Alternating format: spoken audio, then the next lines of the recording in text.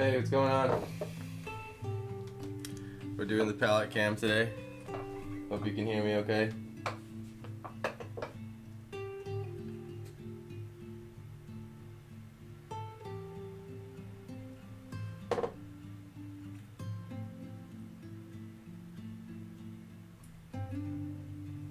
Hope everyone's having a good Monday. I ran into technical difficulties with my stream trying to start a little earlier. Let me know in chat if you can hear me okay. Hey Stephanie, good morning, good morning.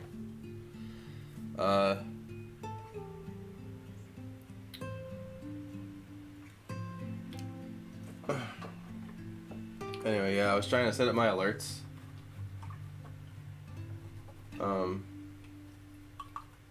So that if someone sent bits on Twitch or followed me or subscribed, it would do the pop-up thing again. But I got it half set up and I started spending too much time on it, so hopefully by next stream I'll have that figured out.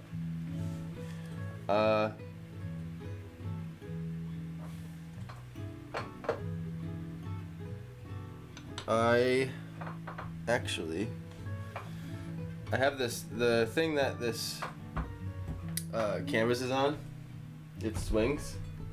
The water's blocking it now, but it swings up, and then two boards come out and hold it up. But I had it swung up last night for working on other art, and I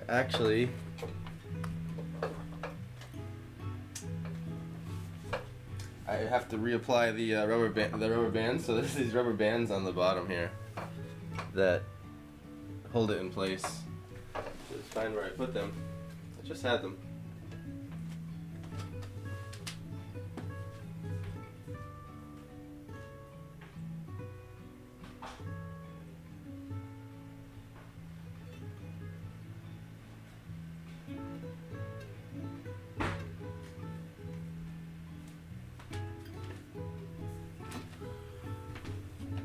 Well, I have more rubber bands. Anyway.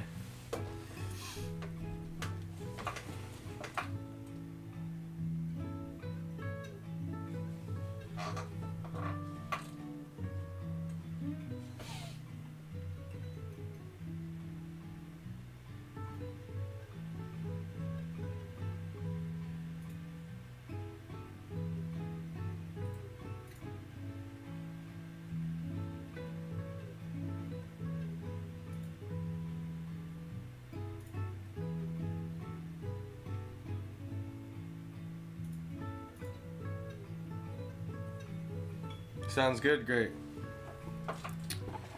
Guess I just have to use some new ones. I swear I just had them.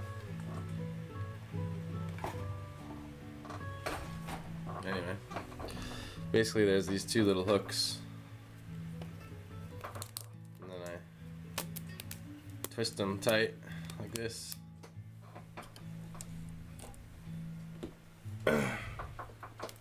Two times.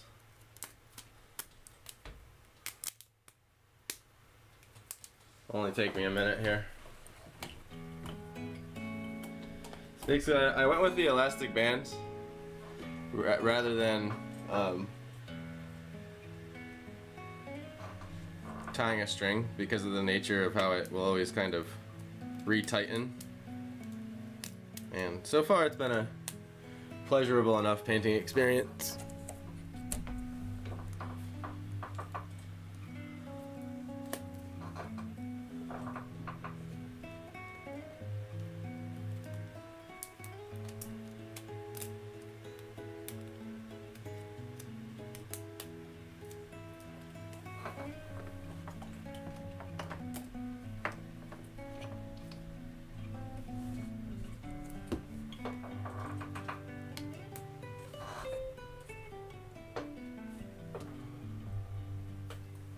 And I think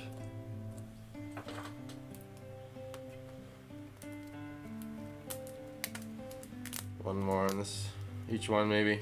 I think I did 3.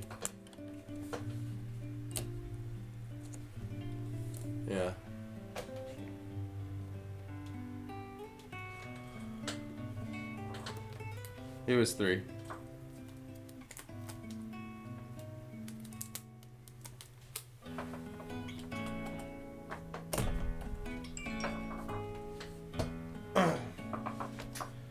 Alright. There we go.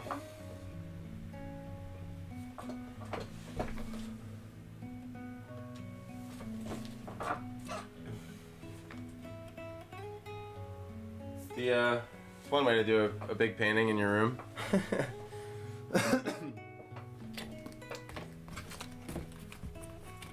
Hook screws are awesome. Very useful things to just have. It's good to just have a little container of hook screws laying around at all times. I've done so many random things with them now.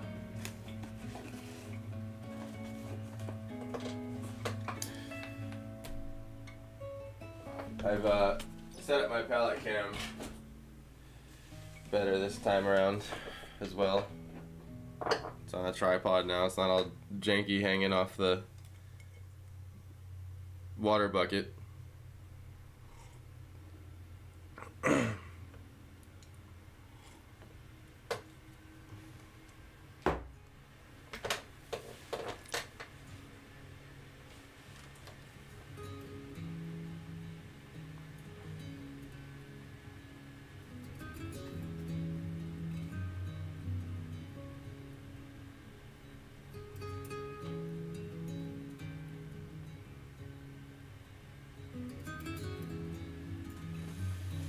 Cool, yeah. I'm glad, excited for the, yeah, I'm glad that it's a thing, because, I mean, I guess eventually I can have 3 cameras, but I realize as I turn around to see my stream software here, you'll see my face sometimes, so there you go. It's overexposed because I have the camera on a high exposure setting to, like, capture the painting better. Like, I actually see a darker version of what you're seeing right now, but I realize that that's, like, the best. I've like color corrected it to see, so that you're seeing the colors as accurate as possible. That's the benefit of streaming digital. Seeing is that the like the program drawing on the program has the right colors. I don't have the best lighting anyway.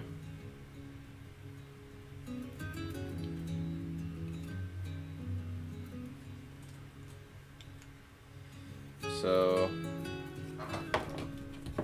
I kind of experiment a little different every time, but I've been putting black, white, and gray next to each other, and then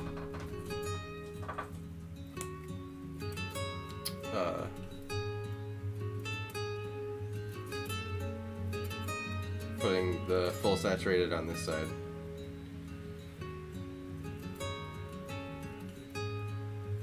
Used a lot of burnt sienna in this painting. I've been calling it burnt umber, but then I realized the other day that it's actually burnt sienna. So it's got more yellow in it. I think that's what that means.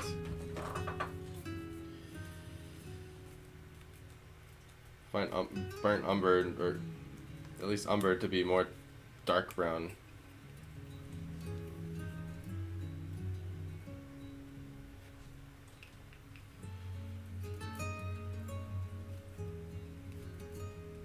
And I'm going to continue my work today on the tree fort part. It's been slow and steady development there. Tree house, tree fort, whatever. Tree fort wouldn't be the right name for it at this point.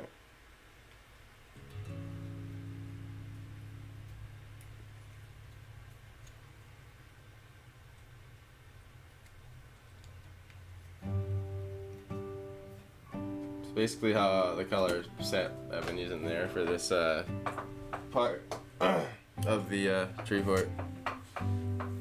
So, yeah. I'm moving into I find myself with this palette too, occasionally making some green. Like, I'm kind of working the tree and the tree fort at the same time, because they're merged basically. I'm finding a lot of my like paint sketch. It's basically like what a paint sketch looks like, kind of like blocking out things and just kind of forming house shapes. Because initially in my mind I pictured like a base level house and then sort of, you know, infrastructure going up into the tree. And where I left off last time was kind of putting in this big porch on the top that there'll be either like an extended porch here where you have a ladder that goes up to it, or maybe another staircase or something. I'll figure out some way. Probably don't even have to worry about it because it's already implied. But I pictured like warm sort of party lights up there, or sort of like the lights you'd have out on your patio. And then I'm gonna probably get to the windows today, hopefully, and like the indoor lights of the house, stuff like that. I've kind of low-key changed the perspective a lot because of the house, the colors of it, and there'll be a lot that changes kind of like here, perspective-wise, not necessarily color-wise.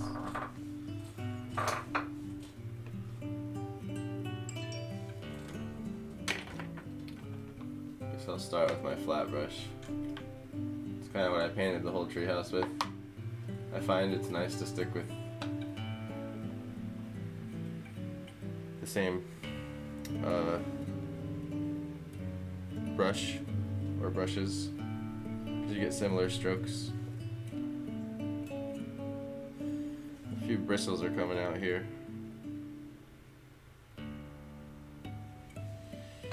You definitely have a party deck. Well, I'm glad that was a good guess on my part.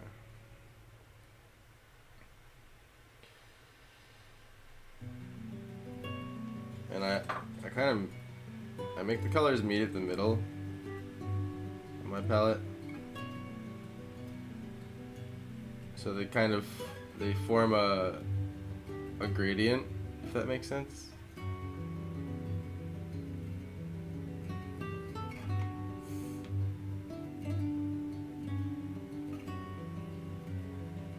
Like I leave a trail to the original color, if that makes sense. And create these little intersections. I'm probably going a bit too far with the yellow here, where I'm not even going to be using this yet, so, but just kind of showing you. It also helps my brain a little bit to kind of see how the colors mix, if that makes sense.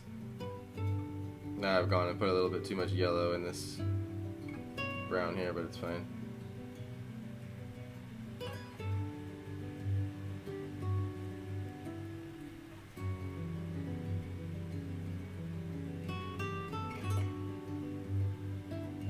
Yellow's weak enough to where I think the remaining amount of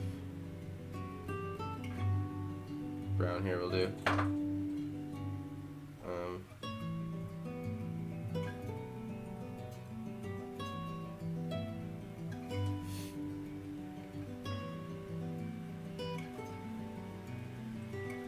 Kind of getting excess paint off my brush to the side here.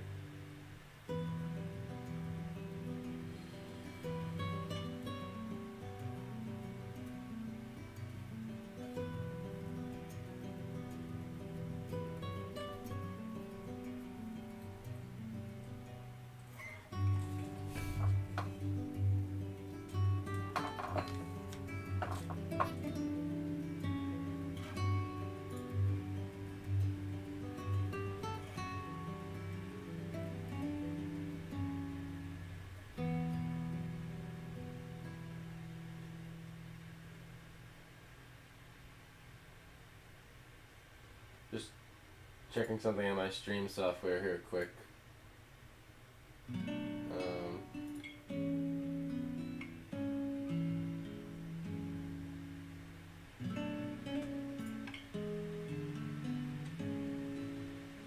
It seems like my Facebook is suddenly not streaming. Damn it. This is what's been happening to me all day.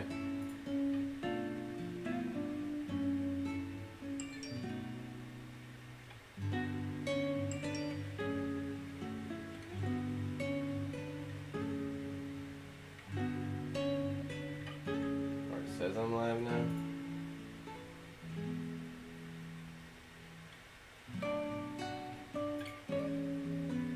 Oh no, it says I'm live on Facebook.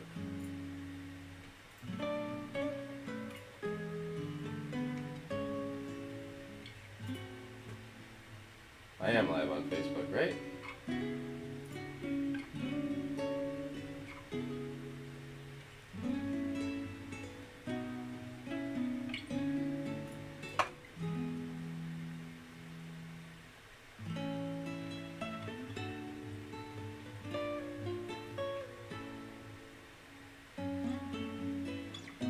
I'm just doing a test comment really quick. Okay, yeah, no, I'm live. It tricked me.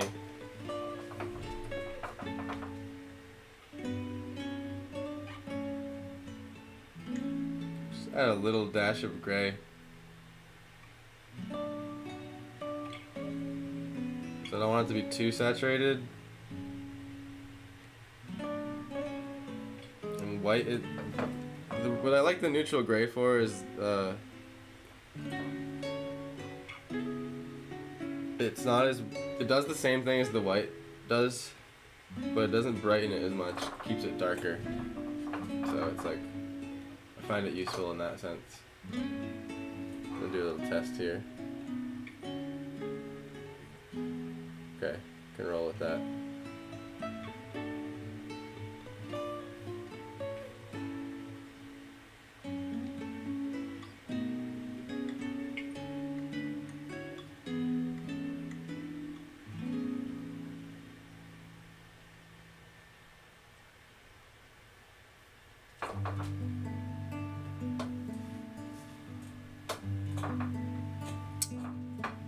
So we're going to be working on the highlights. So, and try to like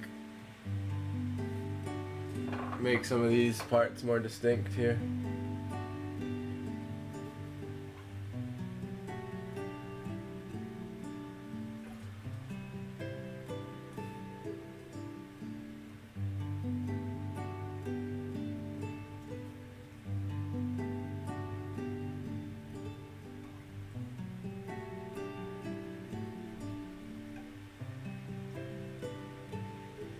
Sort of just dry brushing.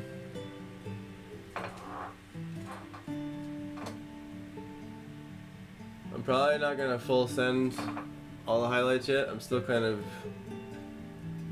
experimenting with where I want the light. I think the challenging balance has been keeping it nighttime while lighting things up through this meteor explosion.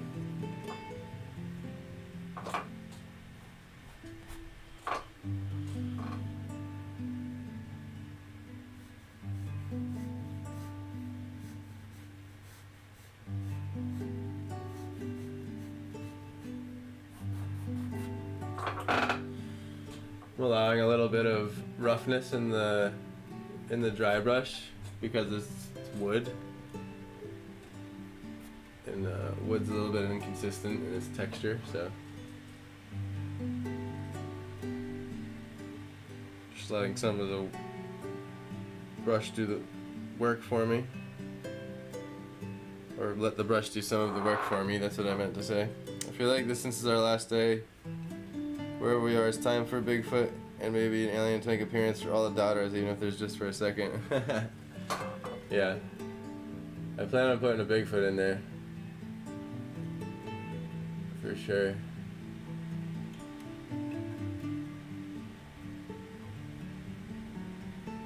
I have some placement work to do for some things before I decide where he's going.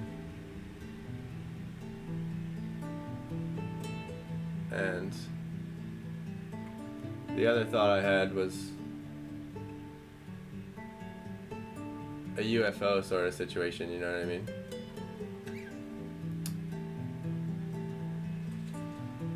UFO, or what are they now? UAV, IAV, what are they called? Isn't there a new name for them now? They're not UFO anymore, right?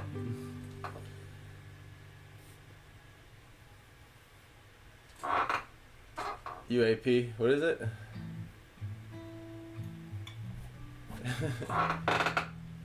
I swear they changed the name.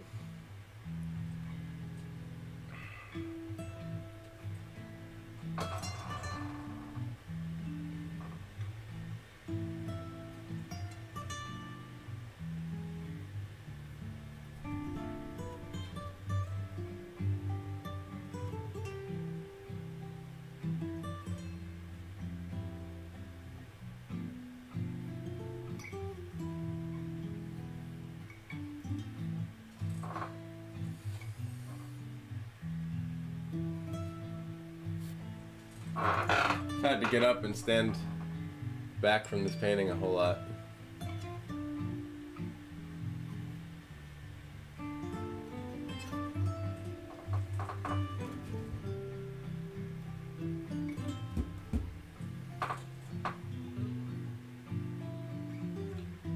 Yes, a UFO situation for sure, please.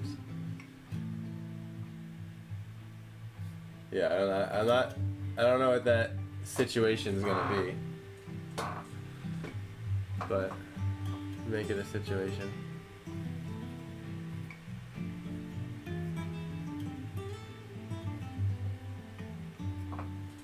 Gotta remember to make my little reel sections here.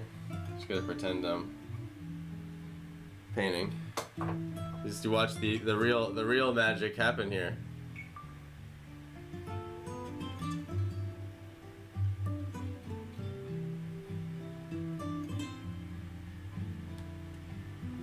There you go. Clip one. One and done. No, there'll be more. Steve loves a good UFO situation. Maybe they can beam us up before the shockwave gets us. That's a different twist on the story, huh? Let's see. So now I gotta start making some decisions. I'd say if you were getting abducted, it'd be pretty disruptive to your joint that you're smoking. If you know what I mean. But you know, I'm open to ideas.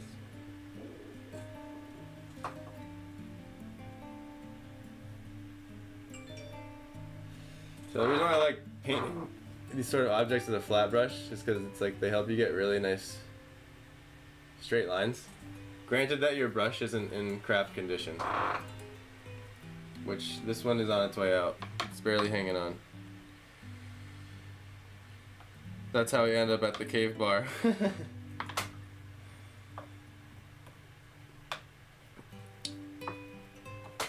Would be funny to have those connected in story, eh?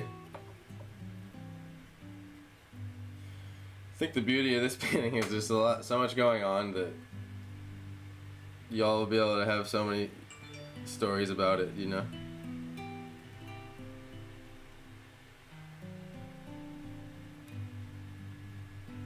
Grab a little red.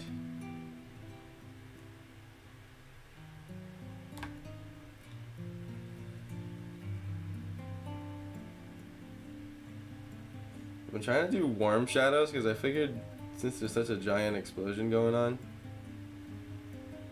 there'd be a whole bunch of warm shadows happening.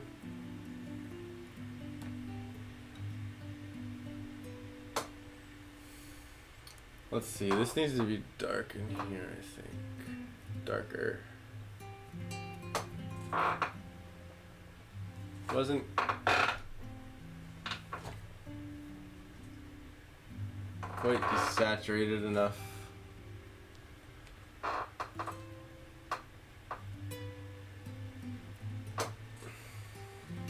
add a hint of gray.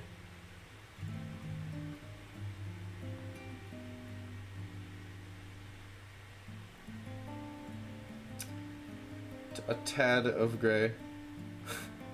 Probably so many words like that for units.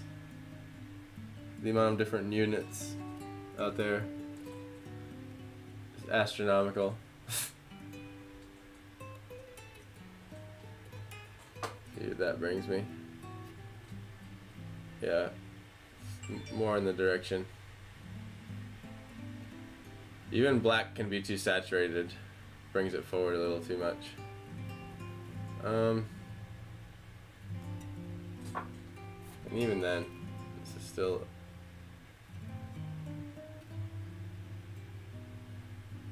a little satchy, but whatever. Can be the light. I want that to still be a railing there, low key.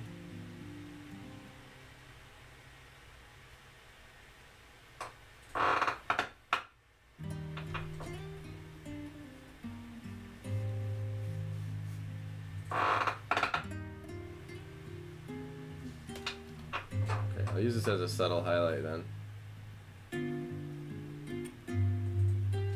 Sometimes painting, your choices take you for an adventure with color. You just have to see where it goes.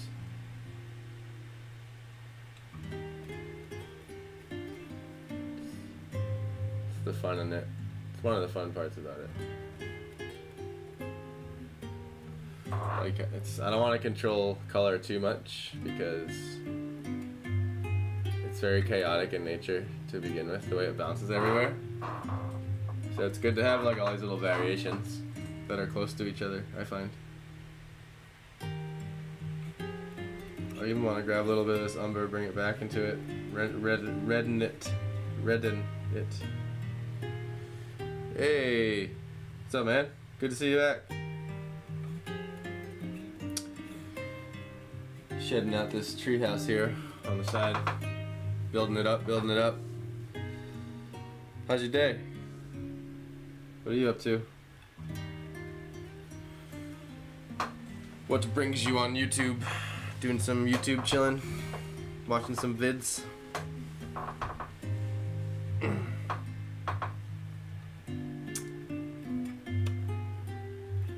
Super nice day in Tennessee, honestly, right now for early March. It's like 80, it's supposed to be 80 out already, like peak for the day. So hell yeah on that. I'll definitely be finding myself on the porch many times.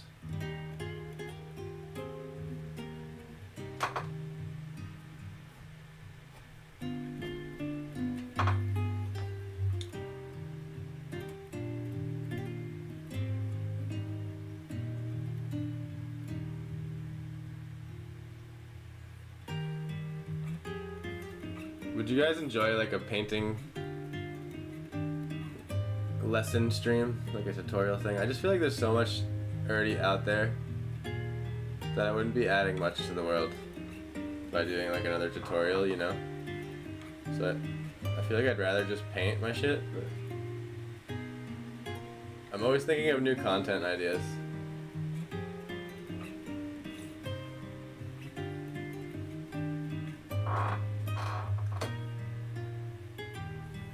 Adding some subtle wood texture back here. There's probably going to be a point where I'm sick of it not being bright enough and I'm just going to go for some crazy bright highlight to see what it does. Not there yet though, because I don't have everything. I don't have all my final answers about the shapes on this yet, so they're getting there though.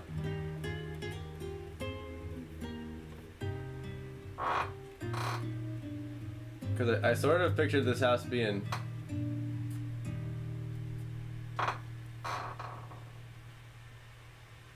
pretty epic, you know? Has to have some complexity to it. And the other thing too is I might be redoing this whole scene right here and moving you guys a little bit, or moving you guys to a different spot. I've had some thoughts about it, and it's all perspective based, but it's ultimately gonna be the same story in the same painting. Just where y'all are sitting and how you're sitting. Stuff's changed a little bit. Also, like these plants here now are in the wrong perspective. I gotta kind of paint over them. Alright, so this tree needs... I was stumping myself out yesterday when I was painting off stream, trying to find the sort of tree color I went with. And I realized I think it was just having a little bit more yellow in the brown.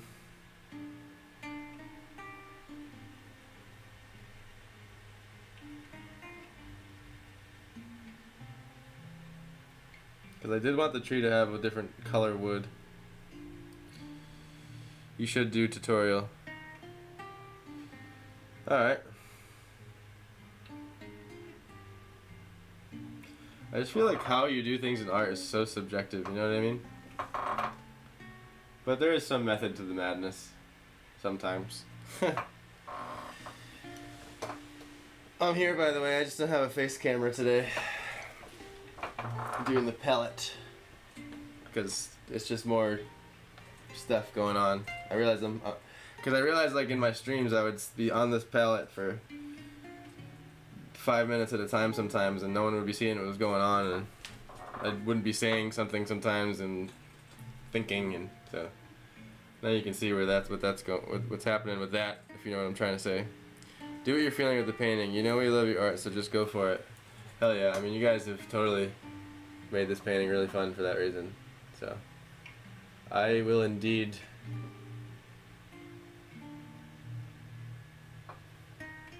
have some fun, and that's what I'm doing with this treehouse for sure. I sort of I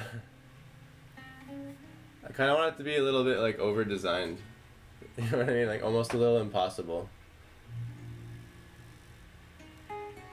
To where it doesn't necessarily need to make sense to me how it's standing. If that makes sense. I've always loved like wacky structures. I have this line going the wrong way. It's challenging to keep perspective on a large painting when you're up close to it. It's actually become a tool to have this painting on camera.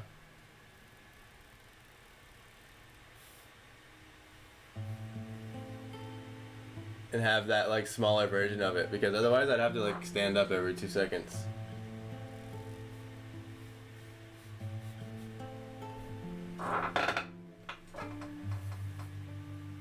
And I built this treehouse myself. That's the other reason it's been challenging. I didn't look up architecture before this one. I mean, you know, I've studied plenty of buildings and houses and stuff to learn how to draw them, but I'm sort of just freehanding it here for fun. See how it comes out. See where it takes me. Impossible is great, yeah, Swacky. Yeah, like, I don't necessarily need the beams and supports to make sense, if that makes sense.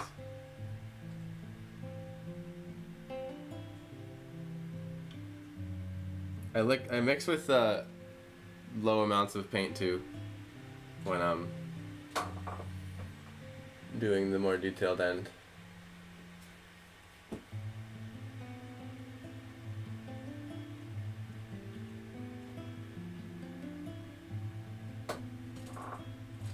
That wasn't nearly as dark enough.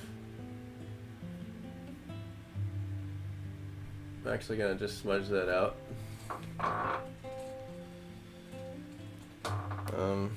Get more black on my palette here because that was ultimately the original problem.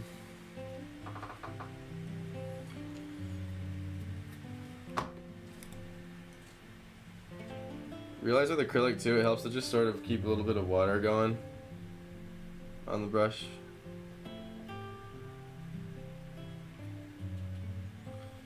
Like not a lot, like I'm dipping like half of the tip of the brush. I'm gonna add a little bit of red. I'm gonna overall keep this painting warm in the shadows. Like this is all really warm themed, so like if I do toss anything cool in it, it will be a stark contrast. I like setting myself up for good contrast later, if I can, so that things can pop. But that's the fun of acrylic, is you can sort of adjust that thing, the sort of things, whenever you want. You didn't use any reference for this painting? Yeah, no. This one's just totally kind of winging it. That's how I like to draw. I mean, I use a lot of reference, don't get me wrong, but mainly when I'm studying and trying to add to my mental library of shapes. Like sometimes on stream you'll see, like this is a different kind of stream because I'm doing a giant painting, but like a lot of the times what I like to do is get like a random image generator and we'll all hang out and just draw something.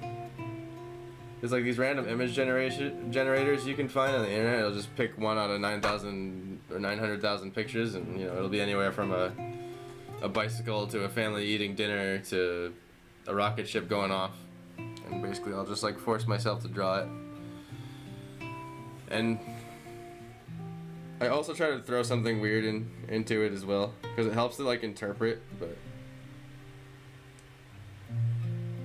when I go to do a main work, I try to step away from that and use what I've learned from those studies. I think that's the big benefit of like going out into the world and always drawing things, like always having a little sketch pad. And because I constantly find myself seeing how things are made or seeing how things exist and being like, huh, I would not think to do it like that or whatever, you know, like a shape of a window or a style, because styles are endless. They're always being invented as far as like lanterns and like man-made things in general. Man-made things, it's almost like unlimited, right? You could just go on forever with reiterating things, but there is a general like structure to some things. I think mankind, like man-made stuff, is less consistent than nature, in the sense of like how many different kinds there are. Like nature's pretty consistent. Like trees grow like trees and water flows like water most of the time, you know? So you can kind of have a lot more rules for how to draw nature, and rules, not really rules, but just like ways to move your brush to get certain shapes, basically. It's not really a rule.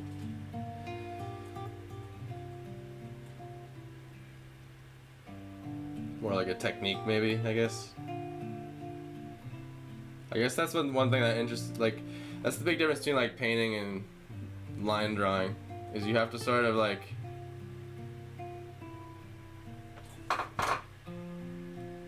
understand the shape of something to draw it in a line drawing, but painting has this like brush stroke aspect to it, where certain brushes will do certain things, and you can kind of find brushes that will save you time, you know, and almost have a discovery sense to it. Like there's discovery sense to like a pencil drawing, for sure. Like there's ways you can like flick around your pencil and find different ways to hold it and sharpen the tip of it in different shapes and have different size pencils and have different hardness pencils and stuff. But like the vastness of a brush tips, I think, span way more than the tip of a pencil does, in the sense of like its shape, you know? Like there's sponges that you can just dab and get a whole bush, and that's just it's just a different experience, really, of drawing something. It doesn't make it valid or invalid, but like the experience you're having while you do it affects what you end up drawing as well, I find.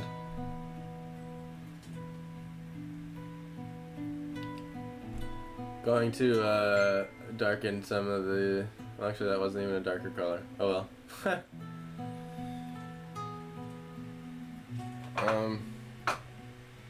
So, I'm gonna decide what happened with this little right building here. Finalize it a little more. When I say finalize, it's like I kind of do multiple passes. Like block it out in a dark color, maybe get a little bit lighter of a color. Pick and choose some shapes I liked. And there are rules here, it's not all chaos. Like I have a perspective grid in mind that I already decided on. And if you practice enough perspective grids, you can start sort of visualizing them on the paper without needing to like draw one out. You'll always be more accurate at drawing one out, like without a doubt. But I like eyeballing it more because I end up feeling too rigid and wanting to like draw things on the lines. And I think ultimately like learning the grid is about like forgetting the grid. But that's totally subjective. The grid comes into like the grid's really useful if you need to do something really complex too, you know? Like of course there's ultra masters out there that they do the complex stuff too. But you know, that just leads me back to the same kind of point where like I feel like it's about eventually not needing it. And then kind of maybe using it here and there. And what I mean by here and there is sometimes like you set up lines really well, like the edge of a desk you're drawing in a room, say, and that edge of a desk, like you do the work to really like you know like rack your brain on making sure it's really to that vanishing point, and then just use the edge of the desk as your grid. You know, don't need 500 lines over your drawing, in my opinion.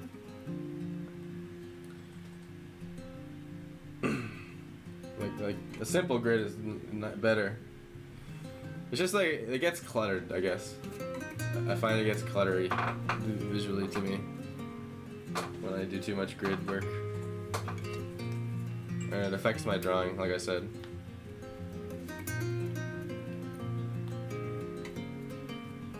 But I use them to learn. Like if I come across a perspective problem I can't answer right away, I will take out the grid. And that's what tools are for. Anyway. There's a lot of like, I don't know if this is true, but I feel like it is. I feel like there's a lot of weird stigma in the art world of like, oh dude, is that freehand? Or like, did you not use a ruler to draw that line? Or like, did you like, whereas if like the tools are cheating, like they're not cheating. Like if you get the drawing, like in my humble opinion, if you get the drawing or whatever you're creating to the way you wanted it to look, it doesn't really matter how you got there. Like whatever. AI art's another thing. Like maybe we can just rediscuss that when there's a new model where it's not stealing other artwork. You know what I mean? That's a different story. But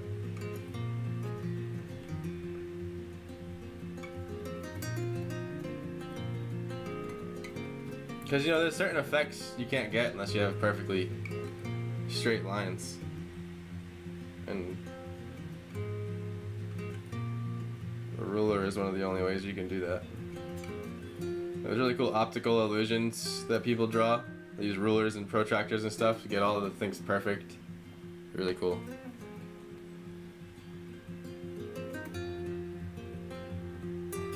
But you end up just sounding opinionated when you talk about this stuff. There's always someone that can step in and be like, well, no, you know, I disagree, whatever. But that's the way the world works. It's not about everyone agreeing with you. That's just my experience, like, just get it to look how you want it to look. I think, like, my incentive towards, like, the lack of tools is efficiency and, like, not having to stop, because I like drawing, like, in a flow. And so, when it's just me and my pen and my piece of paper, I feel like I can I have less stops or interrupts in that, but. Hey, what's going on, Us? Good to see you here, brother.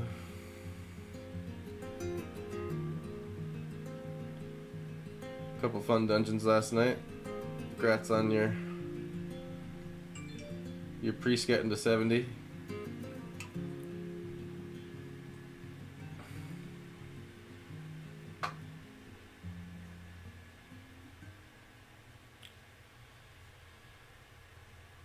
Trying to figure out if there's windows here. I think I'm just gonna make this a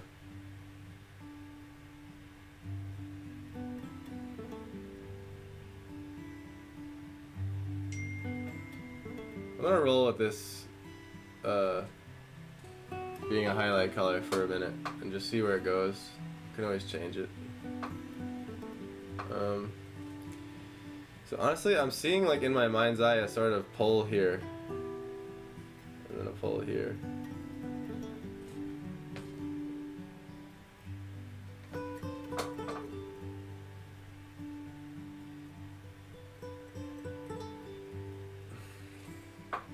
Would have helped me to sketch it out first, but whatever. Just gonna improvise it out. Because painting, there's more freedom with that, for sure. Because of the painting over and painting over aspect. I always forget to drink my tea and coffees before they're, like, room temperature. I did have an initial few sips that were nice and toasty, but it's long gone now. Could use a little gray. It's a little bright in the saturation. But I do want the red from this sienna. I keep calling it burnt umber. Burnt sienna. It does have the right tone for me. In the sense of like the light that's coming off the meteor. I've created a very custom light situation here. So. Kind of the fun in drawing is like you kind of I think of it like puzzle, like solving puzzles, multifaceted puzzles that you create yourself. So you make the puzzle, you set up the puzzle, and then you get to fix the problems. That's how I approach it. I ask myself questions.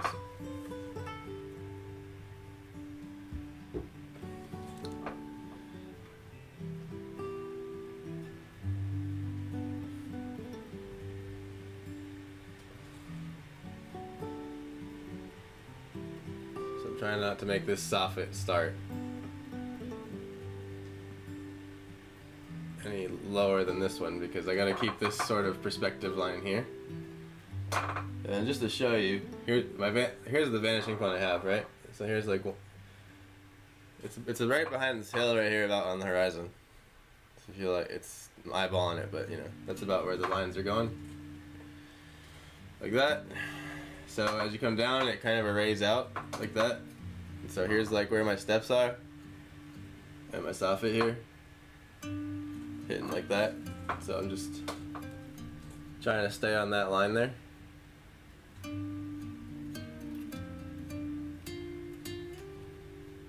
Sort of like that.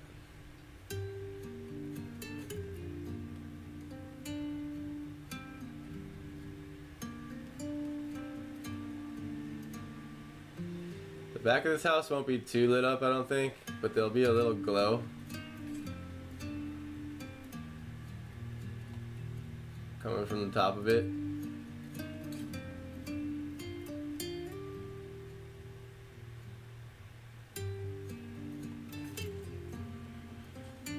I almost rested my elbow in the palette.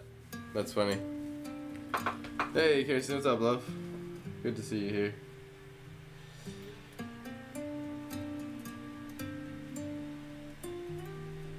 And thank you, by the way.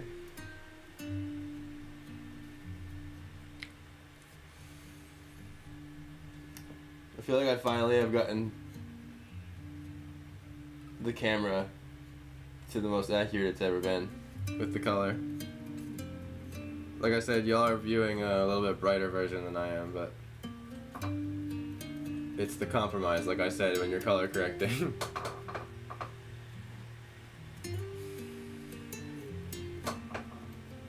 Because I feel like, you know, like to me, like this is putting off light too. This beam here, even though the majority, the light bulb of the world is this, for the most part. Because like this could be 3 a.m., you know?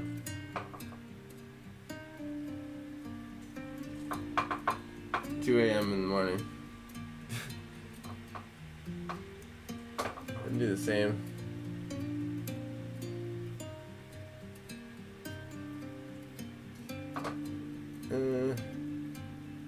This is what I mean by this, like, flat brush is on its way out. I have to really babysit it to get those lines, but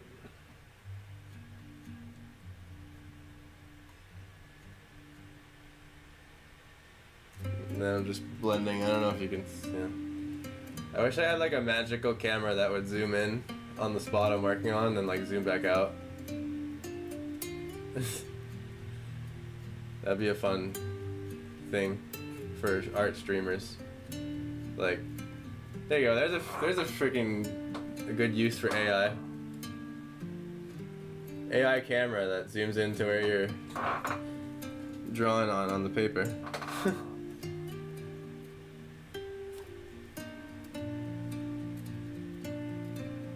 Ultimately, I view these as tin roofs. That's how I'm gonna draw them, or metal roofing. But I'm just gonna give them the same highlight for now.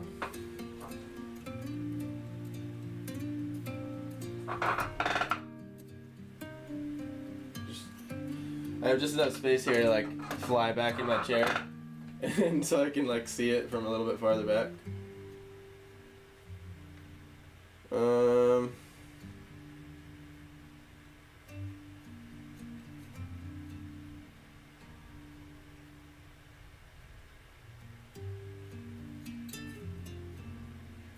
I almost like how this one's starting to look a little bit turned, but I'm gonna fix that for the sake of the whole house.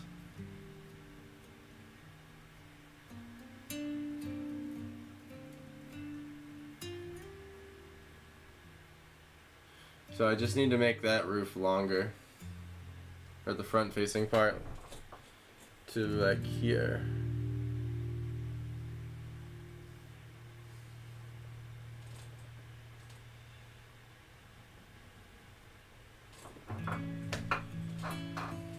And then shade it in a little with this darker color.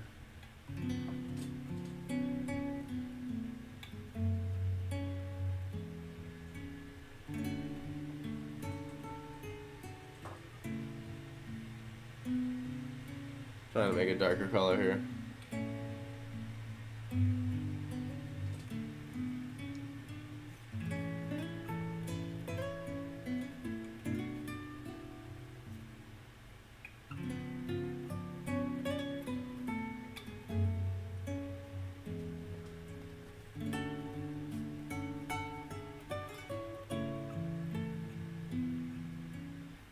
There's acrylic painting for you.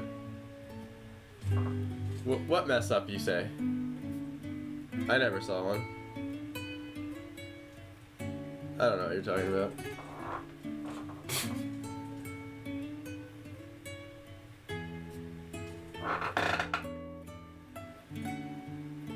I think that's ultimately what like Bob Ross's lesson was to like every painter in the world, was to like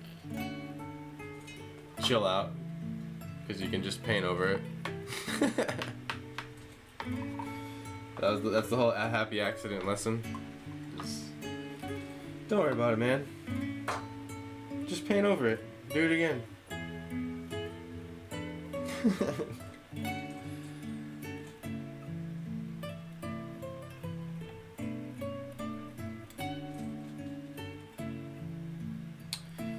And before it gets too dry on the palette here, I'm just gonna get more of the colors I am using. I have to stop mumbling. I talk so fast, I know.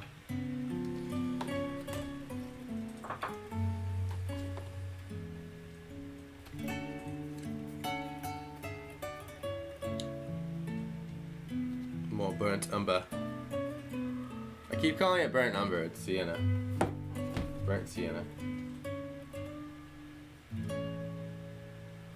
little bit of gray in there. Actually, no, I'm gonna just toss a lot of bit of gray in there.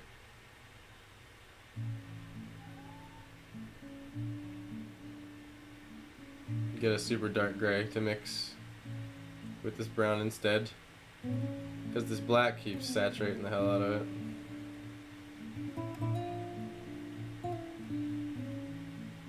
Gray is powerful, man. Or I should say the white in the gray is powerful. You can see that it lightened it a little too much. Well, to me, you might not have known that. You might have thought, hey, you got the exact color we wanted there. But I didn't, so I'm gonna add more black. I love the water, by the way. Not sure if I mentioned that. Sweet, I'm glad you love it. Thank you. It's not, I would consider that sort of like the sketch of the water. I wanted to get a lot of the reflection going. I think that's why I rendered the water ahead of a lot of things. The things that will happen with the water, let's see, like the thoughts I've already had are basically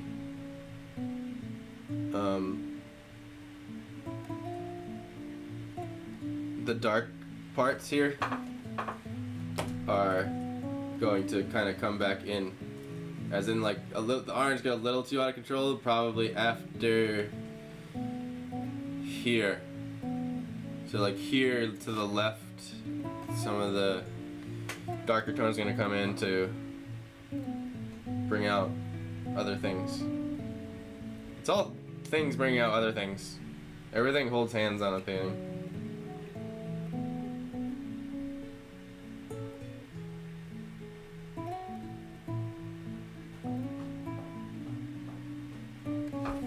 Be right back.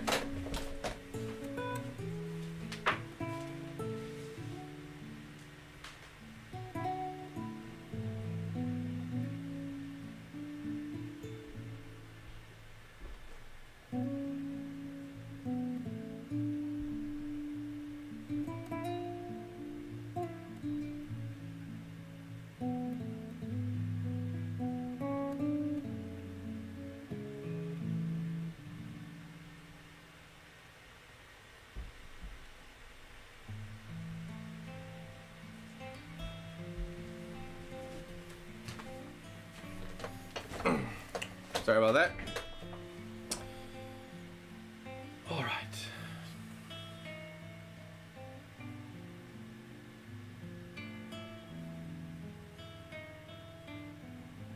Sort of wanted to find that dark gray I was using again.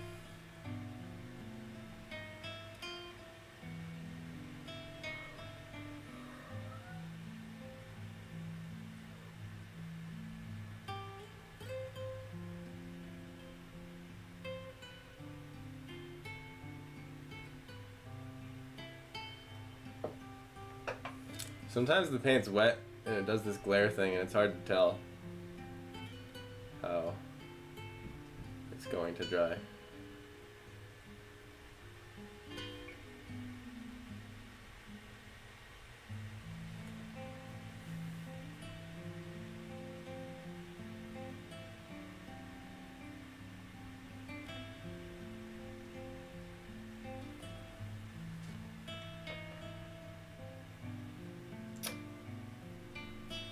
The flat brush did me wrong there.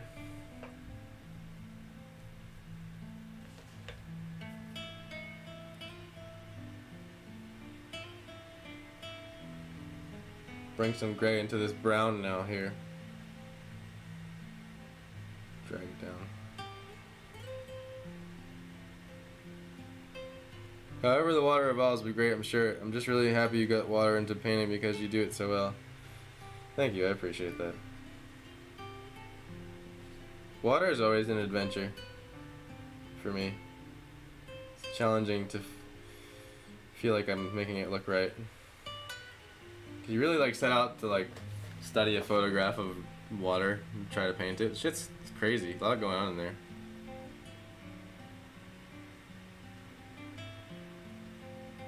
Water is always challenging.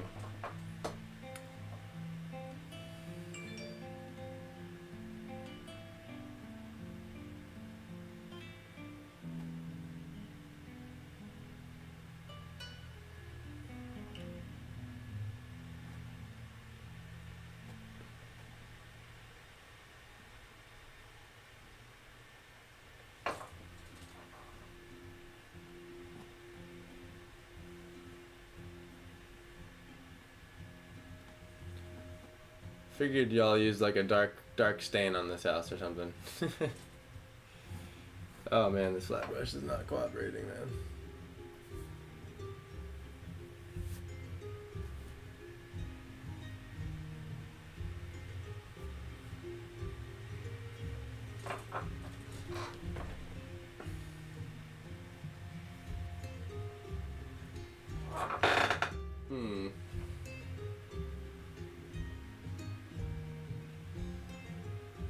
What I keep trying to tell my mind is if like a human walked. So like, this has to be a door. I'm just gonna do this right now while I thought of it. Like something that's been helping my mind is to be picturing two people walking out of this house across the river to the other side and kind of seeing how the size of them change. Because I've set myself up for something here. Whether it's for the better or the worse, which is the size of the windows and doors. So I feel like the door here should be something like this then.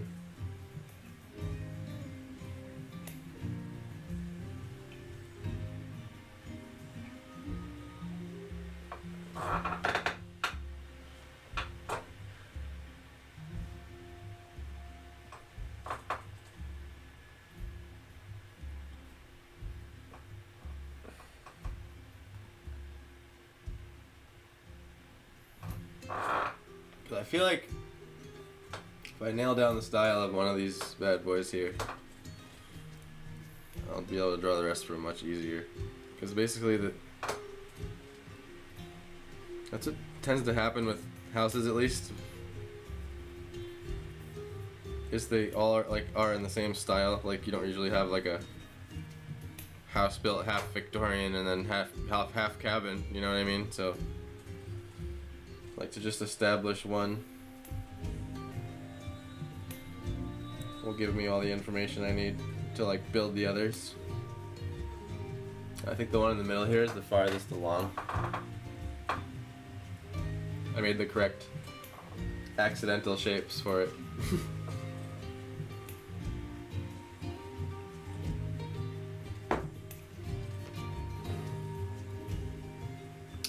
And I'm gonna switch brushes for this. Actually, before I do, I did decide this is going to go farther here.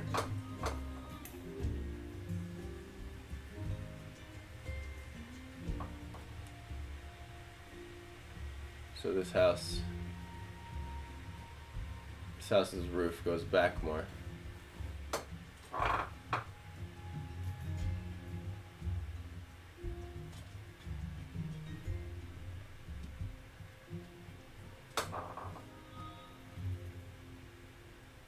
Give good pop to this roof's edge, hopefully, in due time.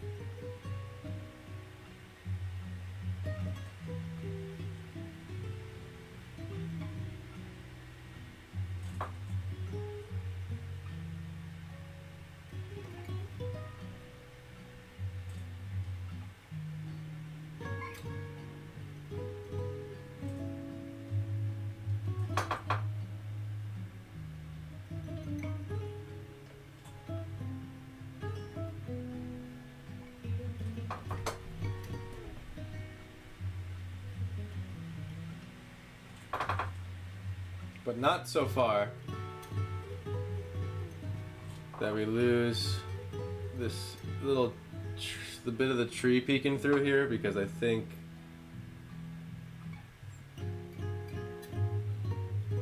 the little bit of that tree popping through to me is essential to sort of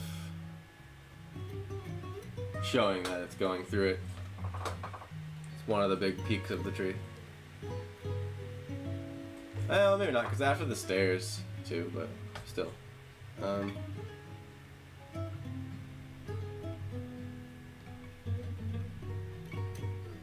So far it's working out to gray the black first. That was sort of just a color experiment.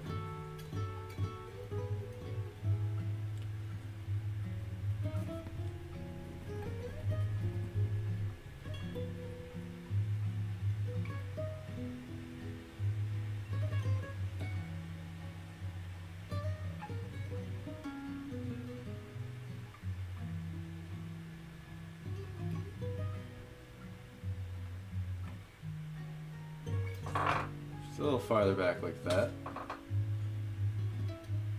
And hopefully the I'm probably not easy to see now, but the highlight line will bring it out. I knew once I opened the treehouse can of worms that it was going to be a lot of tweaking.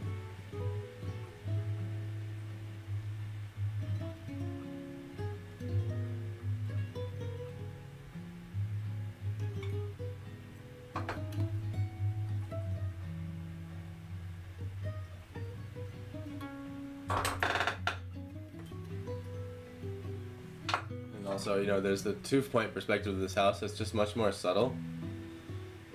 So I've been trying to stay mindful of that. My brush got a little too dry there.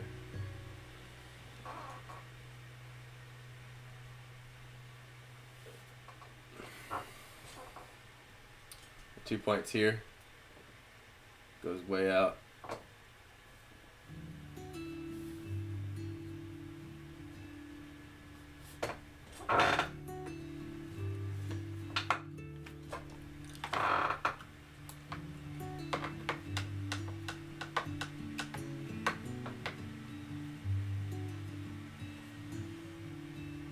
Okay.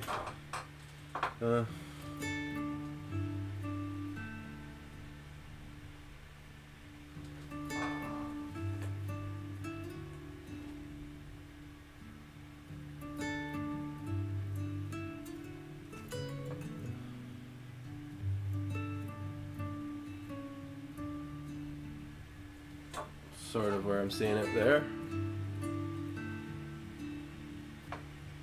And this has like one of those roofs that goes to, it has like a porch up here, and like the roof comes down, it goes to like a flat part of the roof, you know what I'm saying?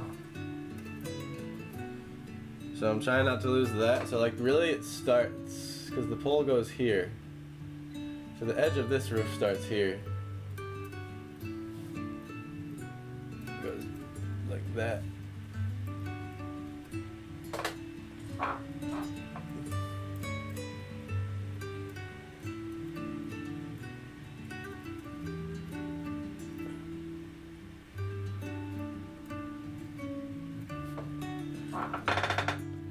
I even down angled it a little bit too much. Come back with the dark color here.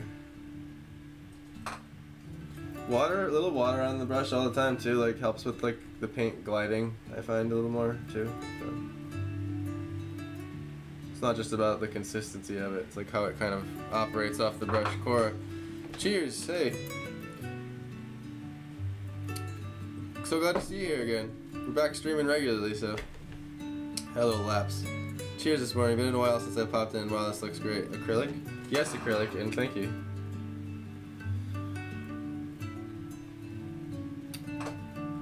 It is acrylic. That's my like giant painting medium of choice, I'd say. I've never used oil before. Can you imagine?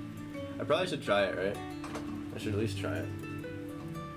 It's just a whole other set of shit I gotta buy. How you been? How's life treating you on this fine day?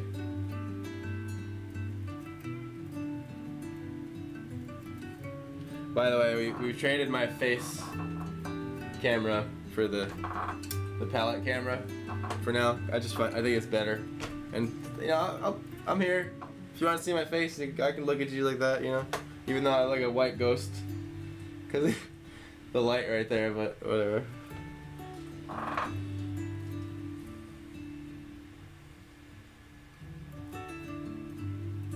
It's the giant meteor smashing the earth, by the way.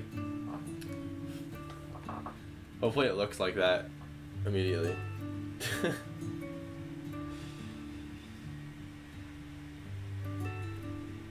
Because then I'm doing something wrong. There we go. Just need to fix what happened here a little bit. I guess I'll just make it all the same color there. It probably is close to the same color, but what happens with paint that's glossy when it's wet is that it's a different color when it's wet.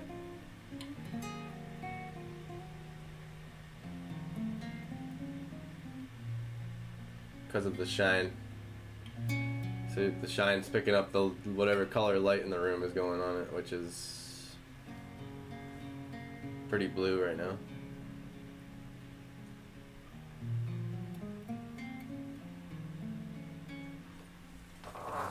Okay.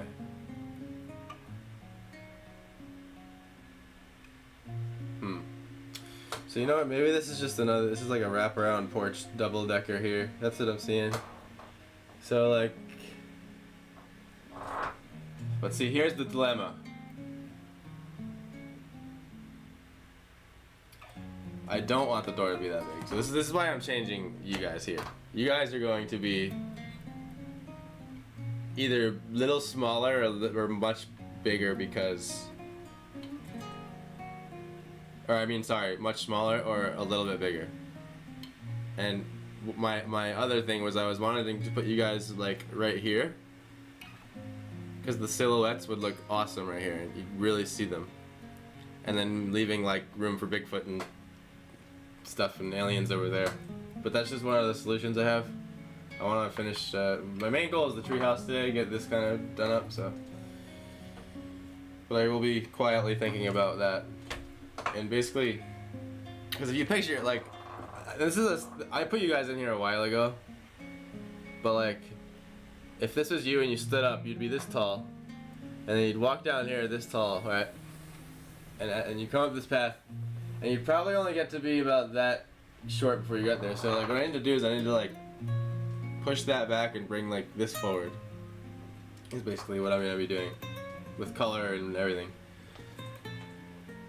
And ultimately, like, y'all are changing size. Y'all are gonna be smaller, but just as readable, if not more readable.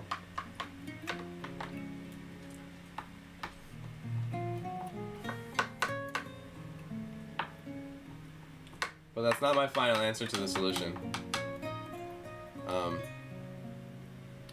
In the sense of location, like I may just slide you this way, so that you come over the shockwave a little bit more. It'll make the silhouettes pop, and the joint pop. Kamehameha blowing up the planet. Yeah, it's the spirit bomb. It's the spirit bomb. Yep. Pretty much. Yeah. That's like Dragon Ball Z sized fighting right there.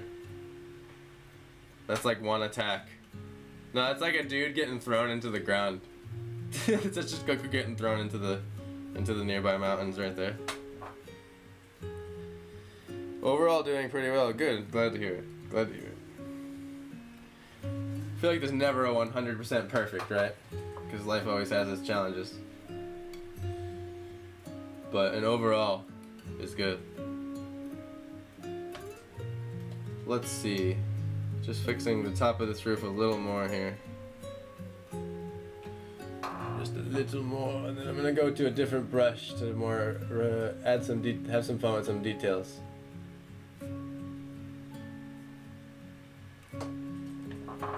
Alright, and the perspective is actually in such a way where we just barely see the top of this roof. I didn't do that purposely, but it sort of ended up that way. Alright, feeling better about that line now.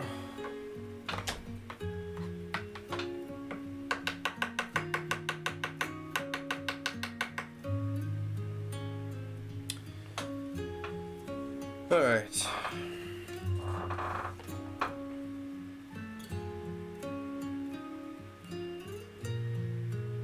Actually, the top of it goes up ever so slightly more.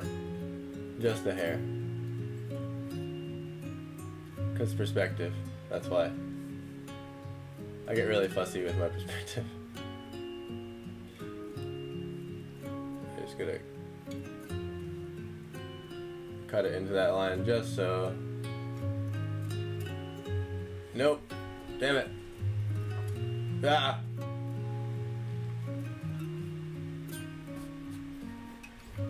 Imagine I just like swear every time I make mistakes so you guys know. Damn it!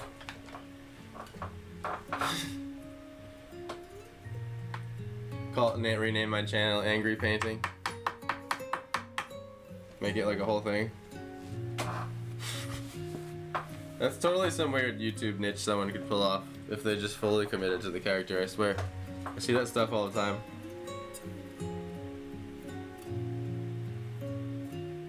That would just be exhausting, you know? Like if you you woke up on a day you wanted to just paint normally. You wouldn't feel like doing that shit.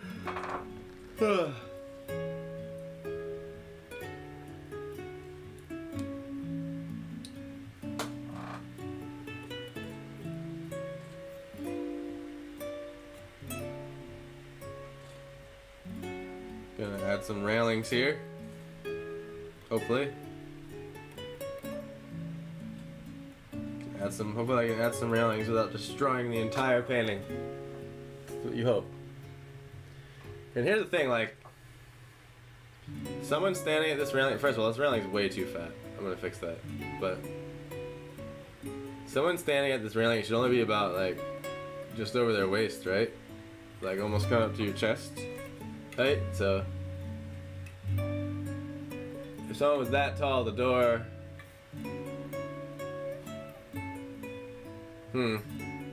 See, I feel like the humans need to be even tinier. Okay. Figure it out, figure it out.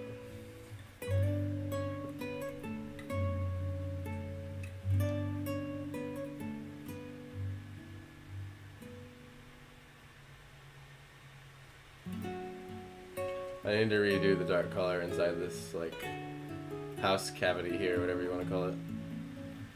It got too blue. I think it was I was experimenting with, like, blue tones in the shadows, and I'm realizing I just don't like it, you know, so. And this is, like, subtle things we're talking here. When I say, like, blue tones in the shadows, I'm saying, like, you took a little tiny bead of blue while you were making the color and mixed it in, and sometimes you can't even see those subtleties unless other things are next to them. And that's actually what's happening right now, is that there's so much warm shadow that it's making this one stand out in a way that it's not quite how I wanted it. Essentially, this color will be the cracks in the wood and the ambient occlusion. It's making it look like it's part of the wall, but really, like, this is like inset. So I'm sort of just erasing the acrylic version of erasing right now.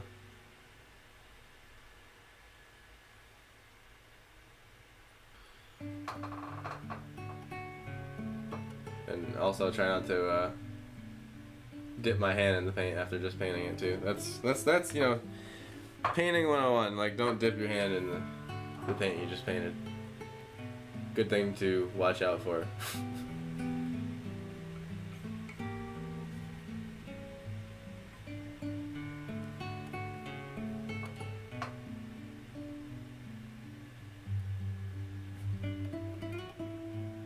And I just want to keep this pole there because I like it.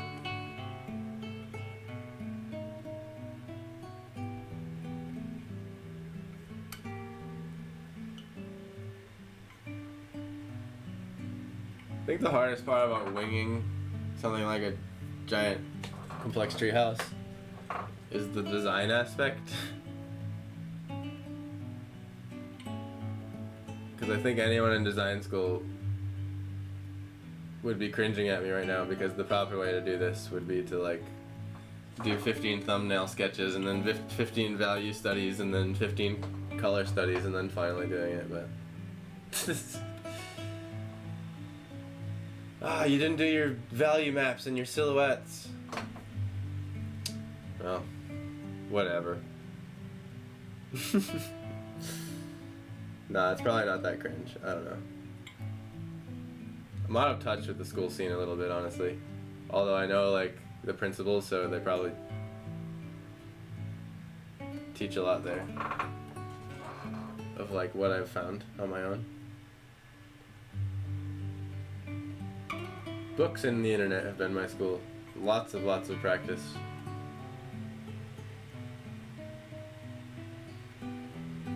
And, you know, like, watching other masters and having them be like, go check out this book, man, and then go getting that book, you know?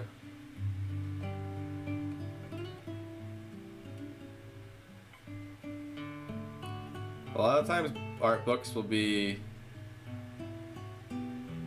like a recycling of something else, and a lot of times they'll be something really useful, so. Like, my point of saying that is, like, sometimes you strike out at the bookstore, you get something, and you end up going through the book, and it was like, meh. It's okay. Like, how to draw animals, and then it just has, like, 50 animals, and, like, drawing them from, like, their shapes, but there's no, like, foundation. It's just how to draw a hippo, and it's, like, it shows, like, 3 really blobby circles, and then, like, 3 steps later, it's like a realistically shaded hippo, and there's like no explanation of like why they're drawing it like that, you know? And how like they're using basic shapes and stuff. Like, there's a lot of principles going on in those how to draw animal books. So like I never really found those helpful. Cause like you'd sit there, and you'd copy it, right? And then you'd have somewhat of what they drew, but then you have 0 ability to draw any other type of hippo in any other position. And you're stuck to that one version of that hippo. So that was like what I disliked about that style of book.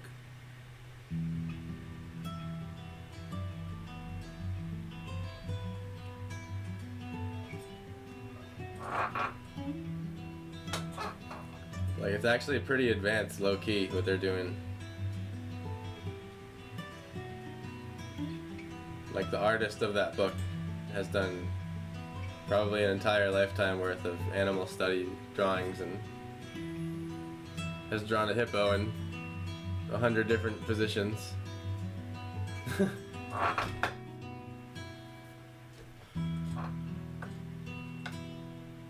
Just backing up for a second here. Okay, that's kind of the clean slate I was looking for. I also don't mind if, like, there's a little bit of, like, rotation happening in the houses. Because I pictured, like, if this was a real place and this was a real treehouse, that the people who built it started out with, like, maybe this part, right? And then they, like, made more money and they're like, ooh, let's build an addition. And then an addition and then an addition, you know? So, in a way, I'm hoping to capture it looking addition-y. Even though that's the wrong word for it.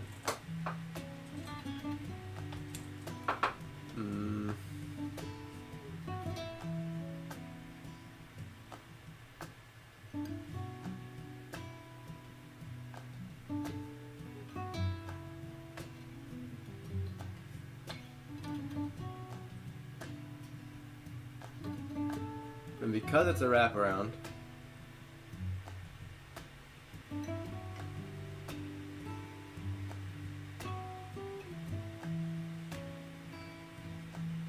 I gotta show some space.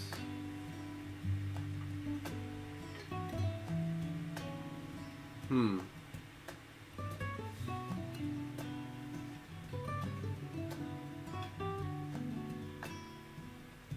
thinking for a second here. Actually, it's not a wraparound, just one side has a porch. Because of what happened with the roof. Okay, figured it out.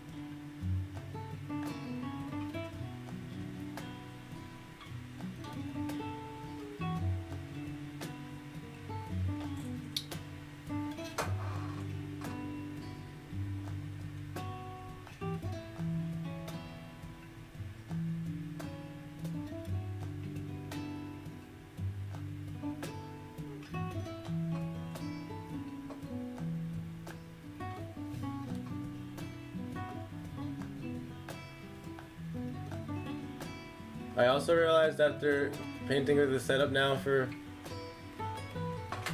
a little while that it wasn't back muscle friendly. And some of the ways that I have to lean over it sometimes. But it works out to stand up. Oh, just stretching. Alright.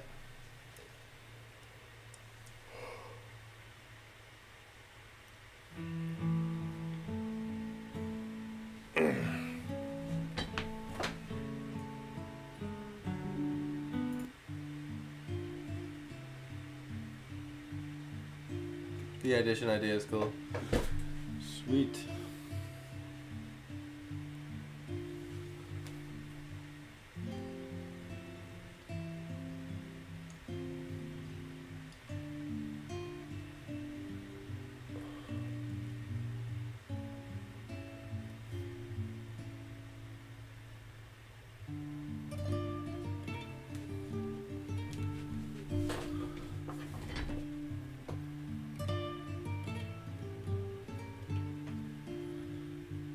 Time to get a new set of brushes. Flat brushes.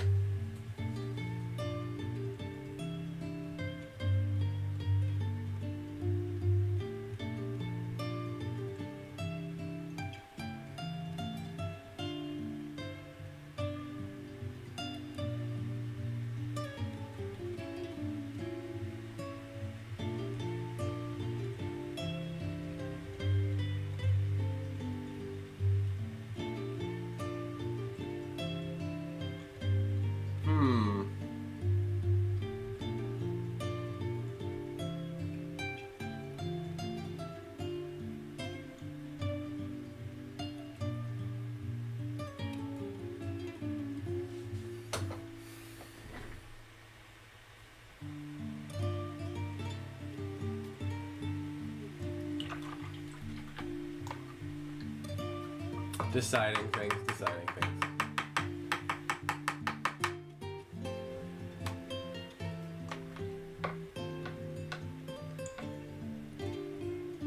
Honestly,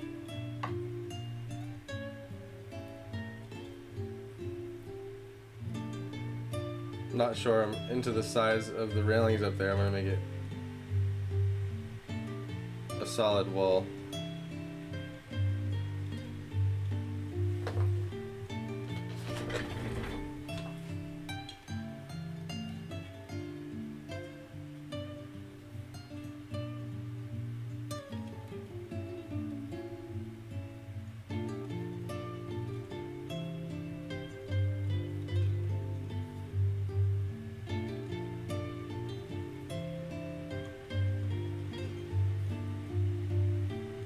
The third vanishing point is very subtle in this, the way I set it up, even though it is there. So the size of things aren't vanishing incredibly, though they are a little bit. I'm trying to stay tuned with that.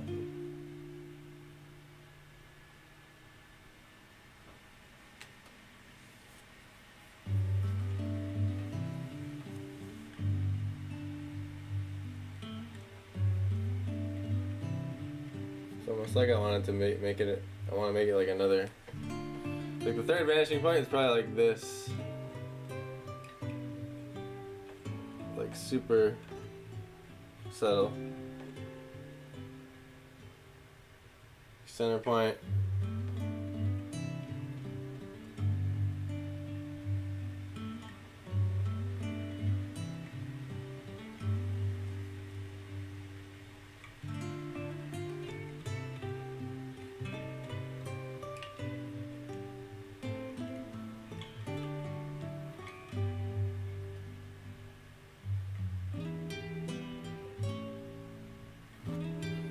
realized I didn't really establish that board too well there.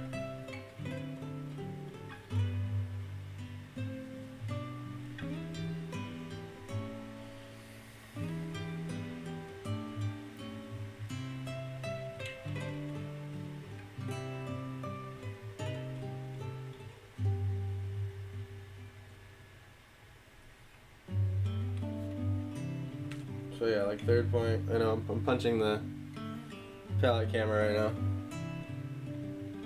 The painting is so big. It's like the camera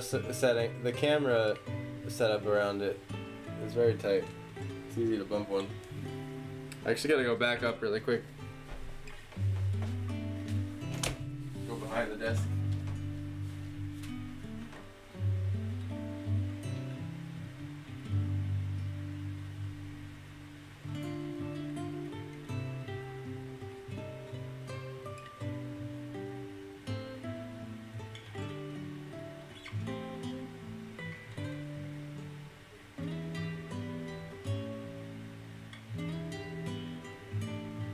Alright. I still can see it 10 times better when I walk back there, man. I need to get more paint on my palette here.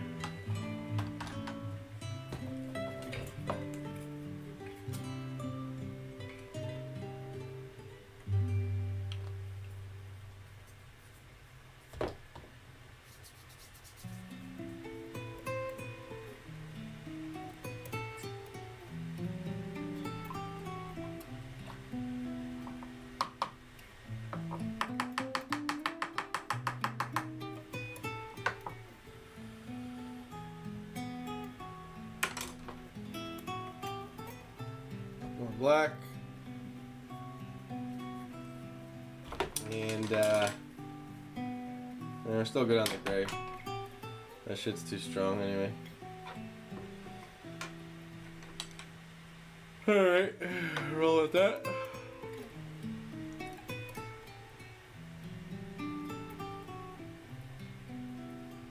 I'm gonna get a little blue going for some color flavor.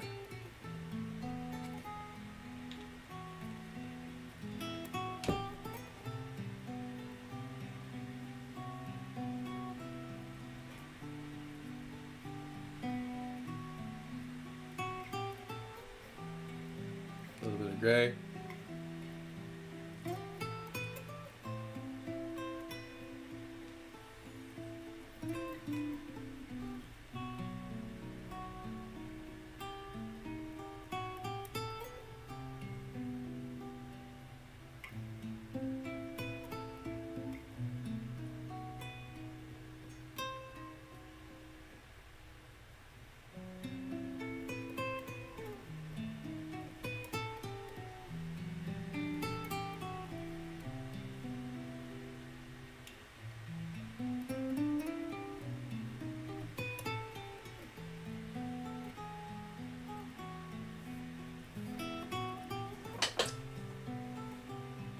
Just gonna make sure the music is still loading good here.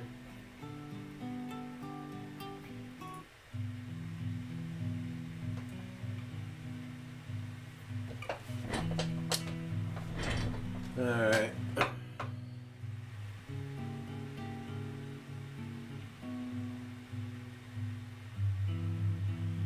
So I might as well make that a beefy vlog too. Alright, need a railing.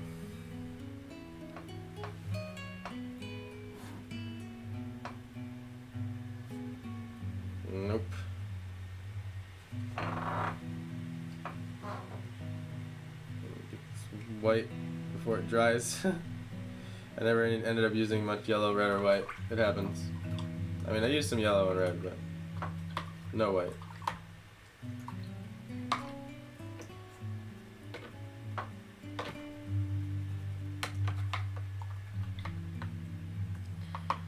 I think I like to name the situation for this painting. The more I look at it and think about what's happening. I think that's a great name for the painting. Let's call it The Situation. That's what I'm going to start calling it now every time someone asks me what the story behind it is. It's the situation.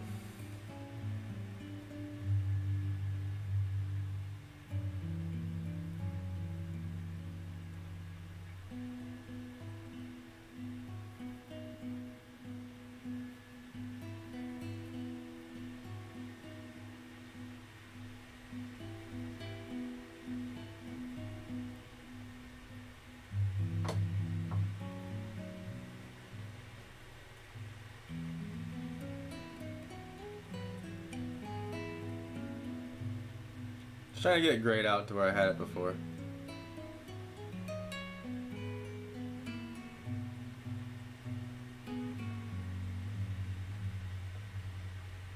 Yes, the situation. The situation it is. And forever will be the situation. Burnt in time on this canvas for until this actually happens. And then this painting will be destroyed. Hopefully long before, after, sorry, not long before. Long after we're dead, right? But that's not a nice thing to say to the future humans that'll be alive during it, if they are.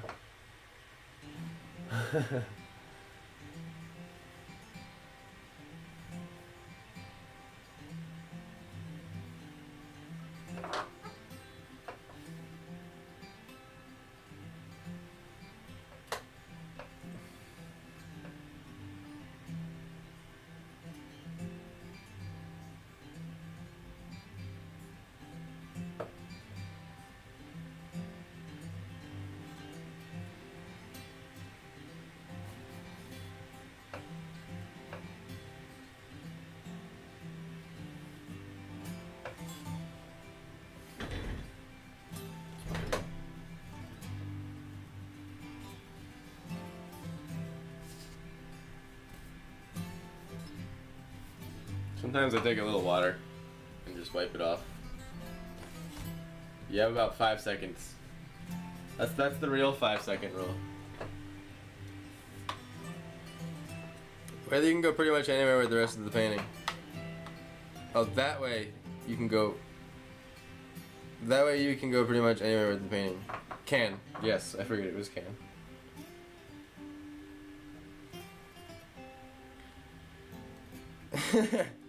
Would be funny if you meant Van Gogh though, huh? Like, oh, do Van Gogh style anywhere in the rest of the painting. It's like, wait, what? What do you mean? What do you mean Van Gogh? I know that's not how you spell it.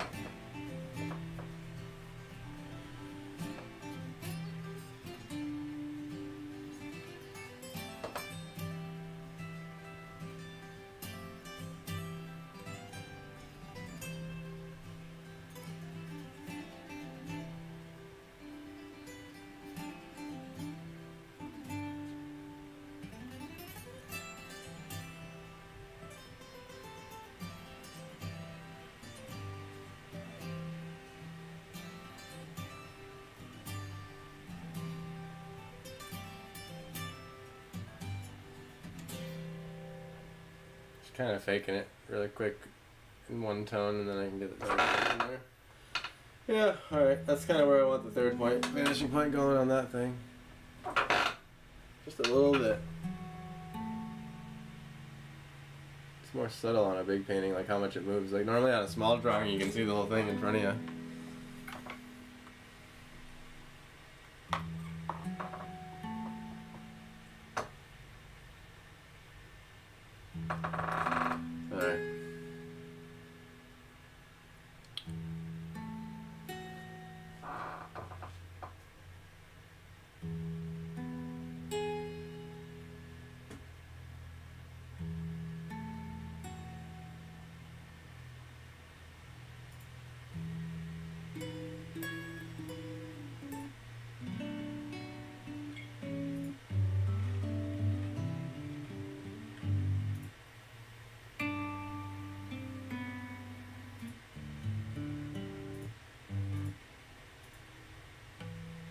Changing up the song here.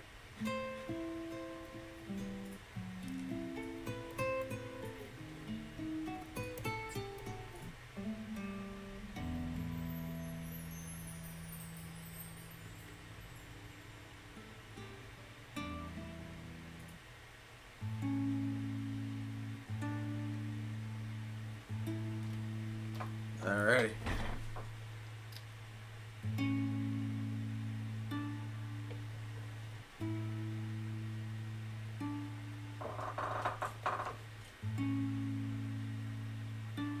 So then this would obviously need a railing because you don't want to fall to your death, of course.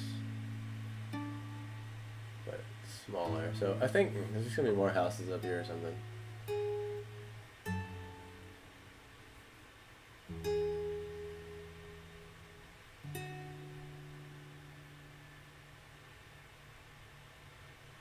And stick with the style of railing I've started, which is like sort of like that. Okay. And then this goes. Definitely gonna elbow the camera here.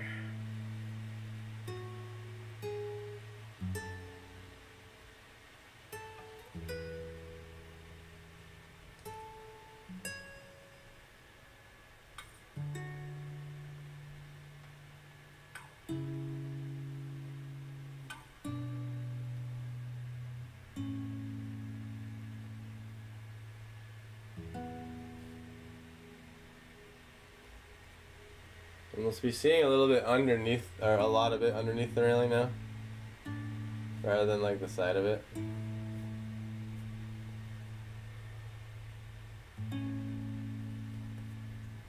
So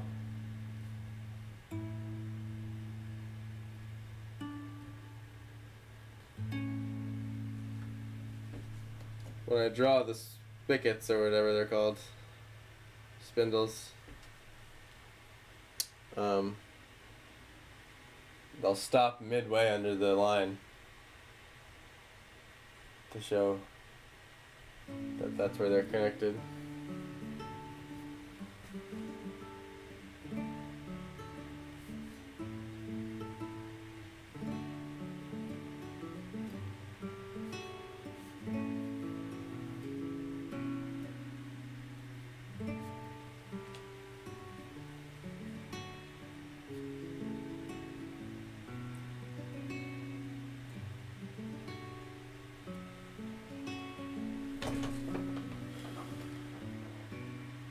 That's about as much shrinkage as I want going on with the railings.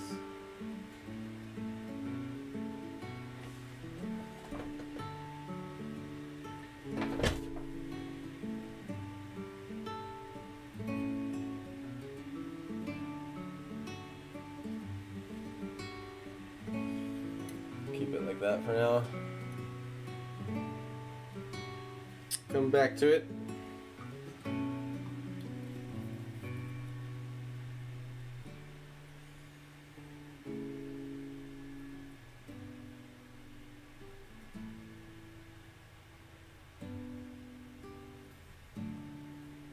Do the railings. Only one there.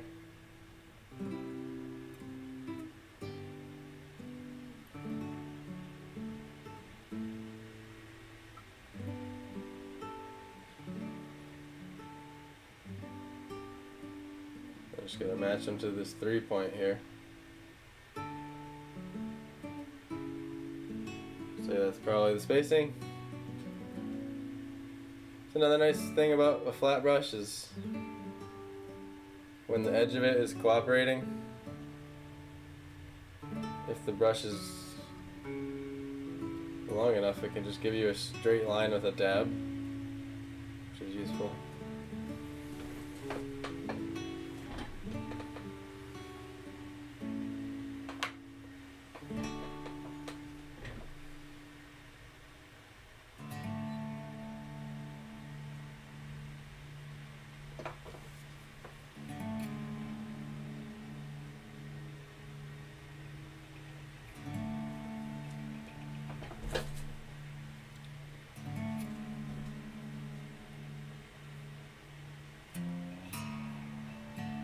Which this should just be a house now. Like screw it, just a house way up here. It's just gonna be difficult to do that without repainting the tree, but sometimes you have to.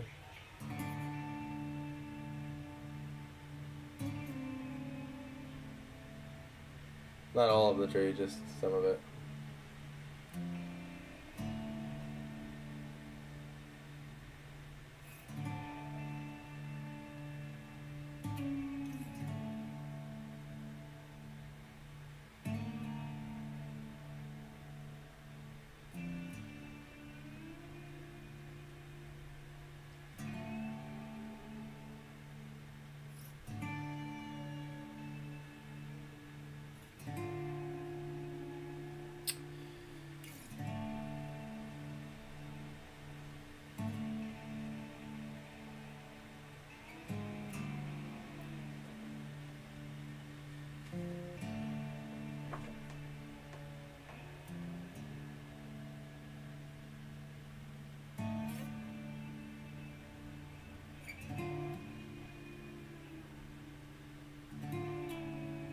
And at some point those stars will be covered that are like shining through the tree.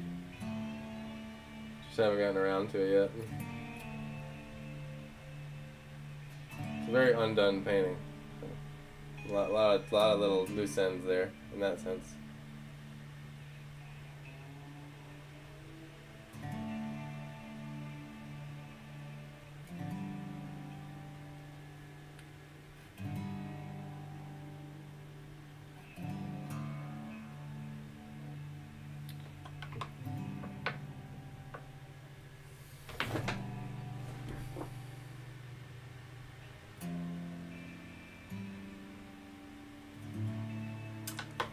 Need to add more black to my palette.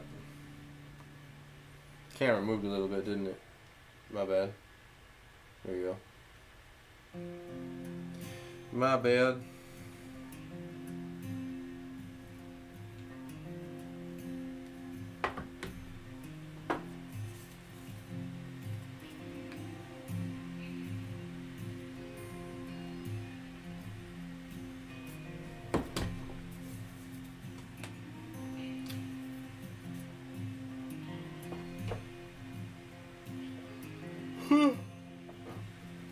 I gotta go to the bathroom real quick. A little bit here. I'm gonna finish up this next little section. And then we're gonna take a little break. A little 5-minute, not even. Because I wanna make more tea, honestly. It said it had caffeine in it, but I call lies. I didn't have any coffee this morning because I ran out, so I made up for it with tea, which was nice. It was nice warm tea. However, usually I get to pour a nice big vat of coffee and keep refilling my cup. It's not like that with tea.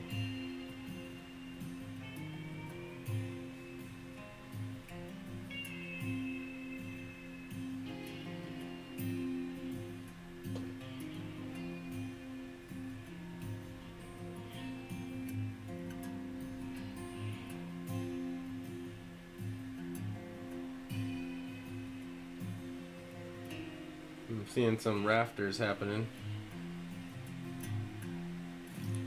Oh, I will make more tea in a second. I just wanted to finish this thought. Finish this little thought I had.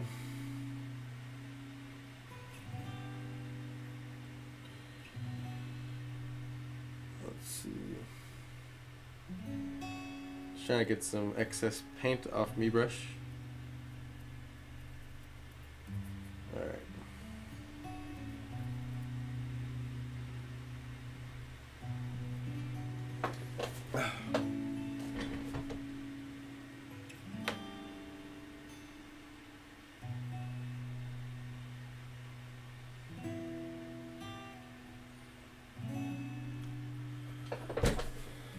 So,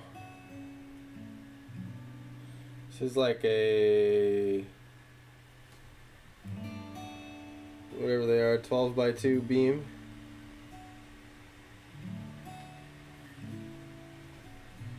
Actually,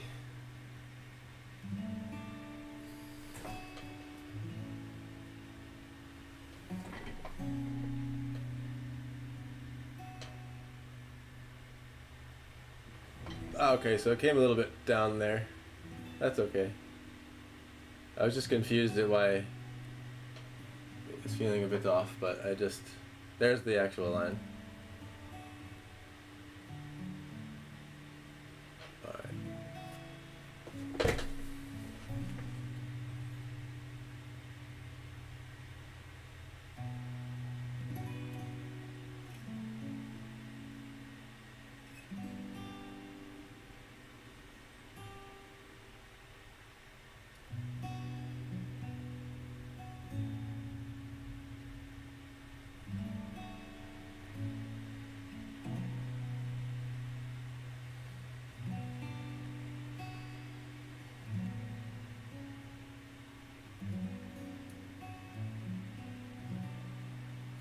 Sometimes I hold the brush with two hands for extreme stability.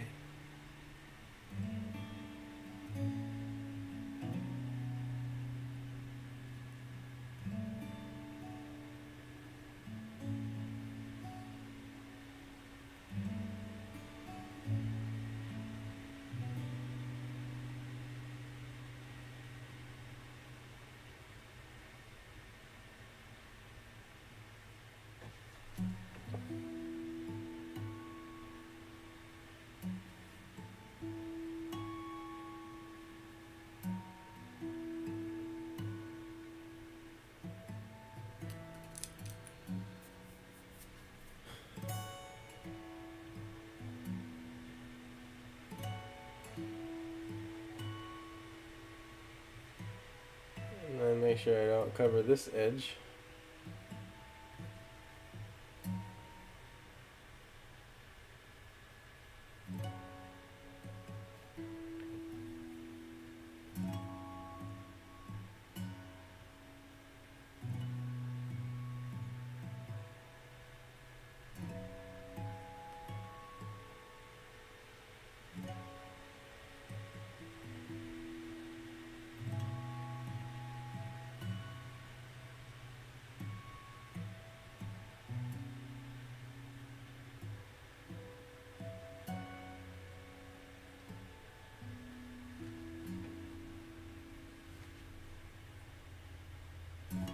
Hopefully I can get some sort of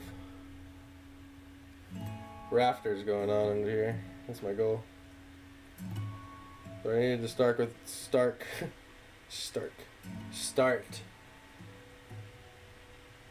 with a darker color.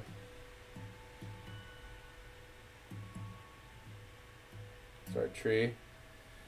It's the other top of our roof. I don't want to paint that.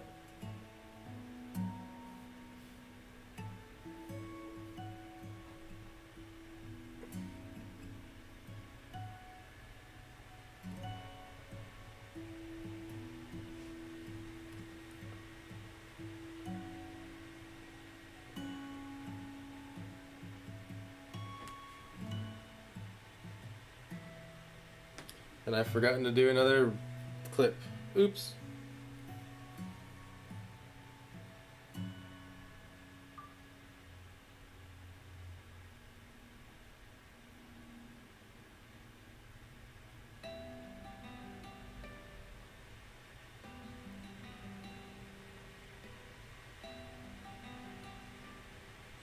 All right.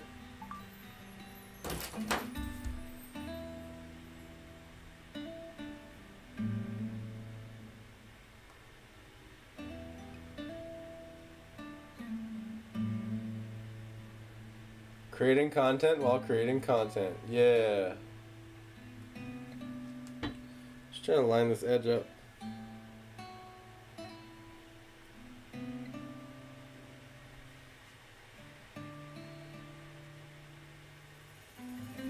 Well, the one thing about being probably a little more planned that would have helped me is, you know, doing this before this part of the tree, but whatever. I didn't know this part was coming before that part of the tree, so. Just don't want to curve it up here.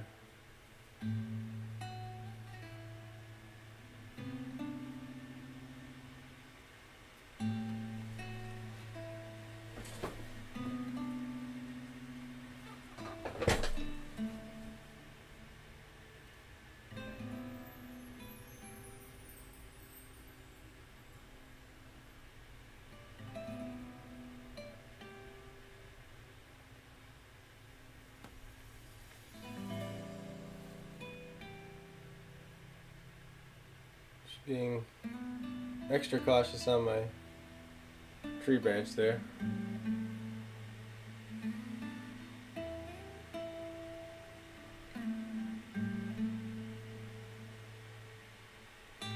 Once again, I dip my hand in it and punch the palette camera. Doing good over here.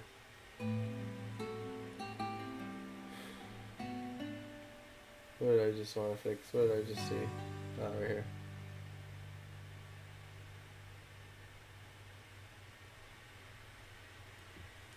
Okay.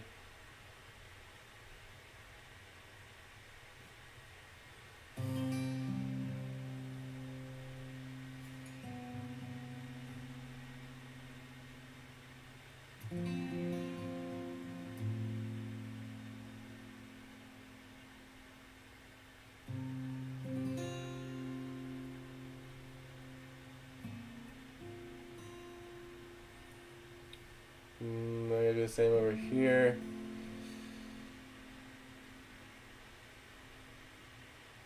I think that was my line. Not gonna be too concerned about going over some of the leaves and stuff I've already done, but I'll try to avoid them.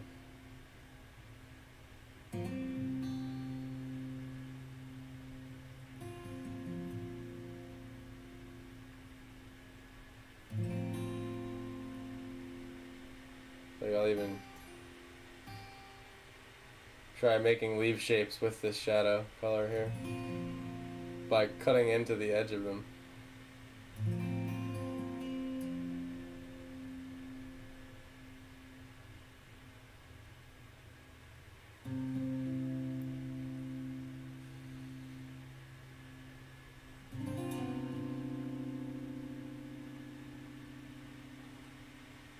That's the edge of the other branch.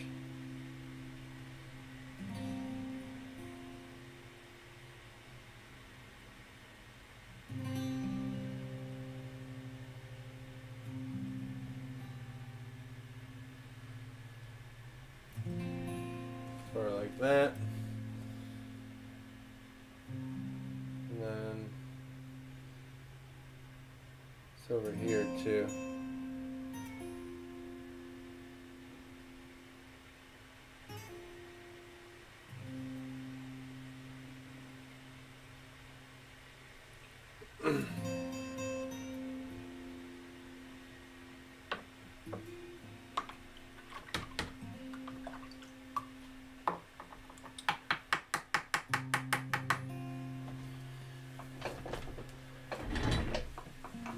All right.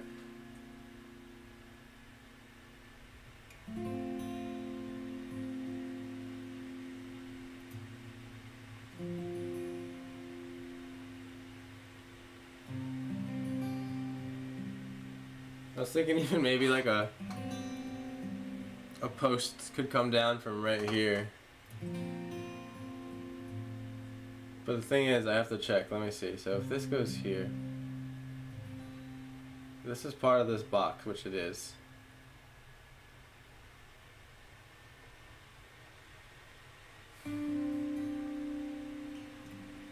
This should hit right here. So it wouldn't be able to go behind the tree. It would need to be like here to go out behind the tree. Yeah, so that I'm gonna abort that idea.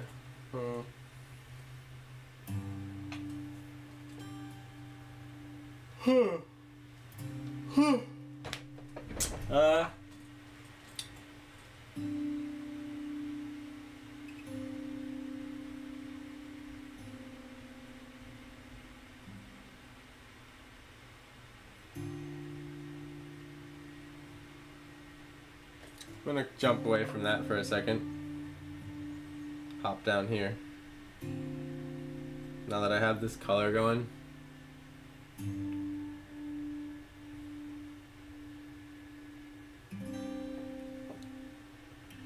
I'm also gonna reset over here.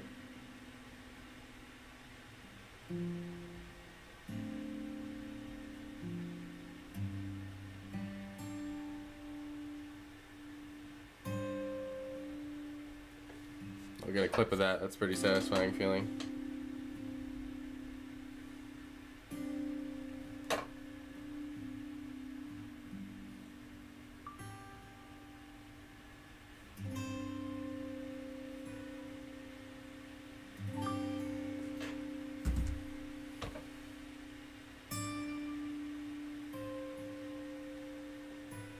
Actually, I don't even know why that has to be there.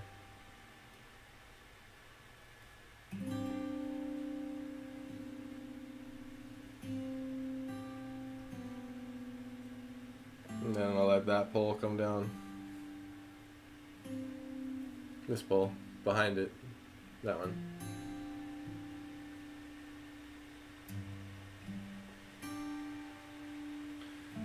Slowly convert some of these highlight colors here.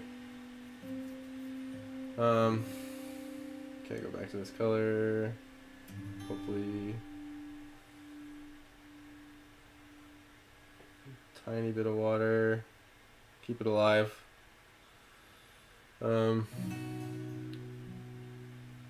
that right there. Then we get it right here too. Oops.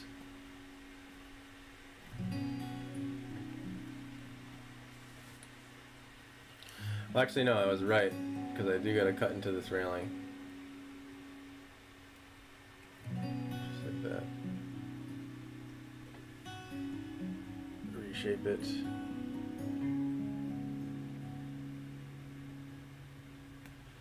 Be extra careful. So I don't have to do it again.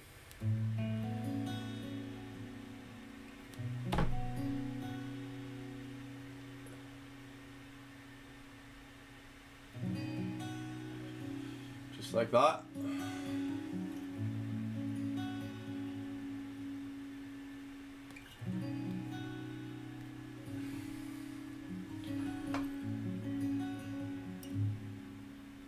Same on this one here. Need more paint.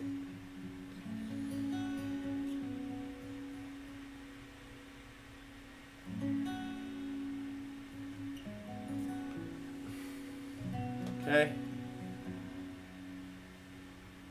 And here too. Honestly, I'm gonna redo the spigots. Just decided now. I keep calling them spigots, but I mean spindles, I guess is what you'd call them. Spigot's like your garden hose, right?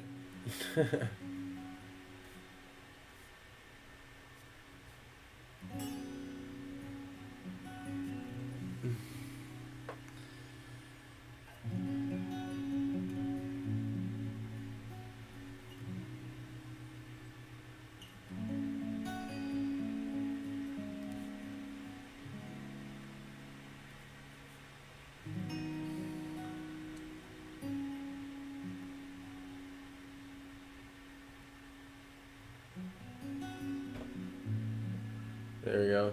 Because I don't, like, what was bothering me about it is I didn't want the poles of the house lining up with the poles of the railing necessarily. That was my thought process behind that.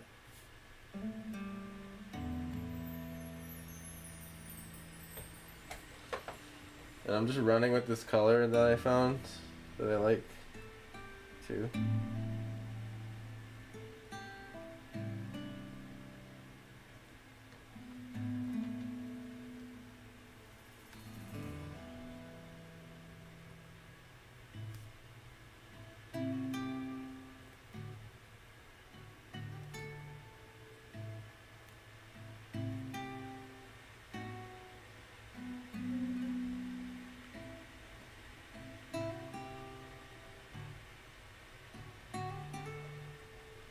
And maybe I'll end up doing these two pieces of this place together because they're pretty connected.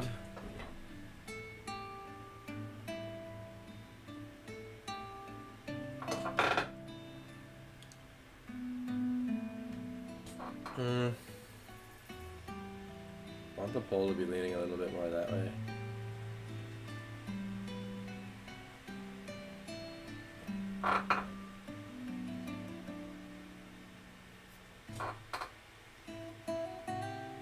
Might have to make a little bit of this, a little more of this color.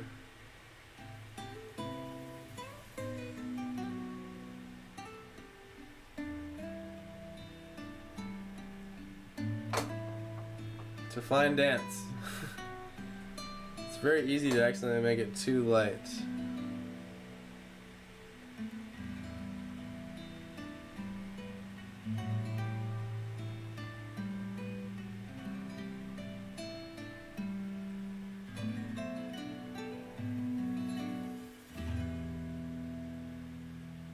Alright. Hopefully that's close enough to the same.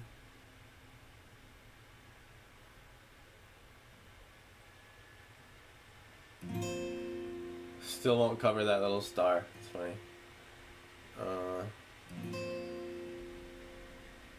That right there.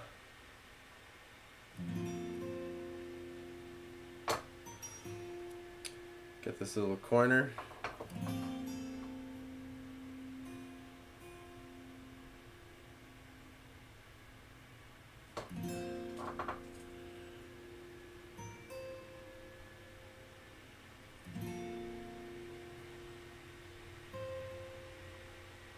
That. Could probably even cut off a little bit of it more. There we are.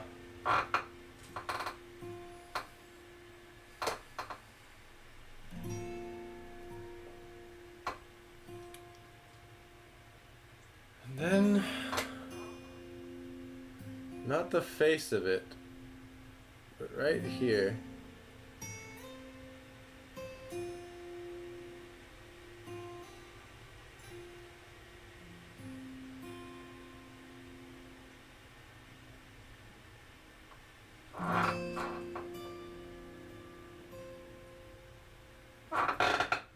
A little bit of that. Now let's see, if this thing was in a freaking box. This was the middle.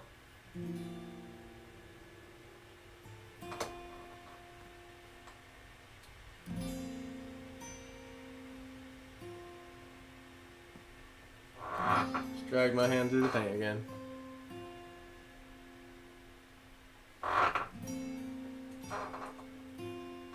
Now I need to redip.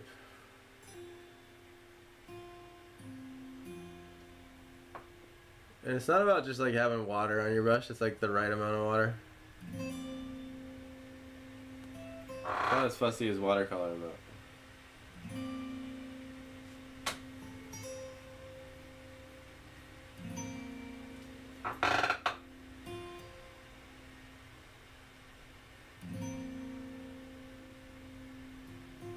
Okay, so here's where my issue is. I think this just has to come up to this line. Redesign this house a little bit here. I feel like now I'm actually designing the house. I just sort of needed like a placeholder, giant placeholder. Feels better there.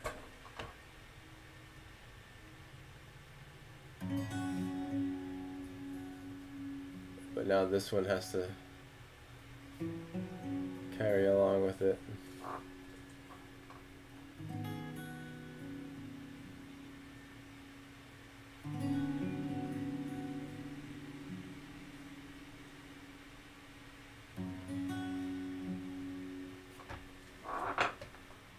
There we go.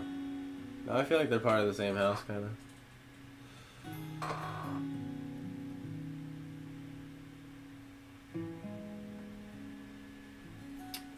More water.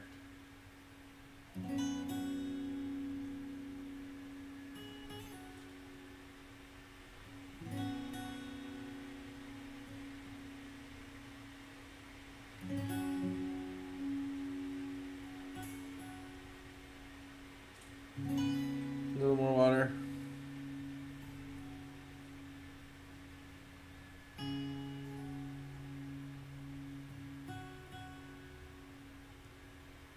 This is like a tree castle. I love it.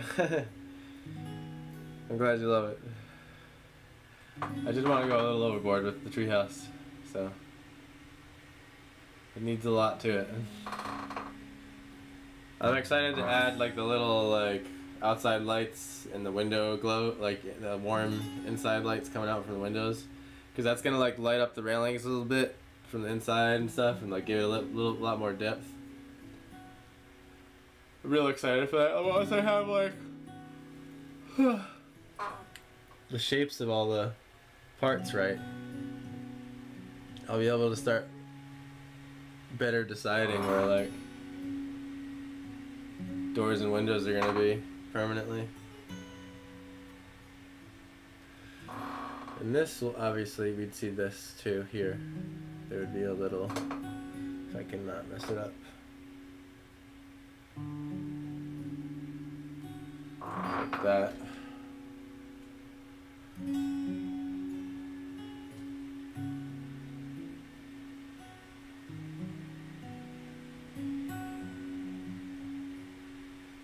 So I keep dragging whatever I made over here into this, it like makes the color I want.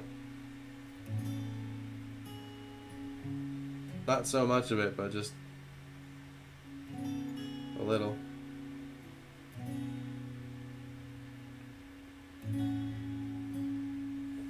Hello from the palette camera.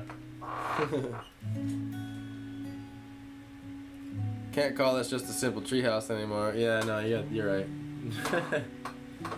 It's not.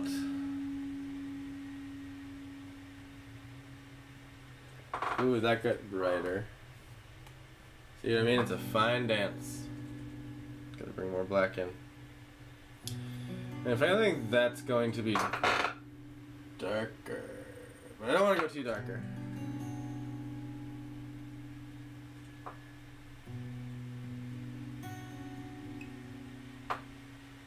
Because I need my super saturated absolute blacks more up front. There's a lot of ambient light bouncing around in this scene, so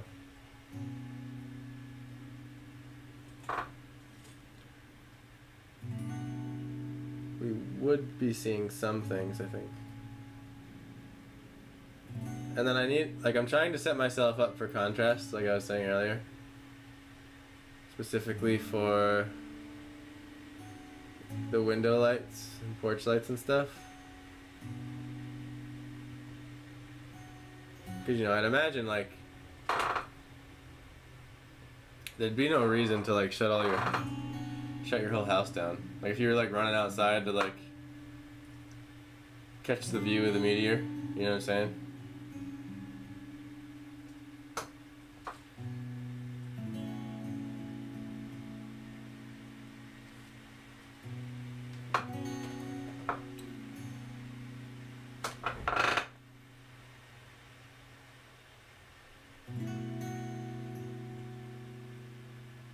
I'm just thinking about this house here now. I think this railing dipped a little bit too much.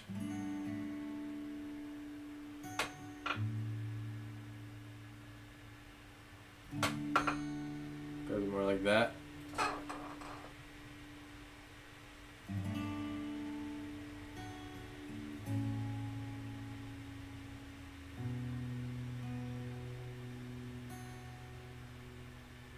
Just redraw it later.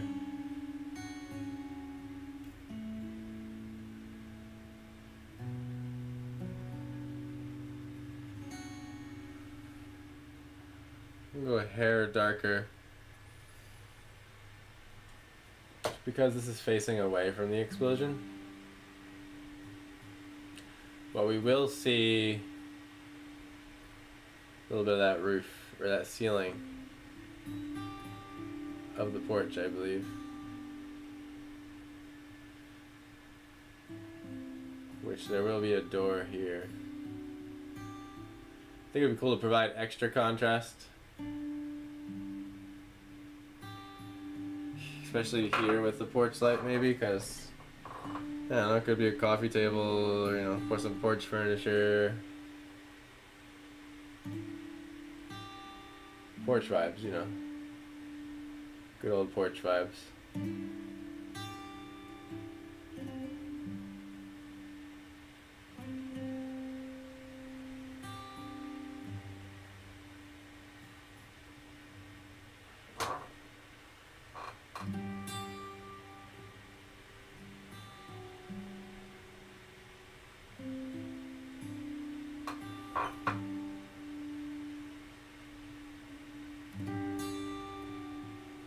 I'm gonna remake a color for this tree too.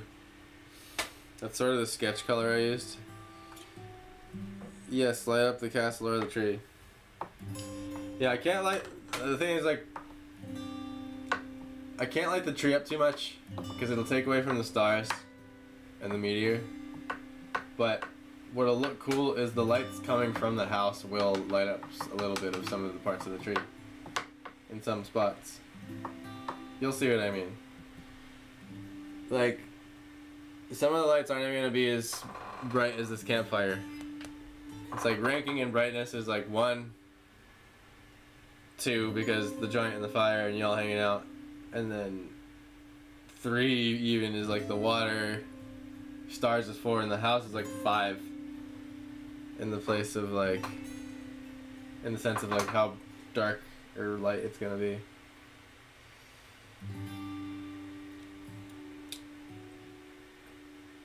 Like I haven't even really gotten to the serious highlights yet.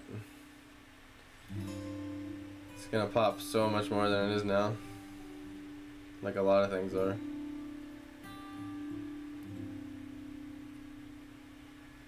I've been holding the reins back on the highlights a lot, just to make sure that I like what's happening.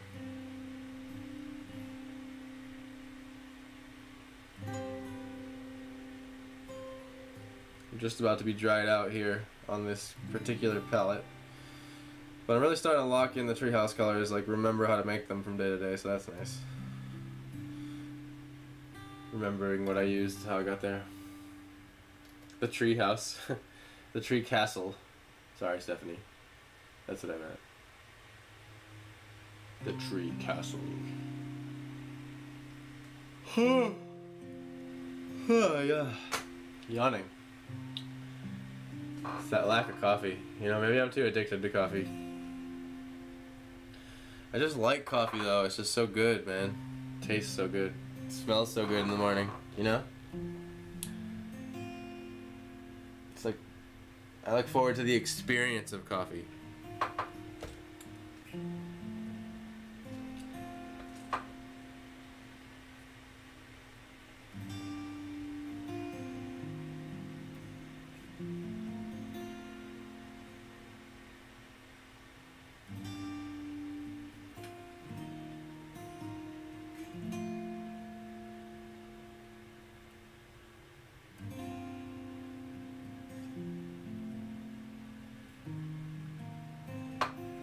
Trying to match this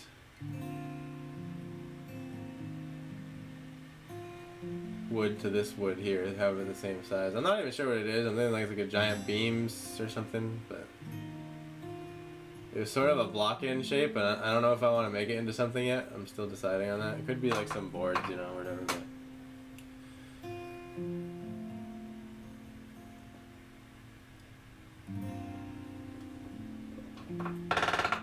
not jumping into any part of the treehouse too fast. It's like easy to mess up.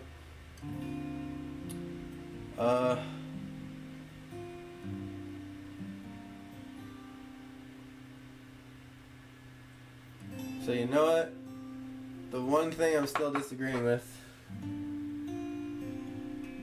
is this railing here. I'm just gonna start it over completely. I just have to accept it's just too high in order to be the right height for doors and windows and people. So I'm just gonna take it away with that acrylic magic. As many layers as we want. See, you can erase your painting. Look, see, just like digital, just like digital drawing. Just get the selection tool, select the color here on the palette, and then there you go.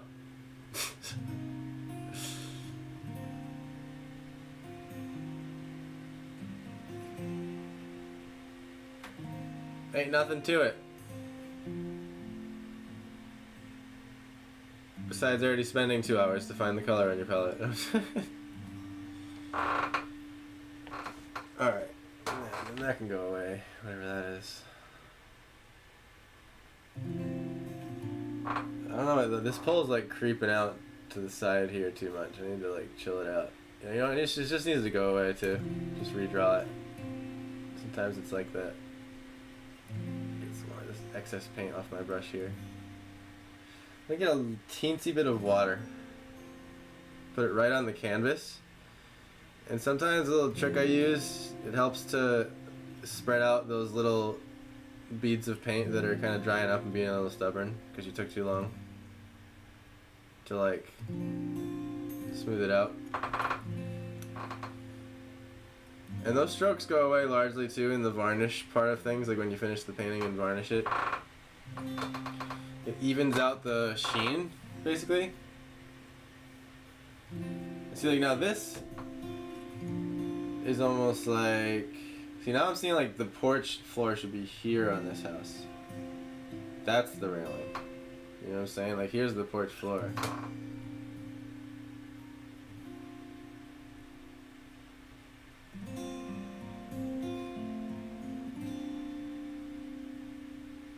This would be like here, and these could even come lower.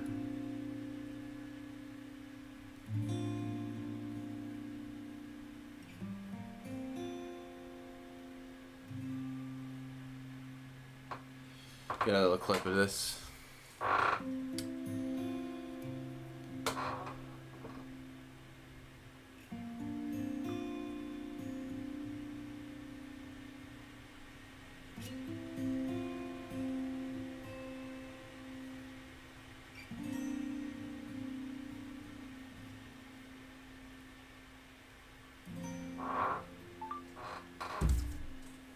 Making progress reels. Trying it out for content. Because boy is it hard to have a finished piece of artwork for every single day of your life to upload. Because that's the pace now, you know? Like before it was okay if you didn't upload anything, you know, like you did like once a week, but God, the pace of like every platform now is like, we want you to upload multiple times a day. And here's a story, and here's a, you know, poll, and here's a reel, and here's a long form video, here's a short form video. I'm just gonna go ahead and erase most of these pillars here.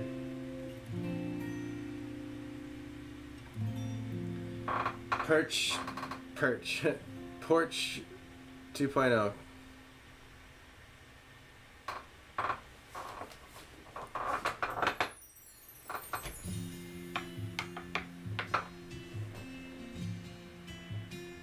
There we go. Now it's like, I wanted the house and stuff here to be in like the midground and foreground to be darker than the sky, believe it or not.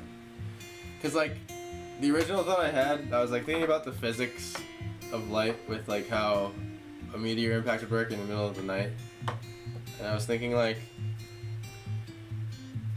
just like the sun would, if there's that much light being emitted, it would probably pick up on a lot of the air molecules. So that was like my thought process behind having a blue glow around it, that it would like kind of signify the atmosphere there, you know what I'm saying, but then kind of fade back into the night sky. But I also didn't want the night sky to be so black that your silhouettes would disappear. So I kind of had to decide like, alright, I'm going to make that like a really, really dark blue so that it's still coming out a little bit.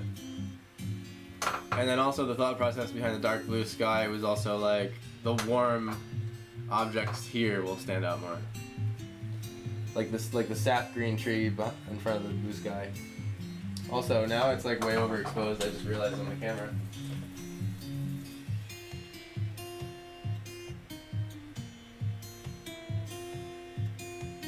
There we go. The light of the day changes sometimes. That's way more accurate now. Sorry, I didn't even realize that was happening. Basically, like when I start in the morning, there's not as much sun shining in my house over there. Like, over there. That's my window. So, yeah. I have to adjust the exposure of the camera all day, basically. The sun comes over my house Like, and that ends up shining in through the window in the afternoon.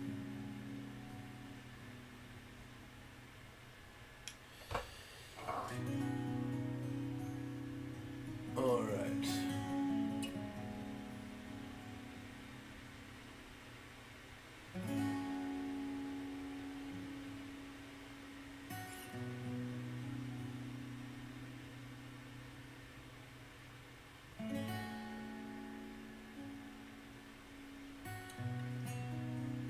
And I think,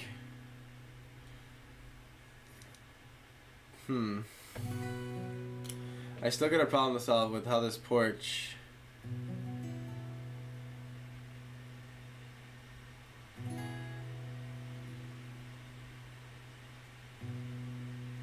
yeah, so actually the porch, it needs to come out a little bit farther than the house now. Just like that. Okay, just enough left here. Needs to come out just right there. Right there.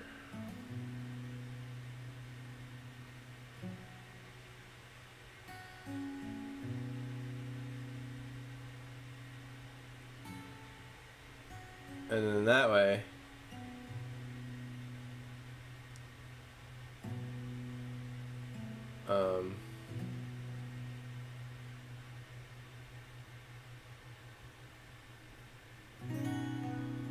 we have a pole going up to the roof of this house, and that'll make more sense in the sense of, because like if it's an inset house with a wraparound porch, then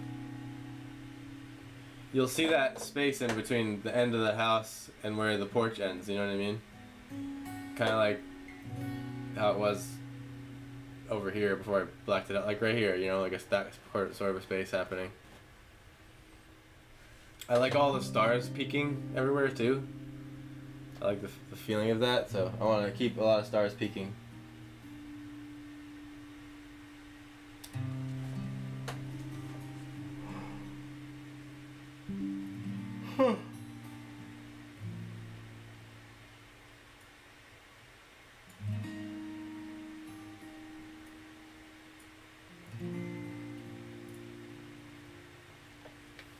I love the stars peeking. I do too. It's one of my favorite feelings. I mean, even in real life, you know, I like when the stars are peeking through all those little gaps in the trees. I definitely wanted to capture that vibe somehow, some way. The stars are going to be getting more work, by the way. Like in the finalization process, because I like a couple different colored, you know, I like having several different colored stars, first of all, subtly, not like obviously, and then some are a little bit, so the nature of the star making tool is some of the stars come out a little blobby, and so I'll go in and sort of erase them, or make them more circular.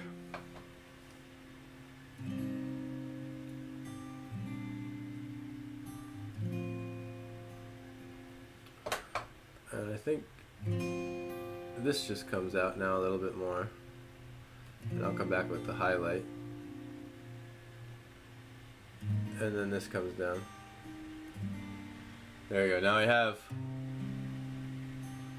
something that I think makes a little more sense. And I'm just going to be very careful to not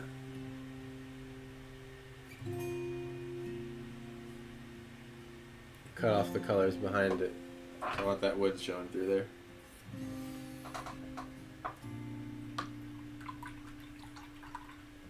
Alright, with that last stroke there, my paint got real thin and dried out my palette.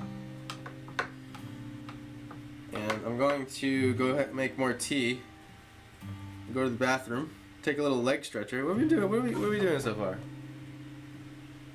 2 hours and 40 minutes. Nice. It's been a good sesh thus far already. But anyway, good chance for y'all to go to the bathroom, get your drinks refilled, get your popcorn remade, get your paint refilled, your, you know, whatever, I don't know. If you're drawing right now, go sharpen your pencil. Anyway, I'll be back in a second. I love y'all.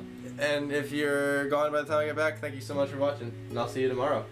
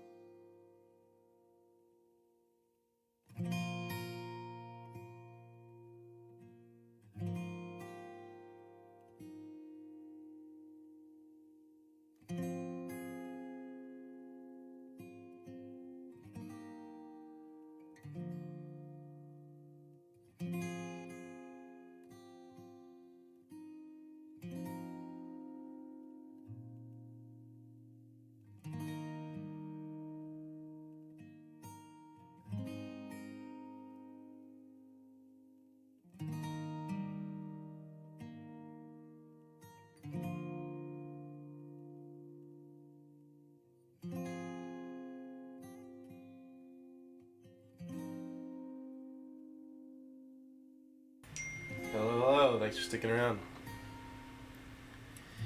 Appreciate it. By the way, Kirsten, I just noticed that you sent stars with that comment a little while ago. Thank you so much for that. The thing with stars right now is I don't have it set up to pop up on the screen, but I will soon. I was trying to figure that out today. I almost did, but only for Twitch. So I need to figure out how to get all 3 running like that. Yeah. But thank you. I saw them just now. You're the best. Yeah, so keep that in mind, guys. For some reason, it's not popping up, but it will.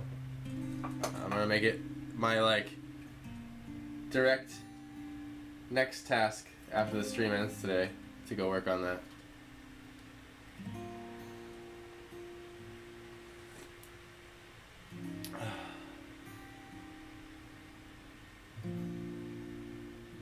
The tea is so good. I just want to enjoy it for a second. Because I know once I get into painting, I'm gonna miss out on that, like, Goldilocks zone of the tea where it's still hot.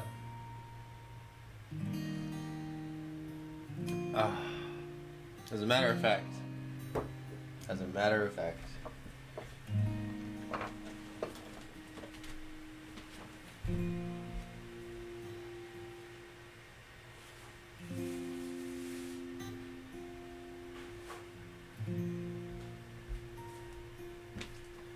am also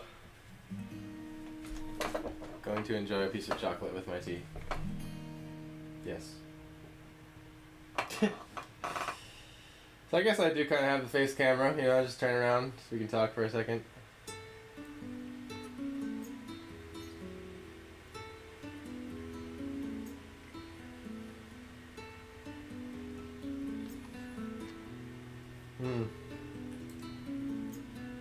Yummy.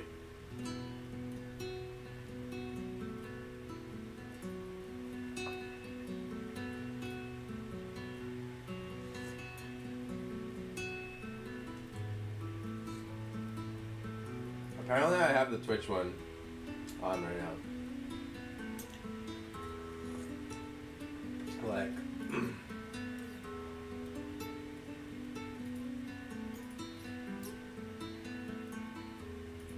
but I don't have the sound set up.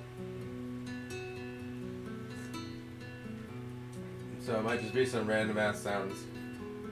If you know what I mean.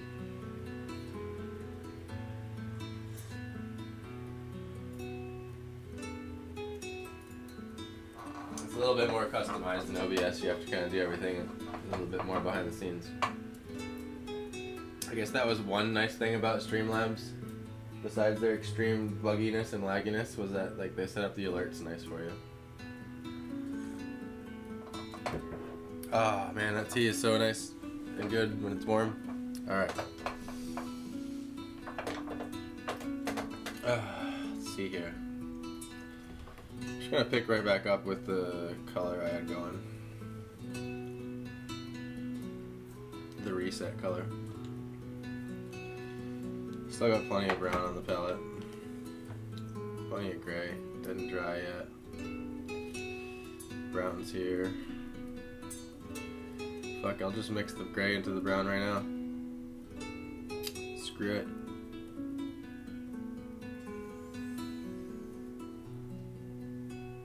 The gray's in it either way.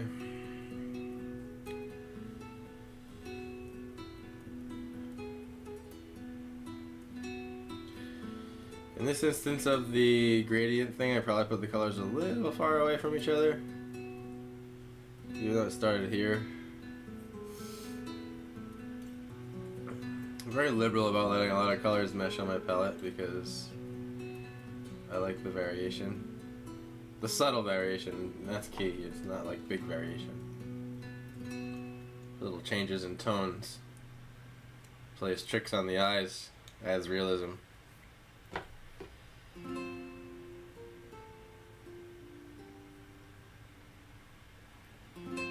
Oh man, I need that little leg stretch. I feel revitalized. It's important. I think. I mean, one thing I've learned, after learning guitar and learning some other skills and spending my whole life trying to master illustration. Rest is so important. To do like grueling, like hour-and-a-half periods to 2-hour periods, and then just a sharp rest. Like I purposely, when I walk away on my stream, I'll purposely really just not, like I don't go think about the painting. I just forget about everything I'm thinking about for a little bit. And I'll just kind of let my mind become a big stew of random things popping up. And I don't really pay attention to any of them, and I'll just go breathe. And I always find that much more resting and revitalizing than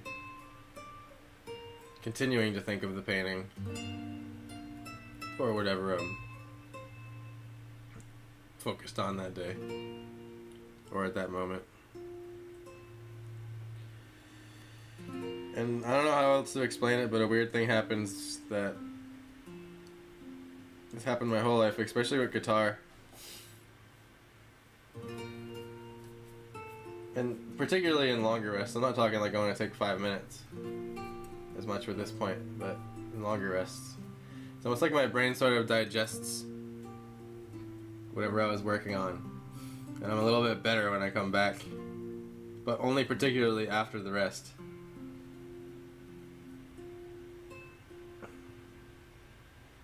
I'm gonna add a hint of blue also here. I've actually realized now that's how I was getting my gray, a little bit of my gray before. That's why I wasn't quite matching the gray I had last time. I wasn't quite thinking about the color correctly in my head for a second. And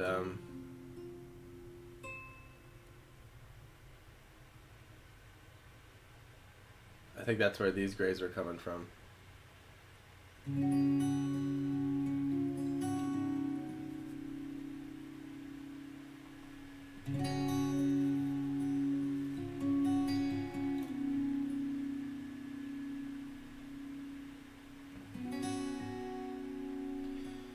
Like, I swear it's gonna sound crazy, but sometimes I swear, like, when I take a long break from guitar and I come back and play it, there's like something fresh and digested about it. Something almost feels better. Like my fingers are... It's not even like more that, like so much that my fingers are more relaxed, but the thought, like the signals that I'm sending to my fingers are more relaxed. So I guess that means, and I guess that essentially means I'm more relaxed. My brain is more in like a focused, calm state.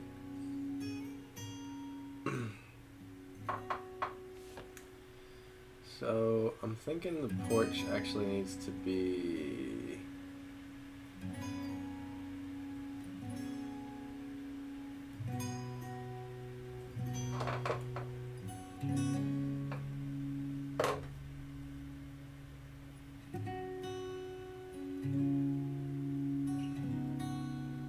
sort of at this level instead. Can't tell how that's gonna dry. I got a really bad glare right now. I hate closing my window though, cause like I hate missing out on the daylight. It feels so dungeony when I do that, you know.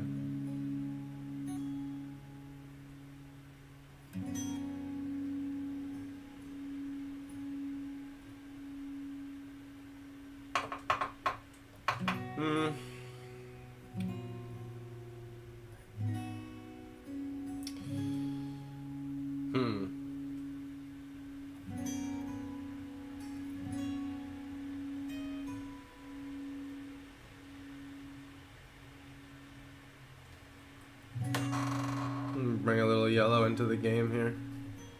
A little. Very little.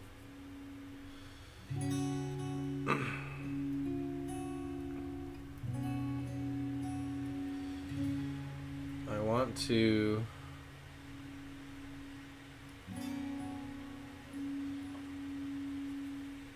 bring back a highlight color for the house here.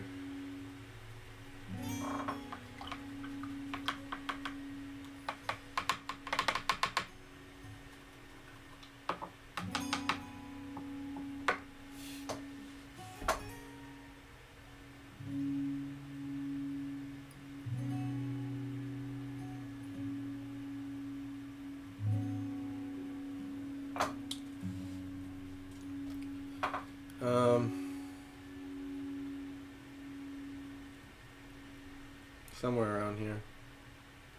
I think it was. Maybe a dash of gray. I feel like it's lacking a little desaturation.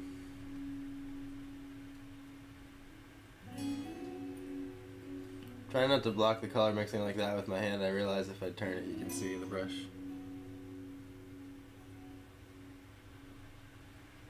You can see, like, we started out with 3 nice piles of paint. The whole thing ends up just turning into a mess at some point.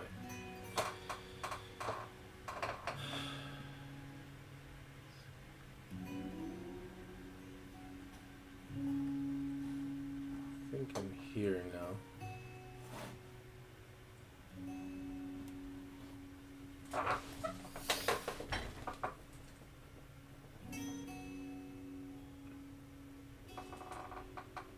This is like right on the horizon almost. But for the sake of depth, I want to have it come towards me a little bit.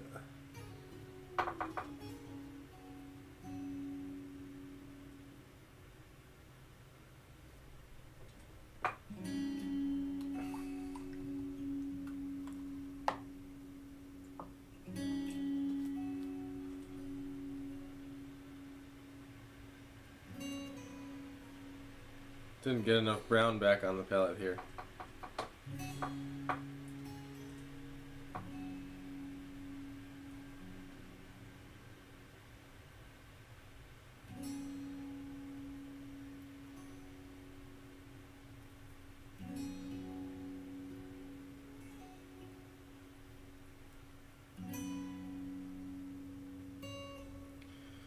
Just like making the same color, but getting more of it.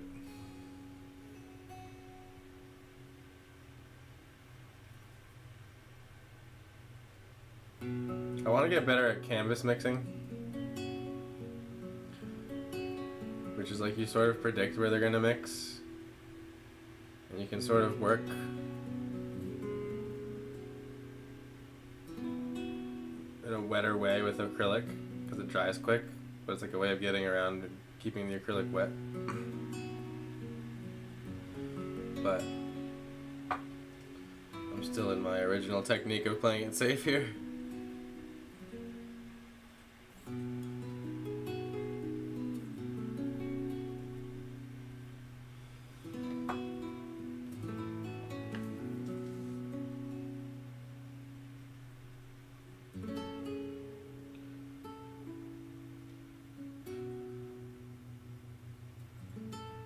Okay, now I want to come back to this color.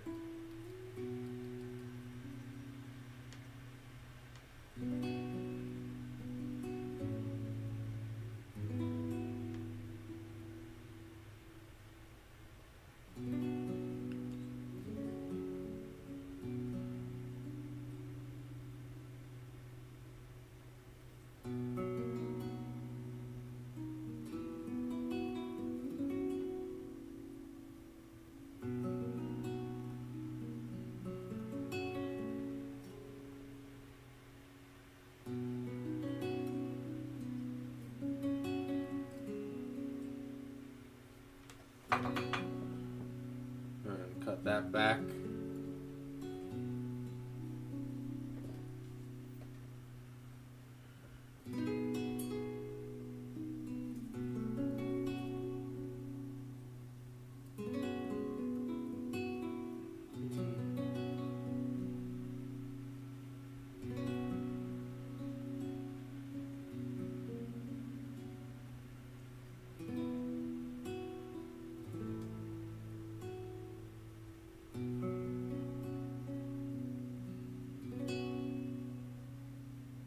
Somewhere around there.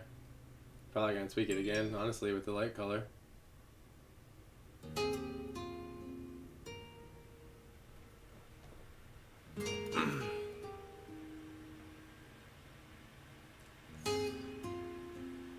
It's not that bad, I guess.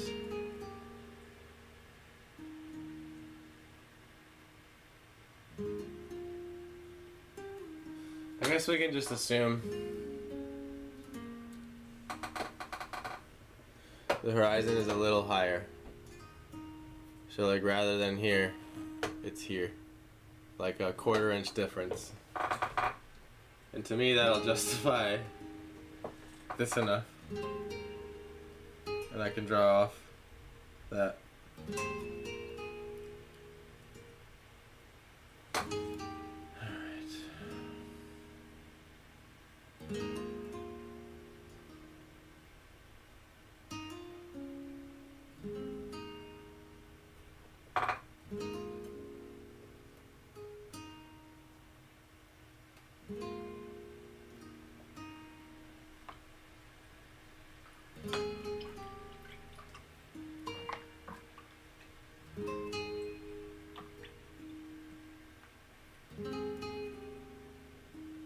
I'm probably gonna redo the front of the right house too. It's something a little turned about it. And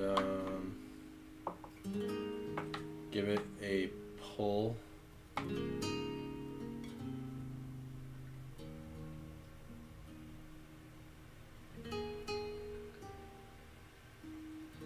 So basically, the way I drew the triangle of the roof just made it look turned towards us. Is all that happened. Still didn't get it quite right.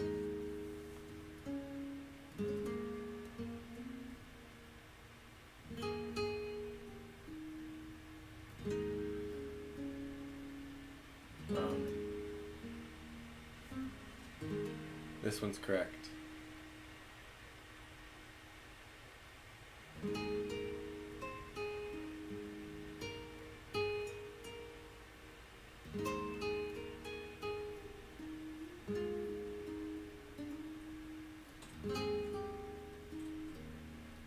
Remember to drink my tea.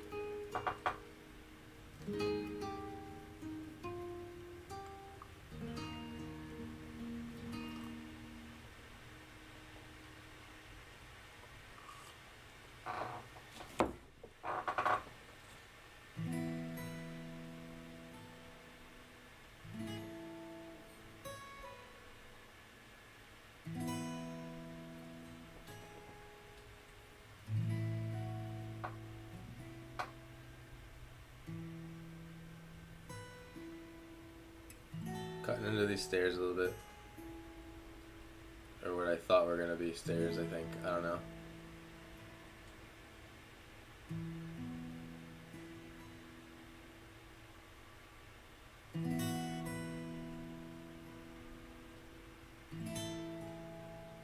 I might make it just more of a ground thing. Because they're a little bit big now. For where I wanted to change the house. Perspective wise.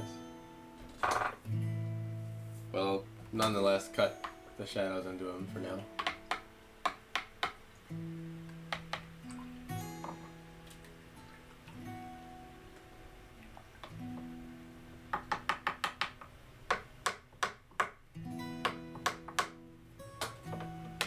Honestly, you gotta add more paint again.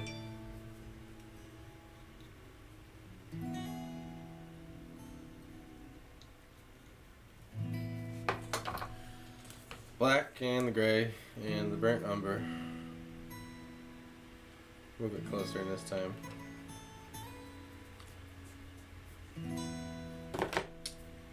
And I'm using neutral gray 5.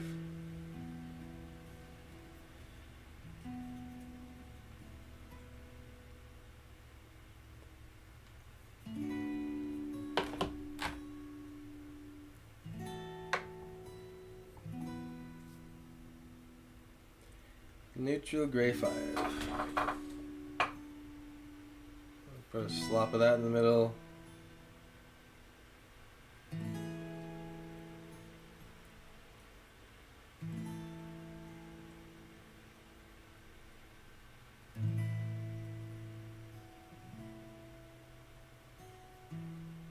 And that goes to show you how powerful the gray is. It's still turned way too gray. Let's bring some of this in.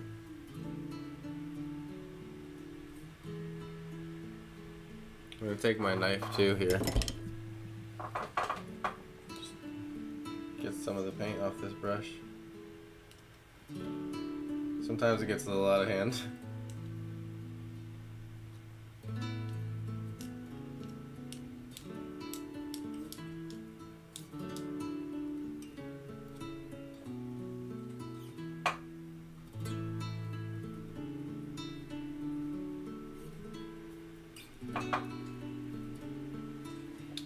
Put that in the water.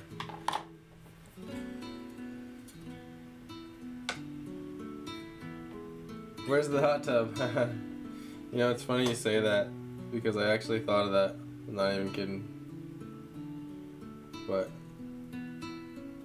it was like a quick thought, you know, it wasn't like a big thought.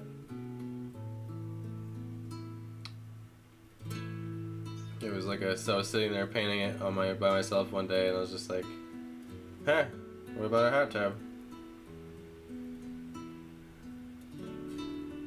And it quickly passed into the abyss of other possibilities.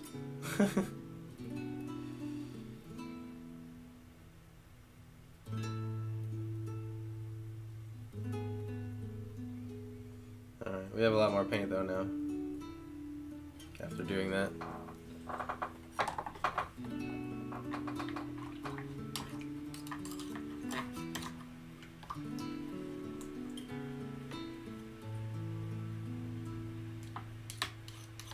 Just cleaning off my knife here.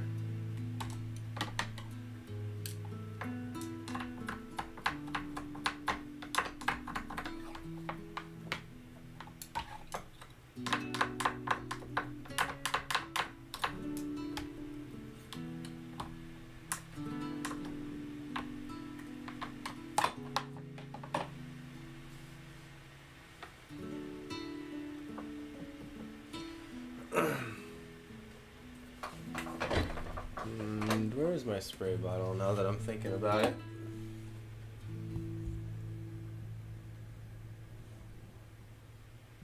I just found it.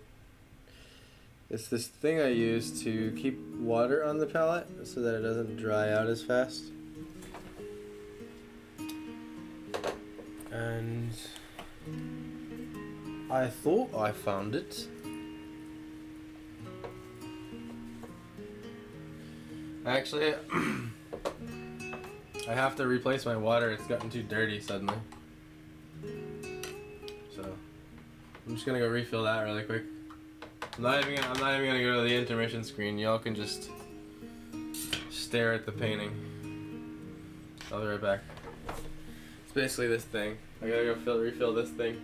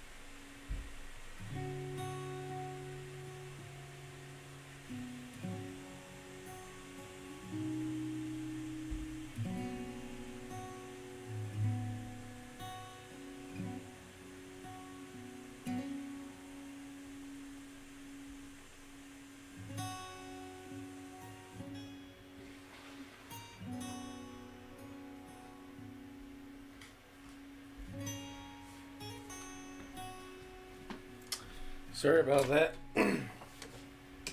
Takes a second to like wash the paint out of it. Alright.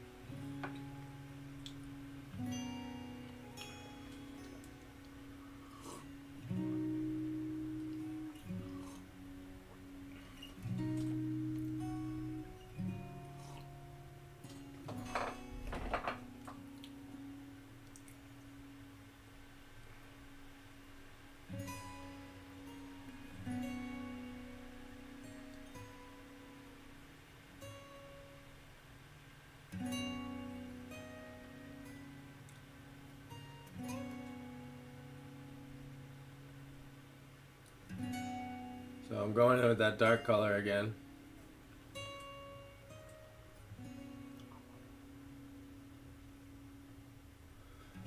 Attempt to match these houses up now.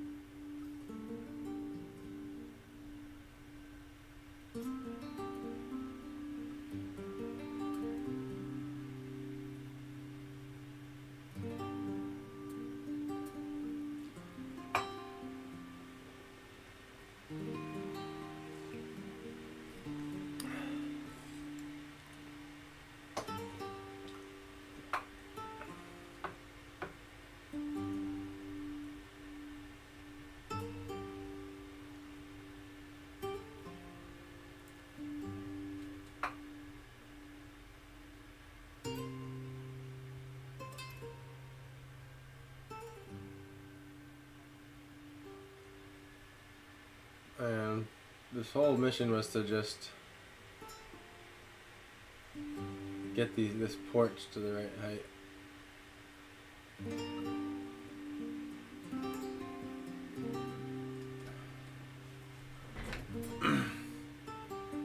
And then it'll allow me to get like the proper sized door and windows, hopefully.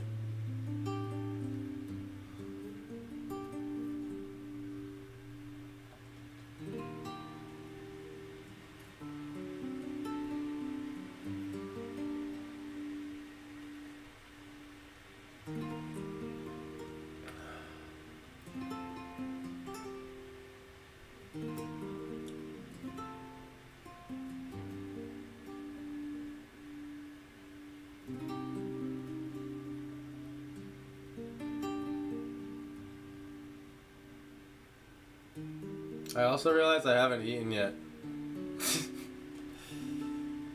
I like started coffee and like got into things.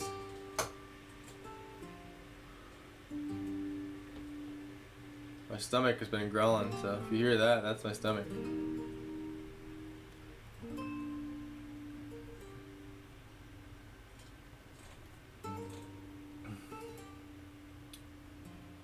Let's see, this can be... I'll leave a little bit of that line.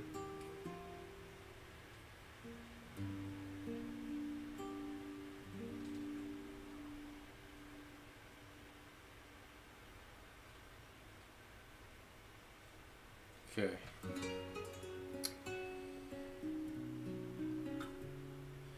If there's a hot tub, then you guys have to be in it. Like, you know what I mean? Smoking the joint.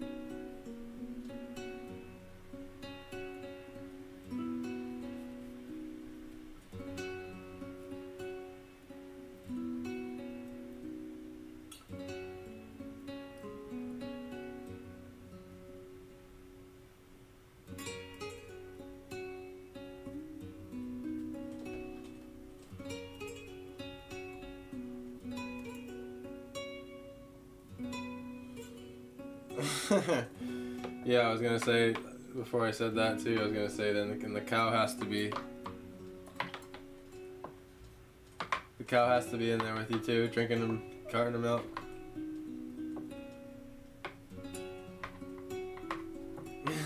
Yeah, Everyone's Last Joint, which is also a good title.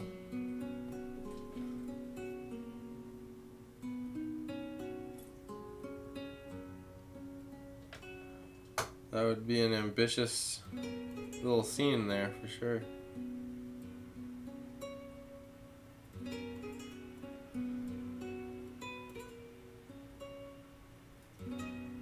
It is a funny idea though. It does tickle my imagination a little bit.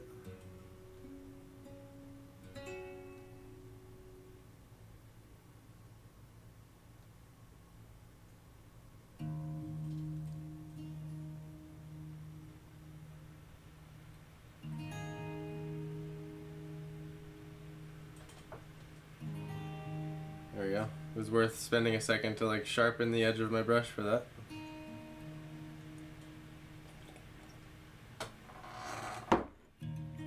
Do another clip here.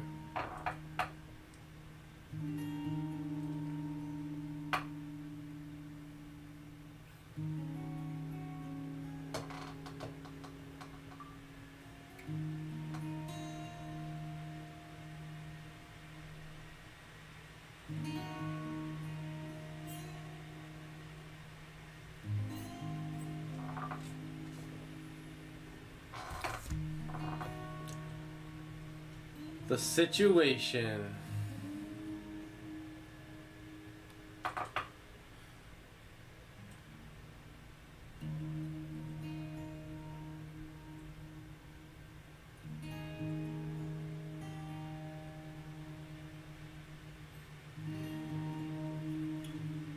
I also can't not think of that Jersey Shore guy every time I hear the Situation.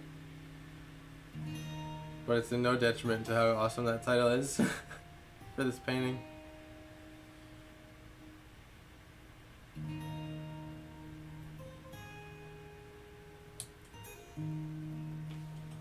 Alright.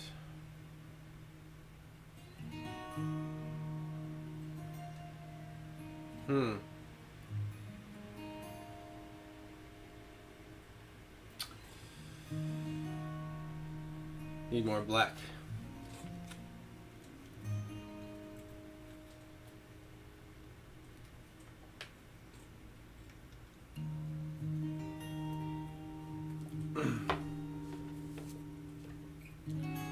Not too much black, but a little more black.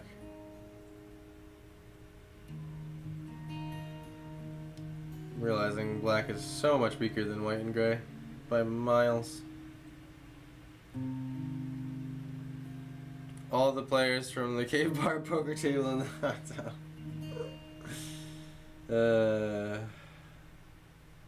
How did I know it was going there, Steph? How did I know it was going there? You know, let's just throw the mothership. Let's just throw the 100 motherships versus 100 motherships fighting in the sky now. Fuck the stars.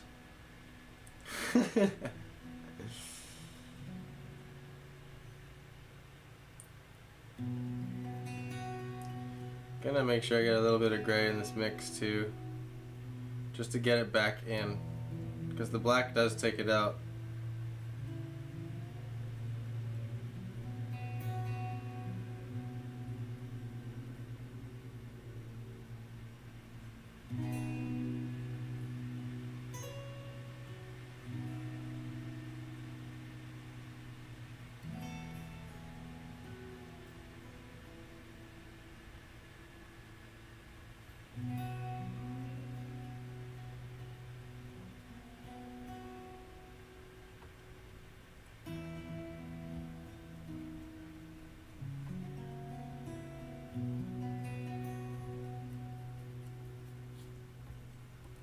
So one of the ridiculous ways I get rid of excess paint on my brush is I just like paint things that are around me. Because I don't care about them getting paint on them. And they get a new paint job all the time, you know what I mean?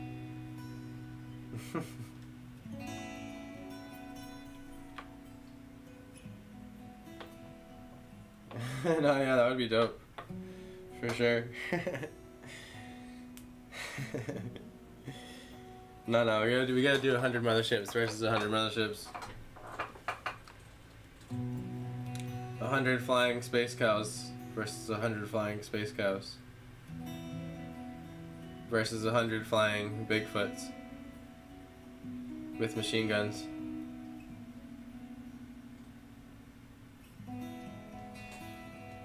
Come on, it's a completely practical idea.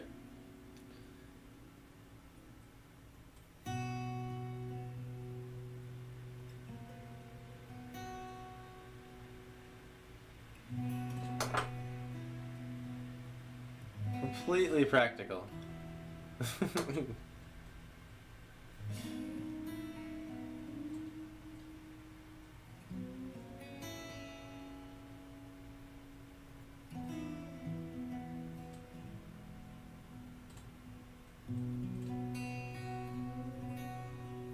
That would be a crazy looking painting though. I'd probably want to go for a bigger canvas on something like that crazy. So you can like fit all the detail in, you know what I mean?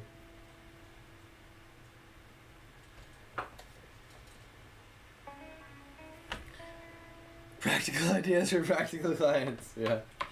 No, there's nothing practical about a meteor smashing and anything, so you know we shouldn't be practical, right? We gotta go outside the box.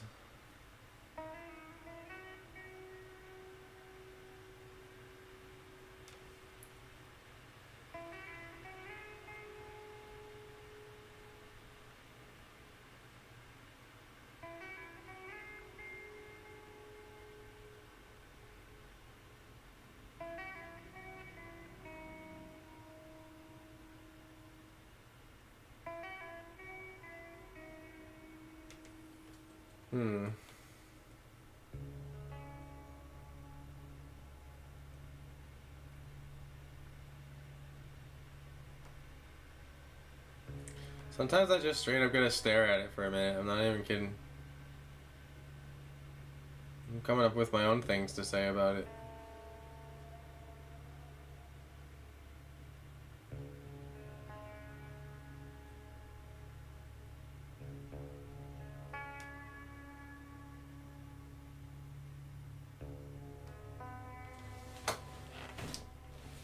I'm just like experimenting with seeing if this roof could just be a little bit smaller.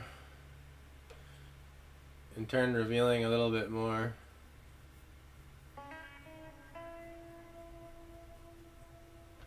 of that house, which I like.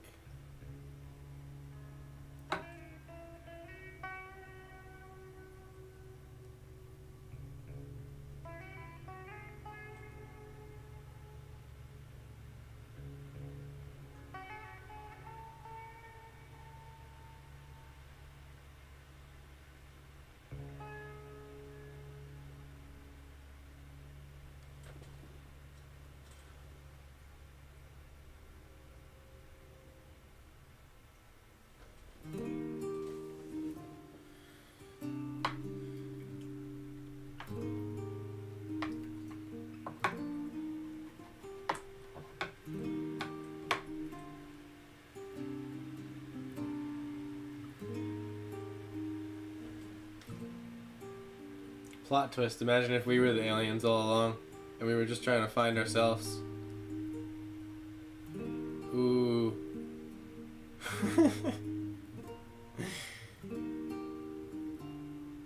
Modern beach house smashed into a giant tree. Dope.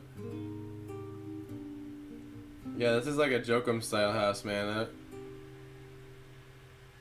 I could totally accidentally be making it look like a certain style of actual house.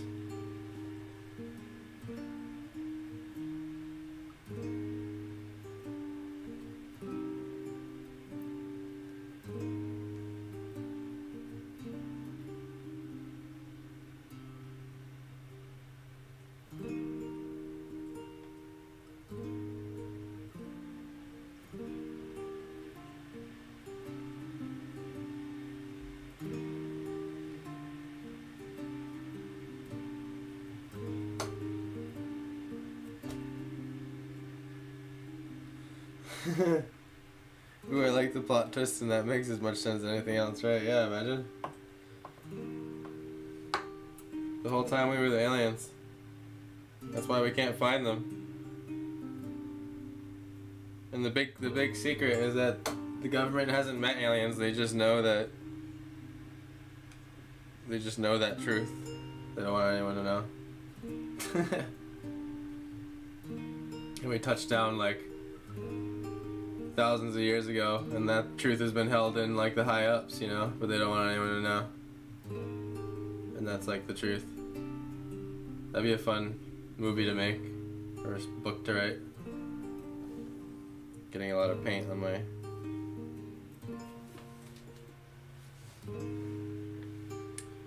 hand here.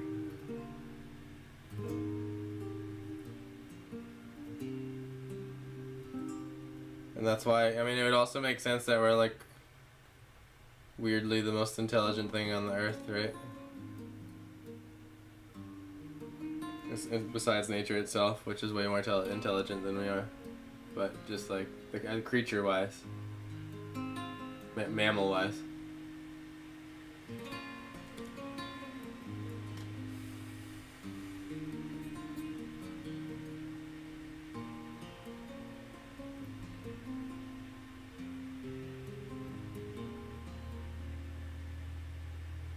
And all those ancient cave writings and everything,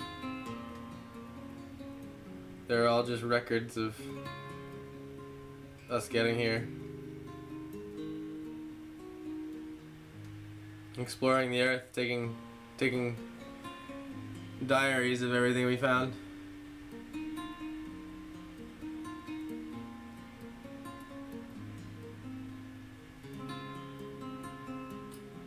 And that's why we suddenly appeared, you know. We didn't have... The apes didn't evolve, we just straight up touched down and started colonizing. Yeah, we are the ancient aliens.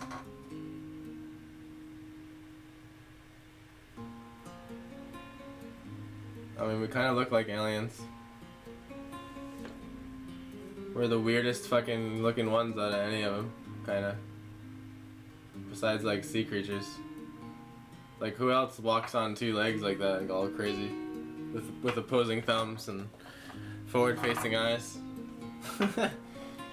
Monkeys don't even do it really, because they're always, like, on their hands.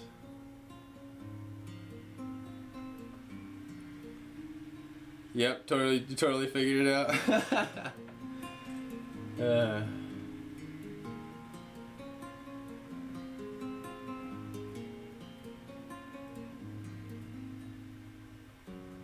It plugs in nice, doesn't it? Like when you start running with it for a second, it does kind of plug in.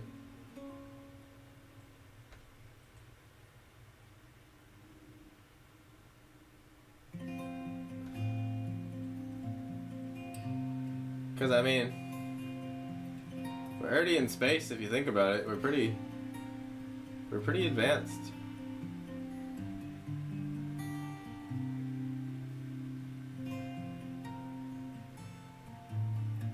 I think we're just always striving to be more advanced.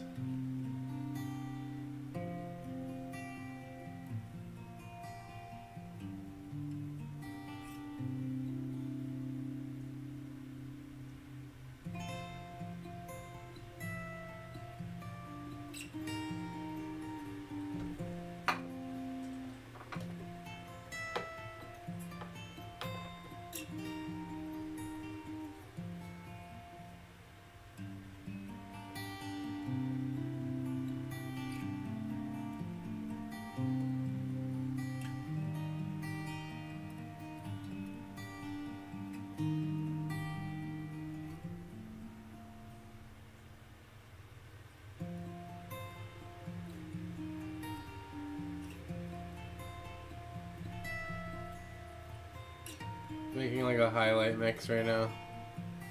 Start etching in some details. Now that I've like blocked out all this shadow again. Have a little more red in there. I like taking the red from the sienna, because it Keeps a lot of black in there.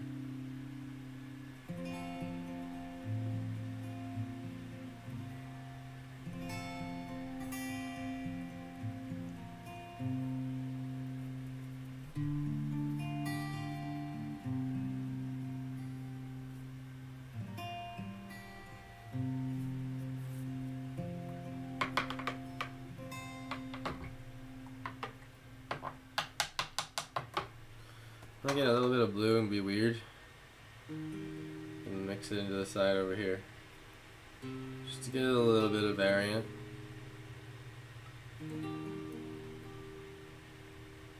It's subtle, I won't even almost notice it, but it'll sort of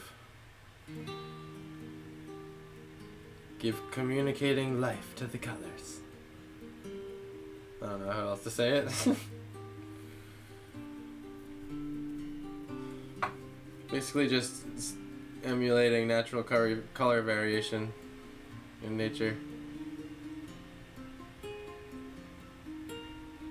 I almost don't even want to know which one I'm accidentally dipping my brush in.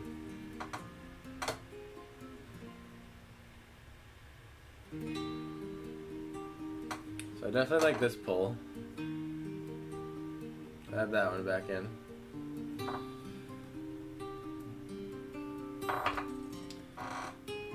Just get the general thing of it, add it back in later. Now, I think a new pull here on this guy.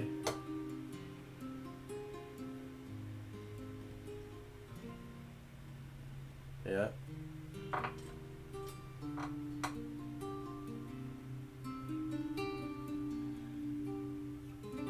And I want to increase them in size a little bit as they come towards us. And this one ain't gonna be a pull, but it's like the side of a larger piece of the house.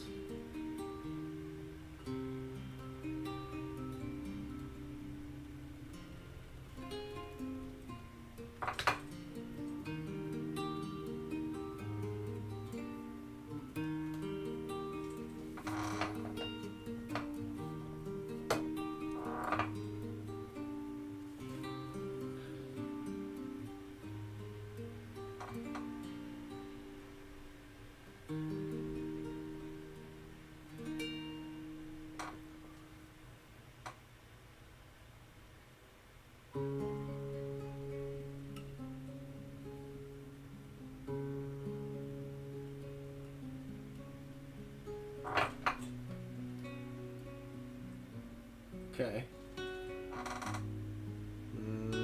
I'll take this.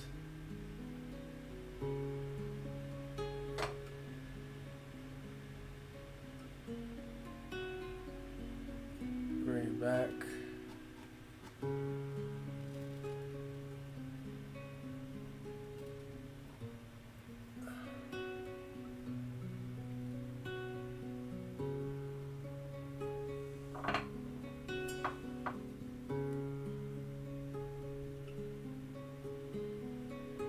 My brush bristles got weird on that one.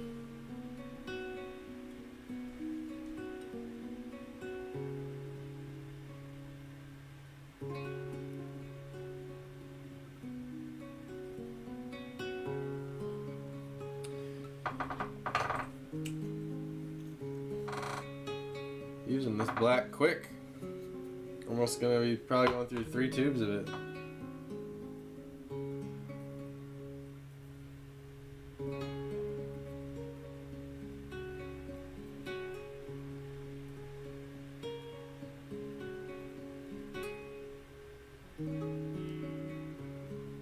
So if we are aliens, we could technically just beam ourselves up to a waiting ship with our last earthly joint.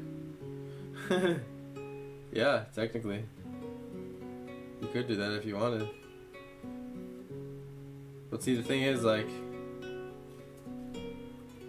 what if the plot twist is that not everyone knows they're the aliens because there's mass amnesia?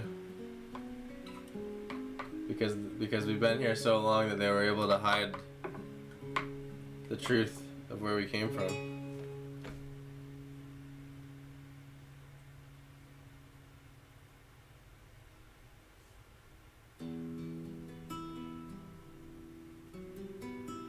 And then eventually they used it for power.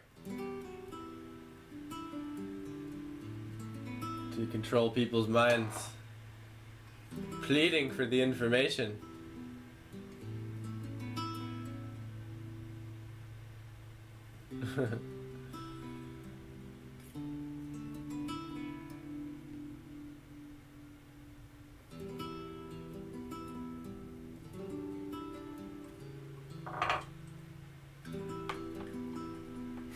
Our friends will know.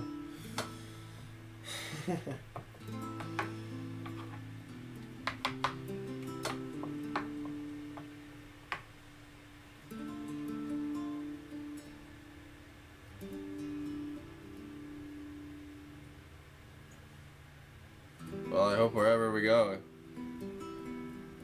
it's comfy. Earth can be pretty comfy.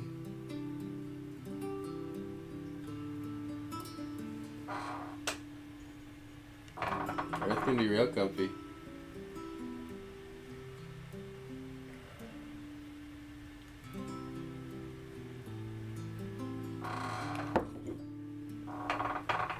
By the way, I can't believe there's not a Bigfoot emoji with the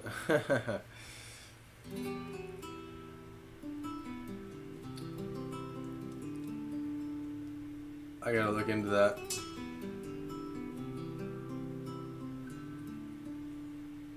The thing is, like,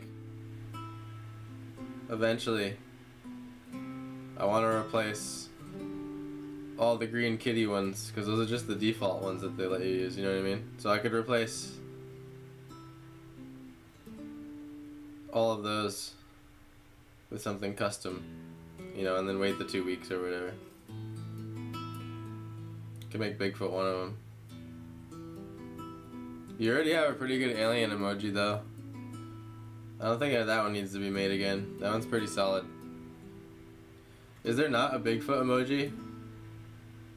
Like, in the default emotes already? Is that a non-existent thing?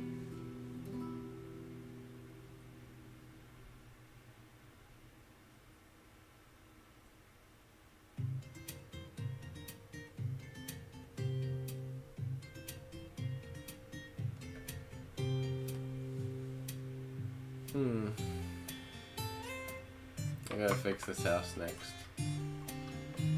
All the other shapes I'm pretty happy with overall, except that one.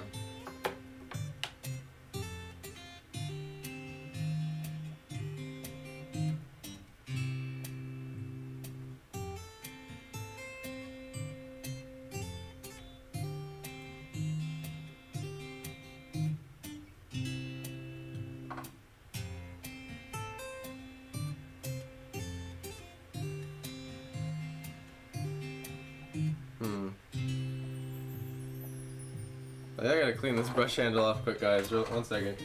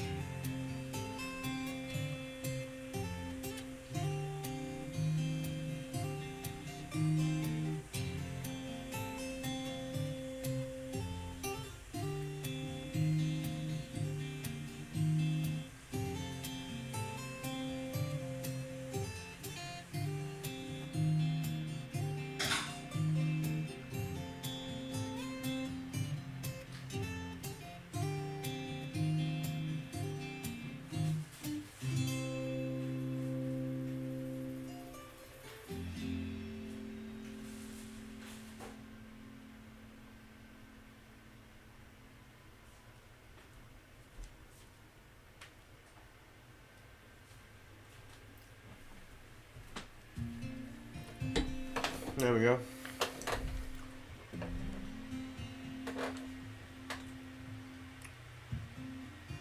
Wow, I'm surprised.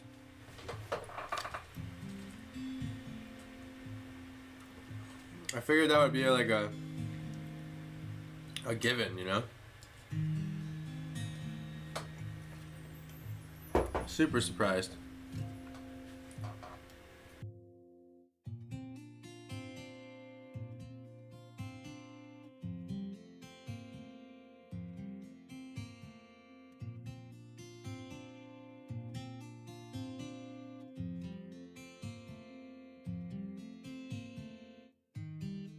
Very, very surprised.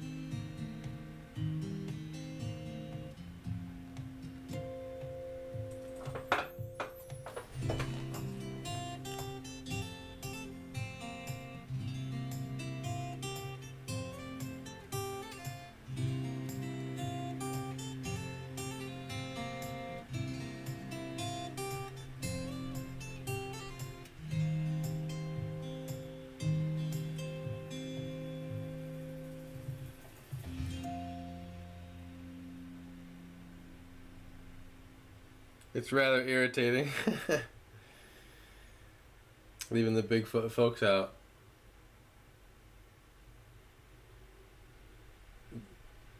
Dang you, emoji creating people. How dare you leave out Bigfoot?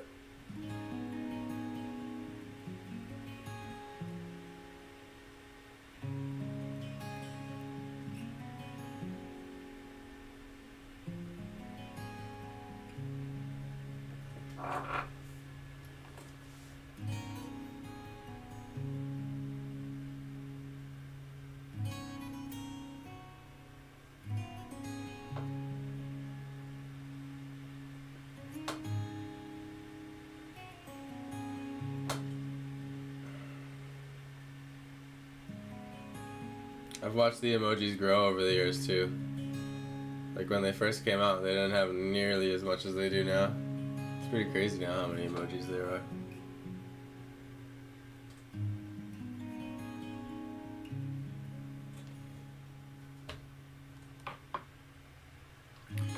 Veronica! Hey, what's going on? Long time no see, so good to see you here.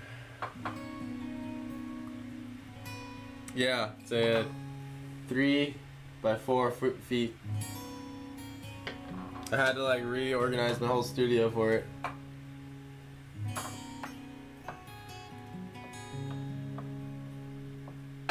Good to see you here. Good to see you here.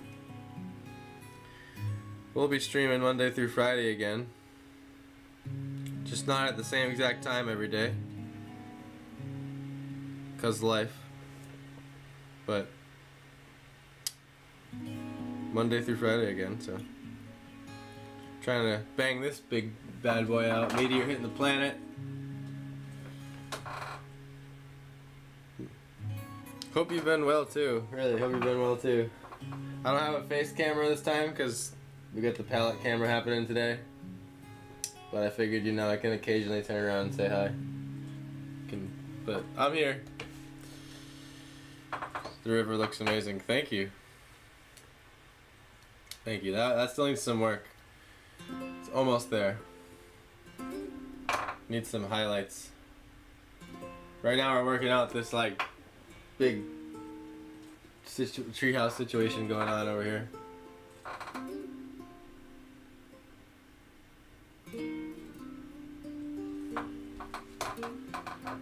Oz, dude. Thank you so much for the bits, man. I appreciate you, brother. You're the best. I just noticed them now. My alerts aren't popping up yet because I haven't set them up, but I'm going to do that today for that next stream.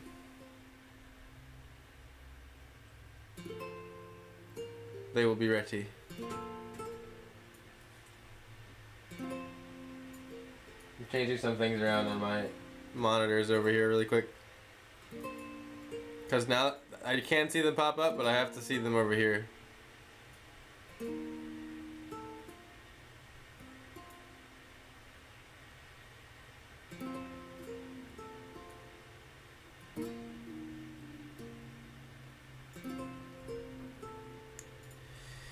I still haven't practiced watercolor too much. I'm always too intimidated to try again. It's a problem. I hear ya. I made one tiny little painting but haven't done anything else. My only advice to that is the only way through fear is to just like do it. I know that sounds so simple and like cliche, but because I'm scared to do certain things all the time with my art and I get intimidated with certain subjects and stuff, and like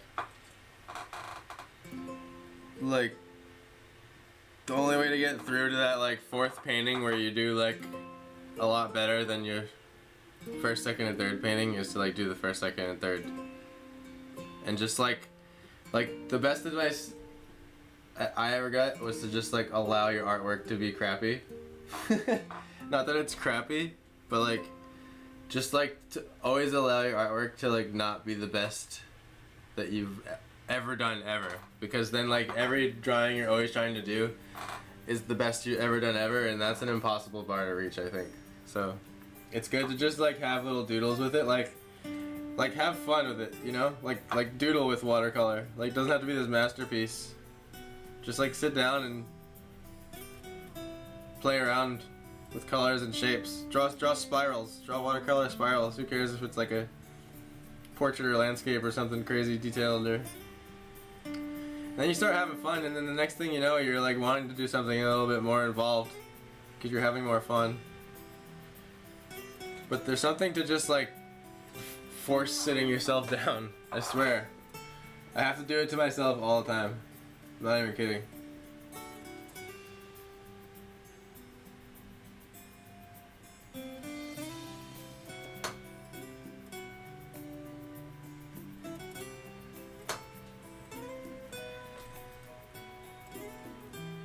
I bought a gouache set to try out. Oh, that's so fun.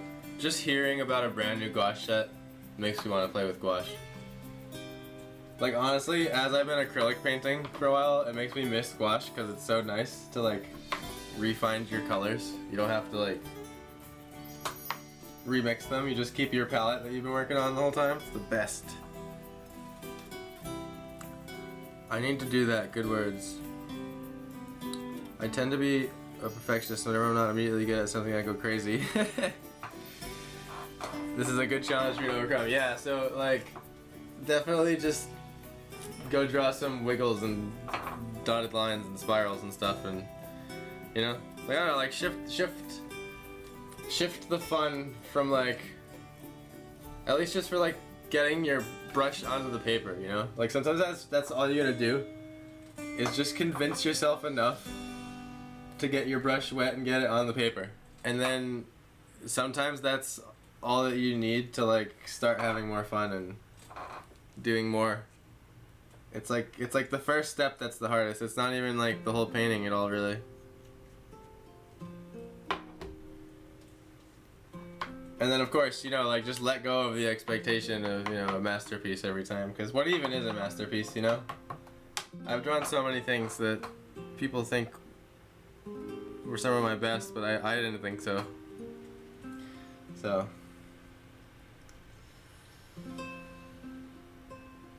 it's definitely a balance, you know. You wake up on some days more inspired than others. Not every day you're feeling the same either, so there's that. days that you wake up feeling your best and most energized and happy and peaceful. It's easier to create than it is when you're stressed out or having a low energy day. All that comes into play too. But the way I always power through all that, like on my worst days, the best I can do sometimes on my worst days is like sit down and just freaking like scribble on a little sketchbook piece of paper for like 20 minutes and just something.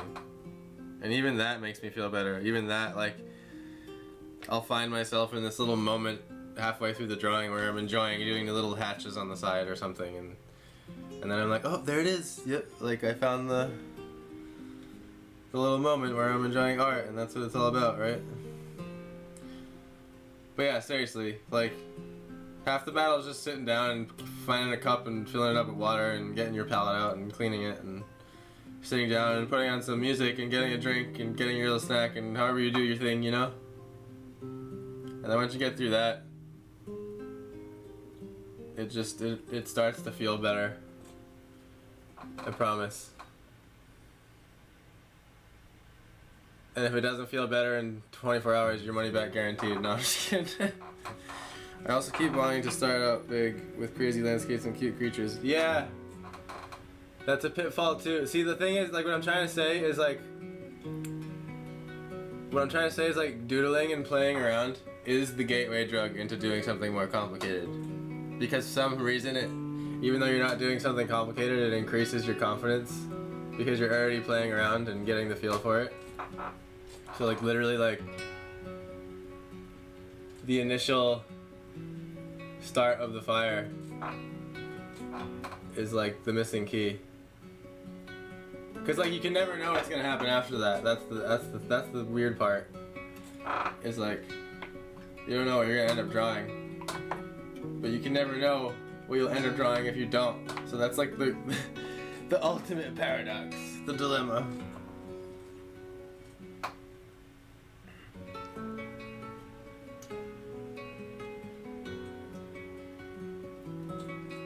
The thing is too is like,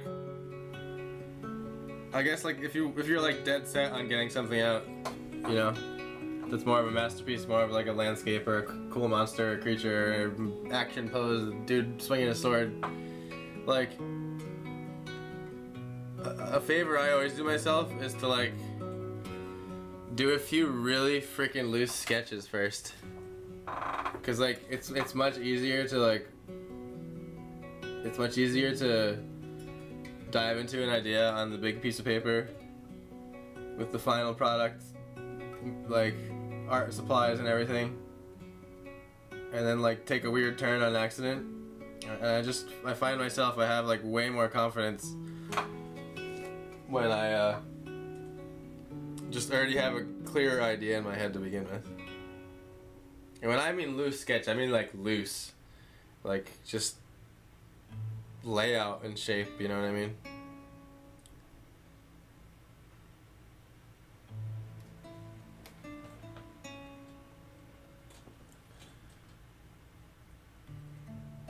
Painting especially too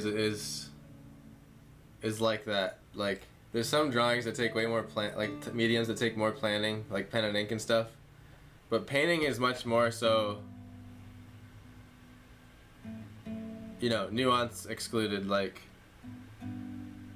you kind of need the brush stroke to see what the next one's gonna do. Like a lot of the times I just slap paint on because I can't decide myself, and then through that I find clarity.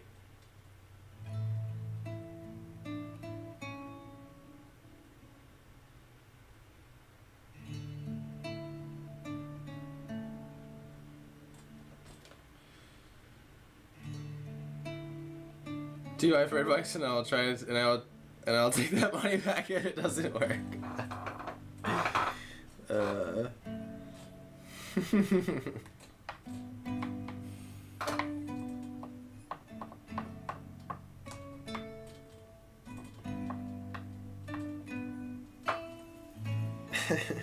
Cancel your subscription anytime.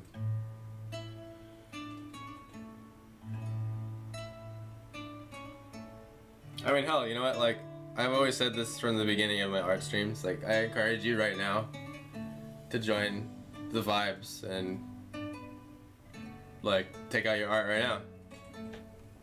Slap down a little sketchbook and just start sketching, whatever. Watercoloring, whatever.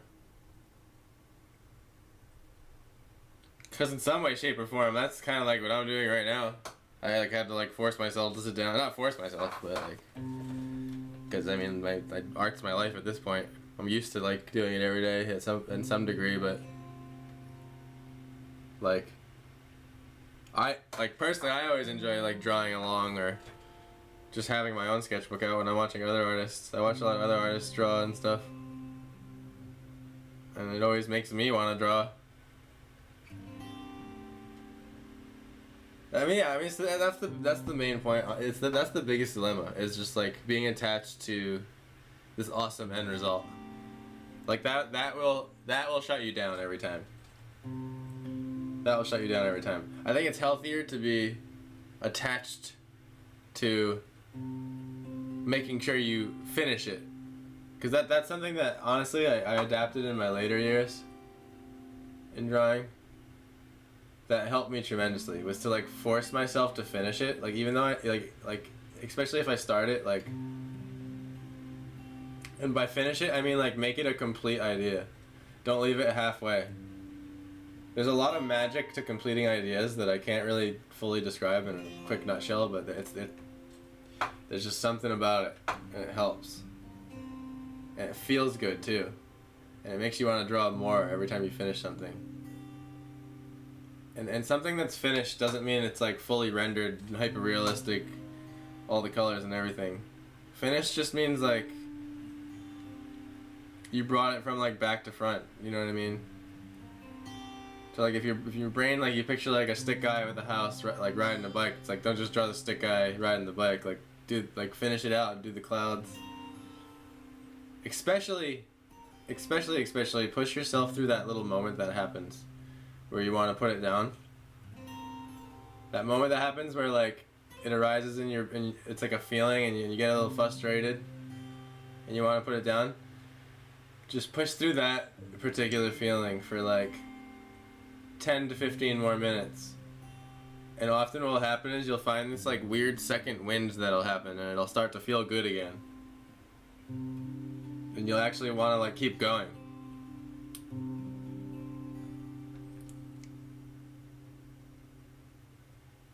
I've fought through the I want to put it down feeling enough times to know that it's a sort of mechanism in your body that is designed to show up to kind of like tell you it's time to rest, but you can definitely push through it. But now I'm rambling. Ultimately the point was to just try to never talk yourself out of it, if that makes sense. Like, don't allow that voice in your head to be like, nah, I know. Just whatever it says, you know? Like, we all have our own little internal dialogue. Listen to the voice that tells you that it wants to paint more.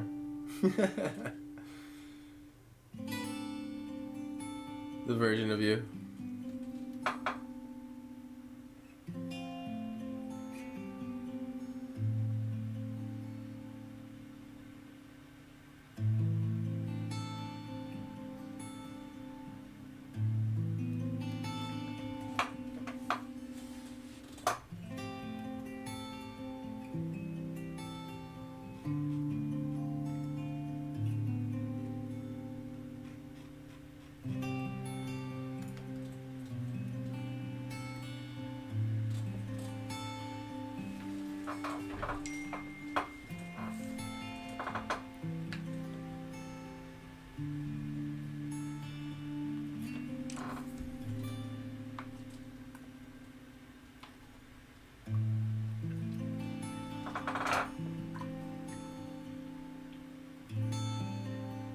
Starting to think it would be cool to connect these two rooftops, so I'm gonna see what it looks like. I've essentially just been staring at this, trying to solve this little house shape problem here.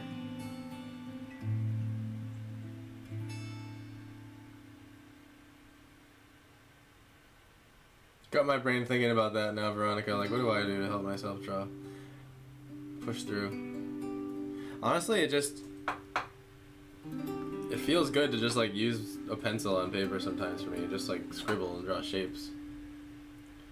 Like just the feeling of drawing is enough. Sit there and make it meditational.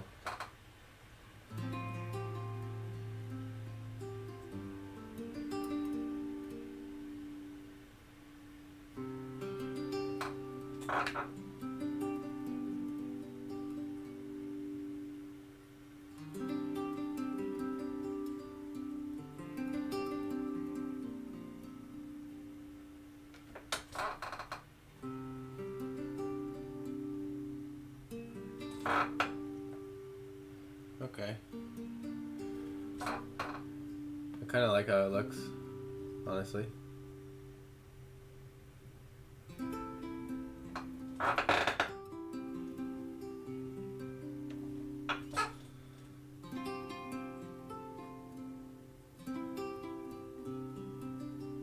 Try to like literally build it in my head. Like, where would the 2x4s go? Where are the nails? How is that being held up? Blah blah blah. I find that's like the easiest way to draw anything. It's not actually having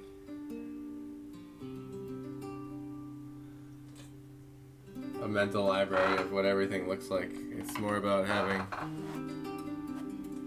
an understanding of how something is put together, if that makes sense.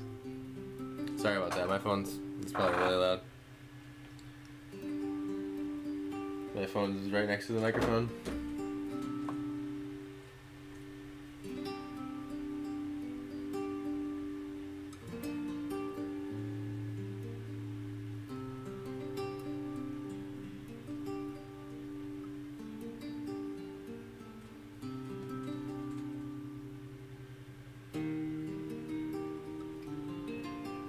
Okay, I'll get a little bit lighter of color now.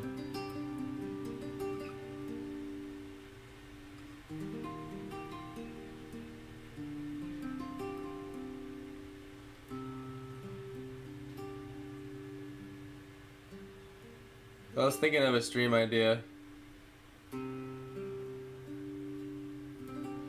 but I have one issue with it, and I don't know how to fix it yet. Like, I don't know what, or like, I'm sure there's a way to go about it, but I don't know what the best way to go about it is. So we could do like drawing prompts where I'm drawing the same thing, but we like all draw together. But and like, you know, like, alright, like, and we're only allowed to spend 30 minutes on it or something, and we like finish the drawing, you know what I mean? Like, basically, like, the purpose of the stream is like have fun, draw together, and promote like good drawing habits and good practice habits, and sort of do it as I do it. Like, not as I do it, as in the way I do it, but like do it with me. But like the part I want to be able to do is like have everyone share what they drew. And I'm just thinking like, what would be the best way to do that on stream? Like, I guess the one thing I could think of is like have some sort of chat room we're all in or something, you know what I mean? And y'all can like send them there, and then I can like show them at the end of each session. I just think that would be fun to like way to have y'all like extra involved. But it would take some commitment on y'all's part to actually like do it. You know what I mean?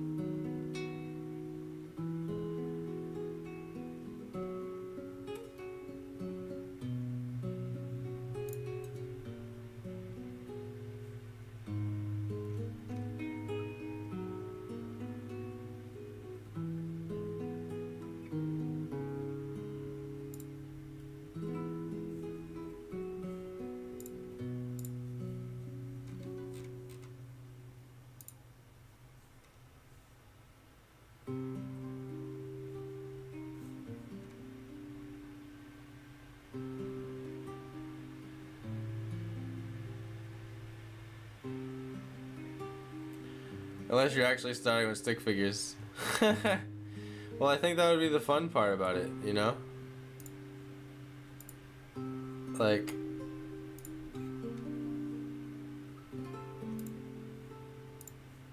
I think that would be the fun part, is that, like, we all got to see how everyone went about it, you know?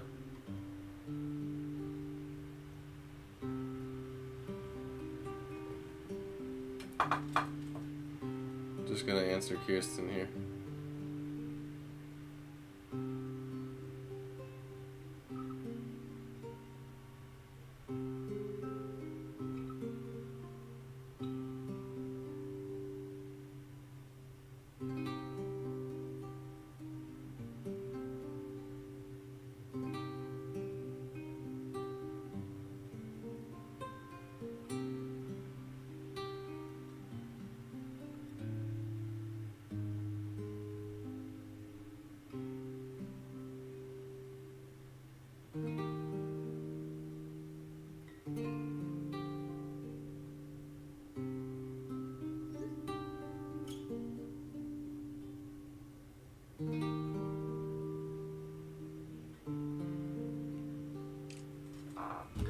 I would have to heal up a little more, but I would totally try that. Heck yeah.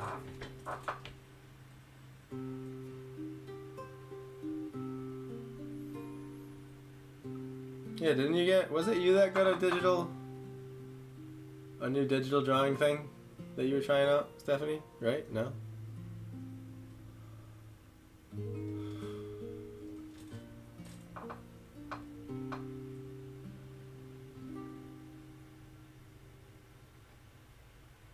There was someone that was asking me about it a bunch in chat.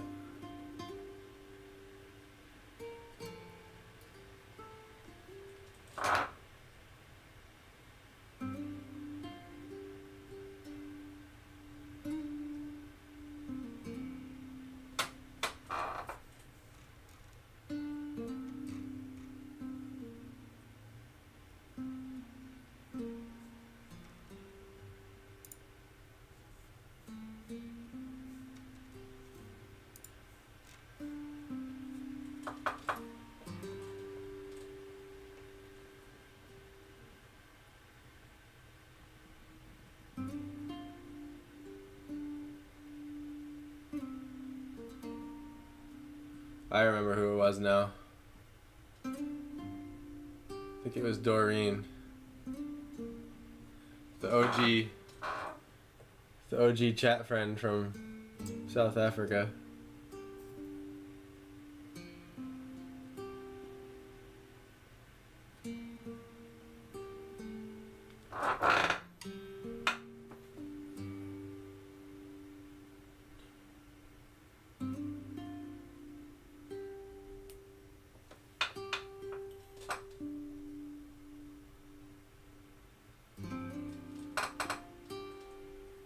Okay, bring out this highlight a little more.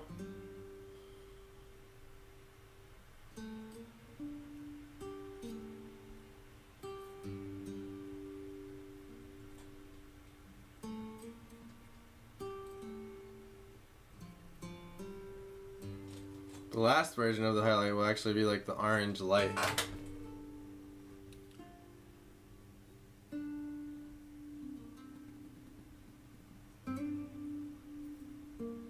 Alright, so here's the new roof. Connects like that. And then I picture like a board for some reason. Just cause like people like to be fancy with their trim boards. And then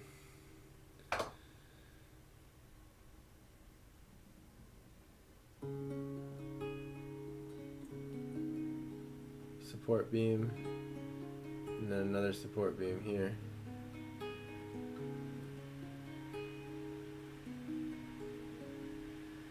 Sort of like that.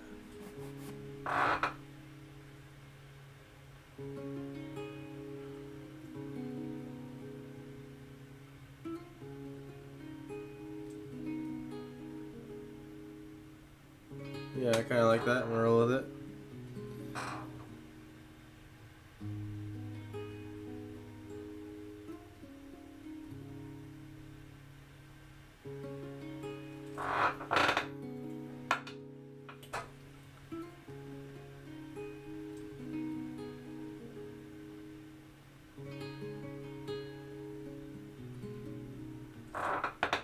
Okay, now I'm seeing, really starting to see the porch more clearly now.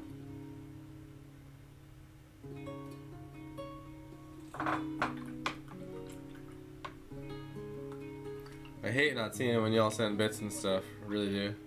I gotta fix that. I want to be able to say thank you right away.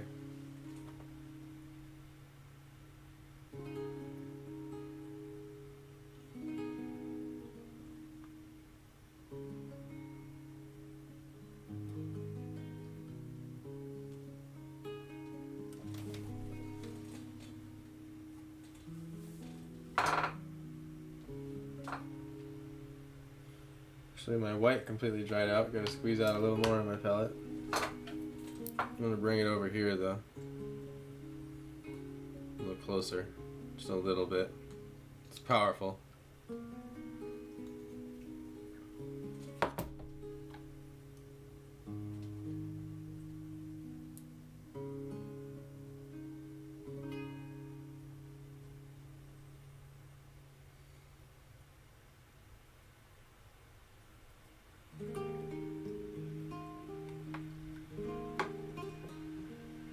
I'm just gonna lighten up some of this.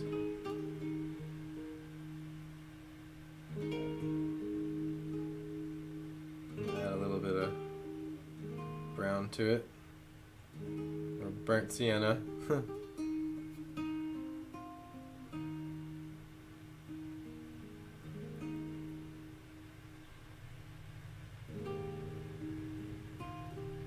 See what this looks like.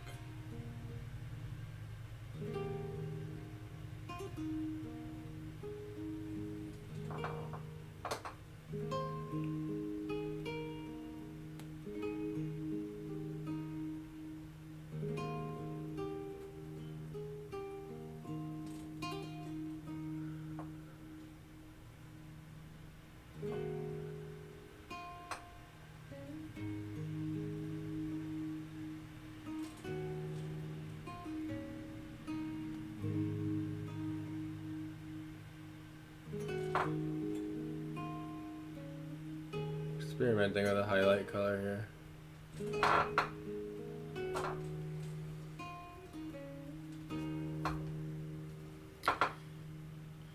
Do another little clip.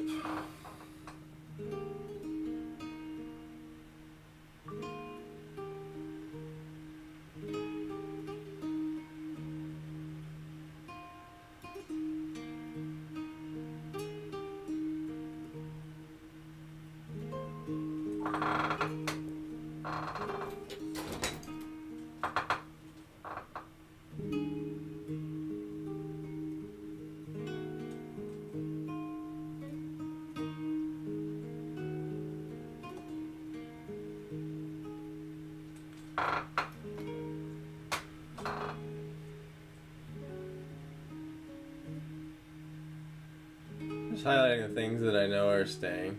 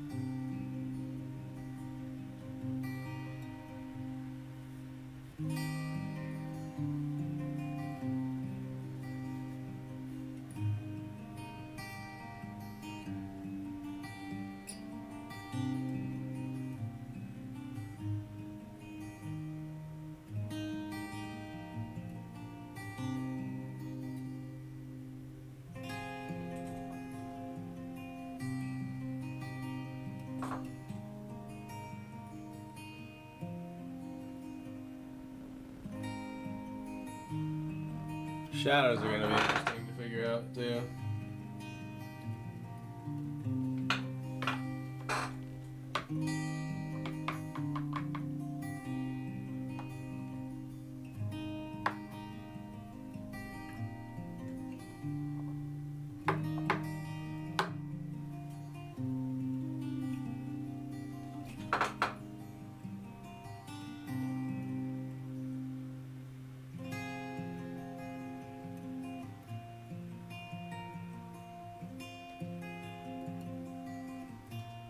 I need a smaller flat brush.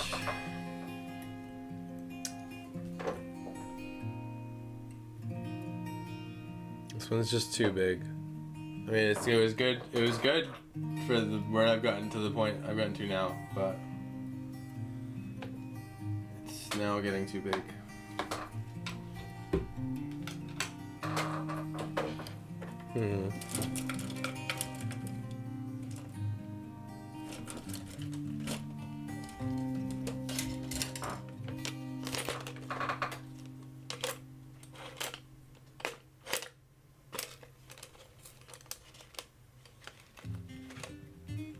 I don't want to ruin my nice watercolor brushes for the sake of a painting. Probably can pull it off with a round brush, honestly, but they don't do straight lines as well.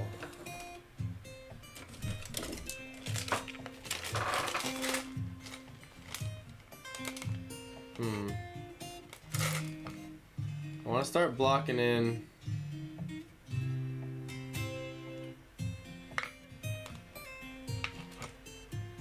I guess this one would be the closest I got to it.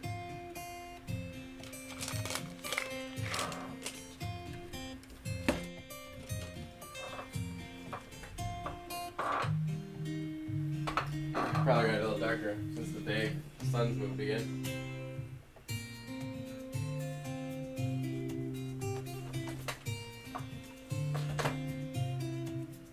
There you go, bring it up one notch.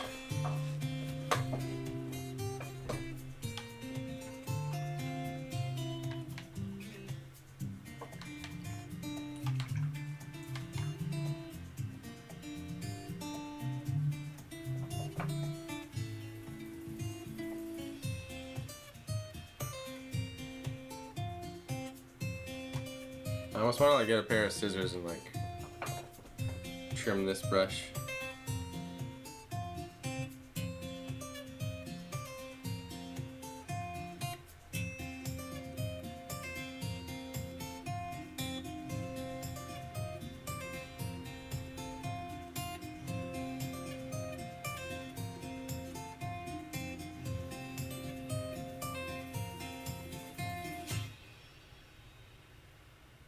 It's almost a flat brush. It used to be. Let me try it.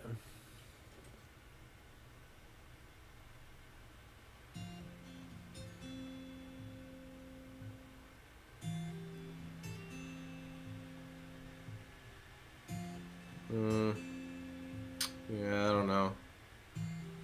It's not really operating like that anymore.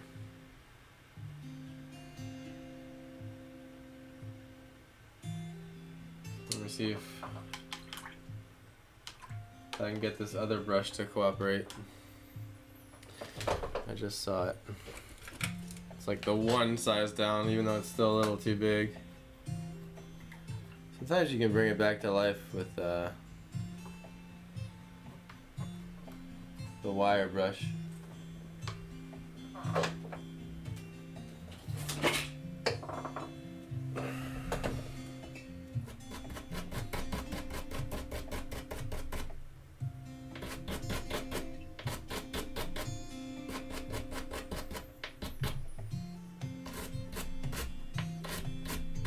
Just doing some old brush CPR.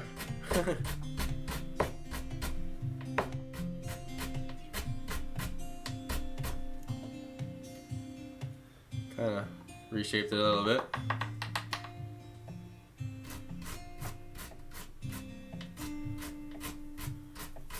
Like I said, sometimes it can breathe a little life back into the bristles.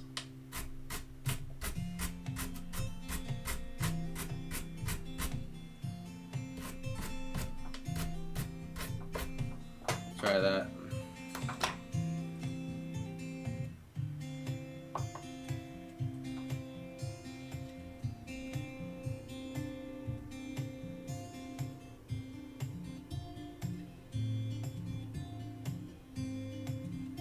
The bristles are a little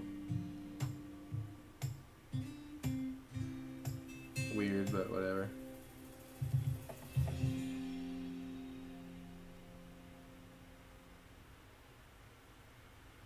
Like once the paint's on it, it's a little better.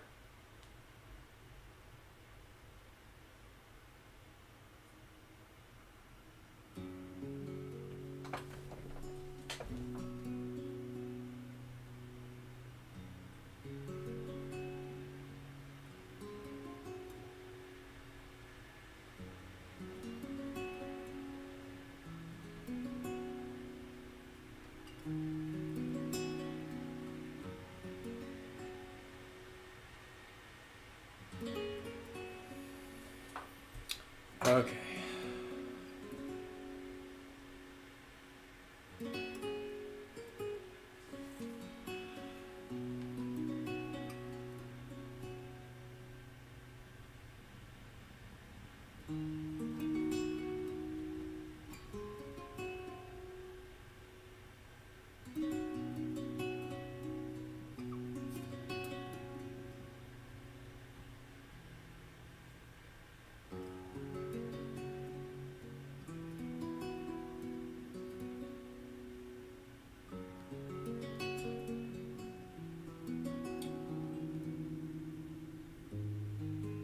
Experimenting or trying to make like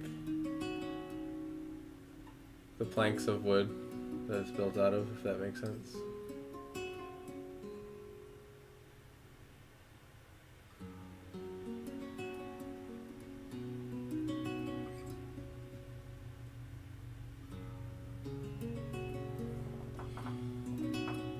Seems like a commercial's about to start on Twitch, just so y'all know.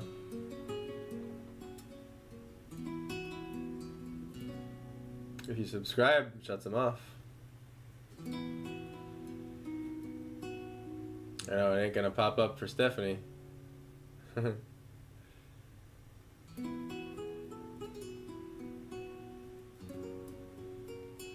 Picture in a little window here.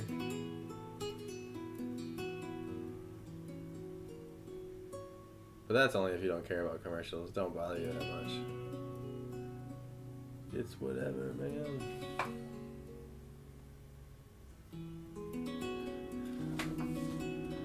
Yeah, it's kind of working how I want it to. It's an okay board size. Perfectly okay board size. Oh, hey. How you doing? Sorry you didn't find any jeans. I know, in the bags. She's in the bag. I know, it's so funny. She's been like that for a while. I found it earlier. I know.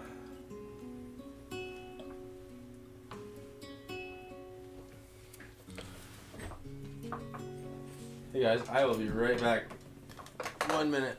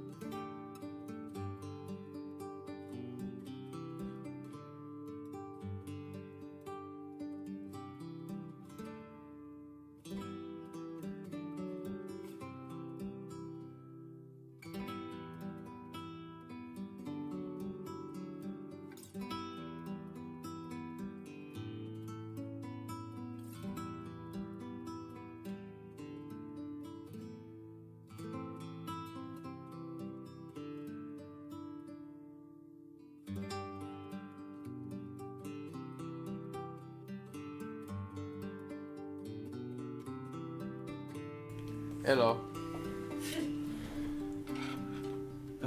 Okay. Where did I put that brush down? It's on the floor.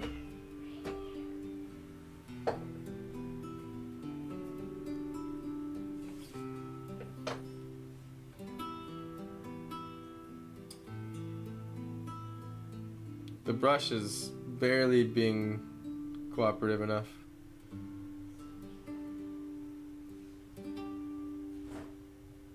Just barely. Okay. Then I picture the boards coming to here. That's where a trim board would be. And then that's probably where I need to get like a round brush. I'm not gonna risk it. I'll just get another brush and do that later.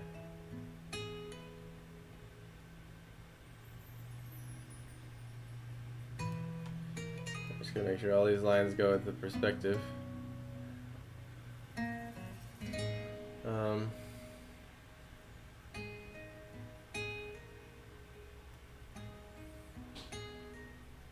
You know, it actually, there's a happy accident happening right now. You can't see it, but because the bristles are crappy, it's actually like making wood naturally. So that kind of worked out. And that's something I didn't plan at all. Pro tip, use crappy brushes. Yeah, I mean, I personally keep all my crappy brushes just in case I need like a weird brush stroke. And sometimes, like right now, it pays off.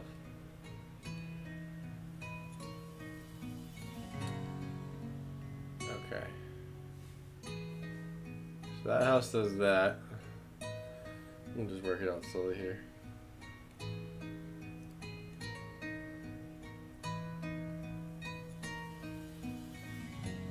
And then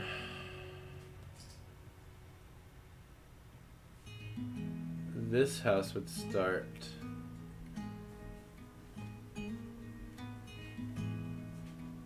here.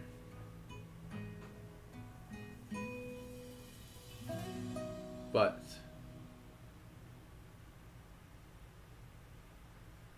I want there to be a window again.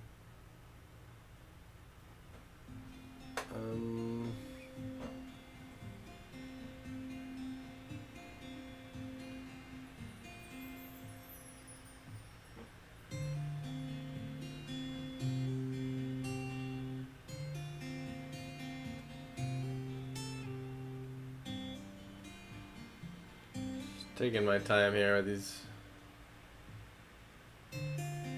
house boards, because you can only paint in that negative space once, and then you gotta go do it again.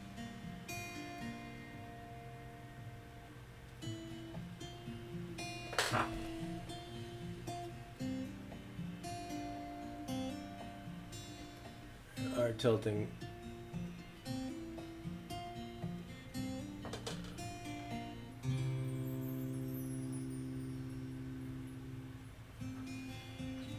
Brush is just barely hanging on for its life.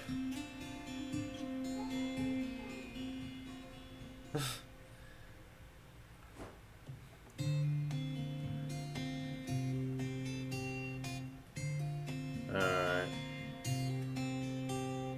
And that board on the bottom just barely showing. And I feel like the window would be cut out of this one here.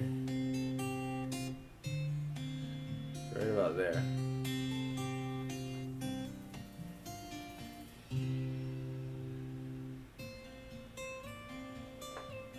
Sort of like that.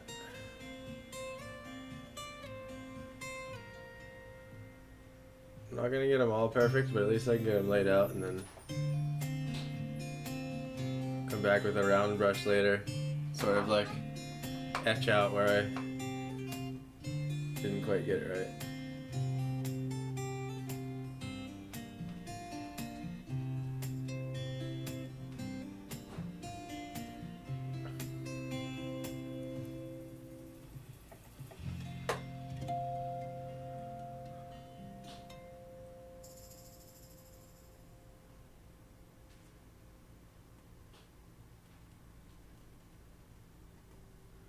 I don't mind there being like imperfection in the wood because it's like cabiny.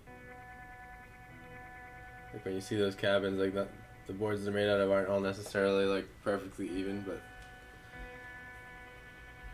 they like compensate for it elsewhere.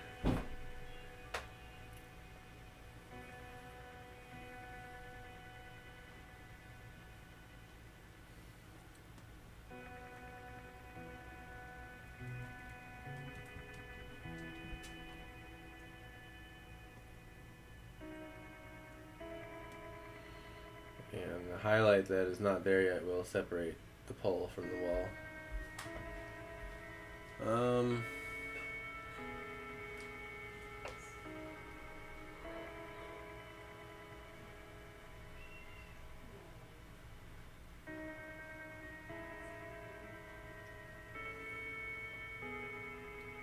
Okay. The perspective of the second vanishing point is so like tiny. It's like a fraction of an angle. It's easy to get off track with it. Now actually I need to make this a darker brown for this one. What did Beans do? We had the chair propped back. And she's still good on it. She got on it and it tipped up. So it's standing up again. And I was like, no. I made her get down and I tilted it back again. Thank you. She was not happy with it. Yeah, no, I've tried every sort of way with that chair and they still figure out a way to sit on it. Basically it's just chair I'm selling. I'm trying to keep the cats off because they fur it up and scratch it up and get puke on it.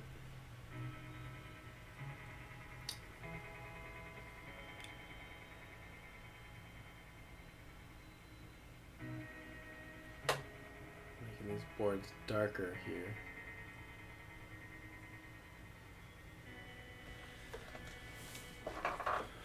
Maybe it was a little too dark. We ordered some lighting this weekend with this painting in mind. Oh, nice. Like, you mean like lights that are gonna be like pointing at it? Did I understand that correctly?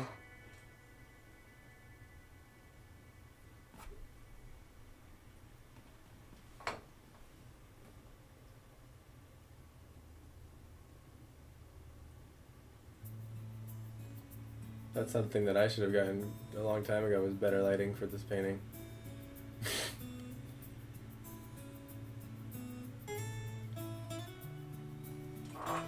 There's just such a glare on it sometimes that it's hard to even work on myself.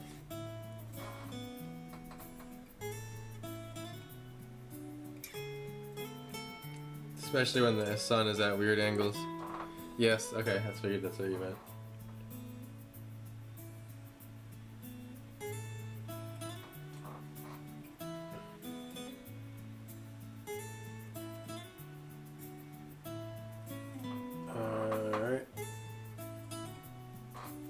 That top color didn't quite turn out the way I wanted it, but whatever. Whatever.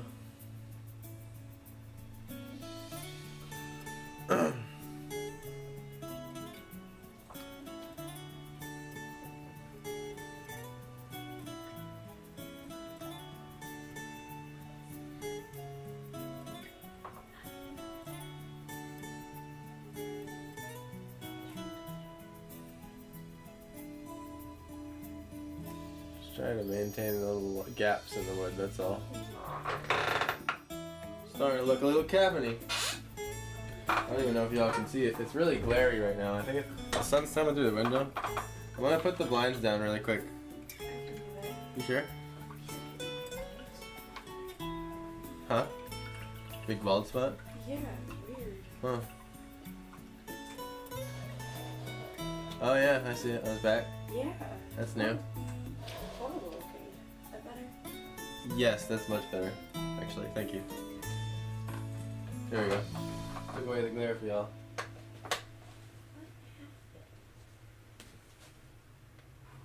Come here. Come with me. Wow. His face. Yeah, he had that face.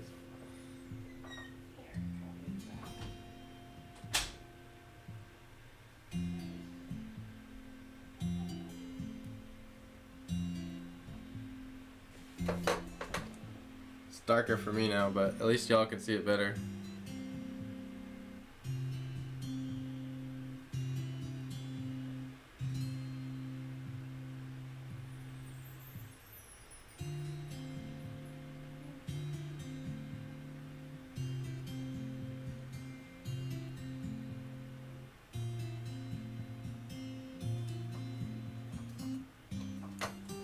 I was hoping y'all could see like the wood and you know what? I'm just gonna try this out for a second here. Just for shits. Because it's the only spot I'm working on.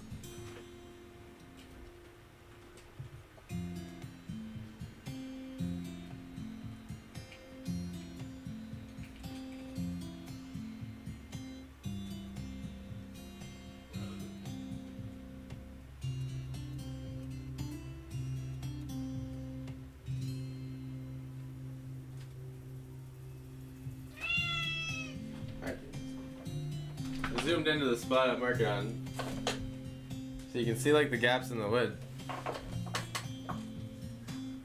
See how like there's little boards now? Kind of like built like a cabin. Actually, I can pan it over a little more.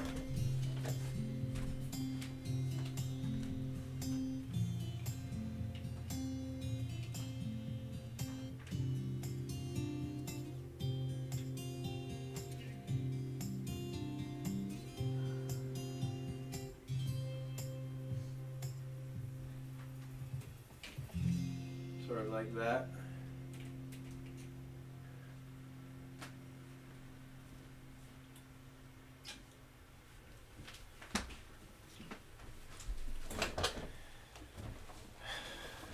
Checking it out on the stream now.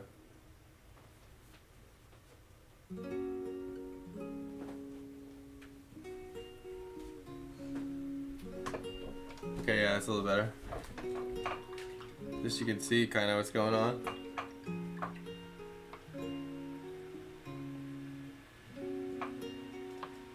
Leave it like that for a minute. Add more black to my palette.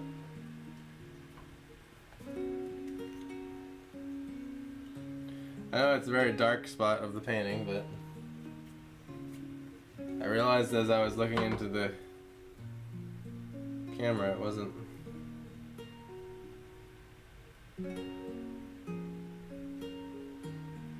like that visible, the details I was working on.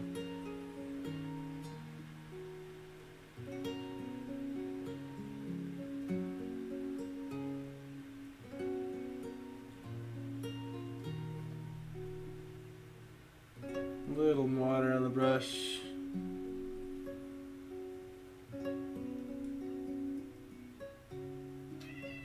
There we go. Hi, chicken. Hi, camera. Now I'm painting. I'm trying. Here goes the kitty. Just try not to put my head in front of it, though. I'm painting.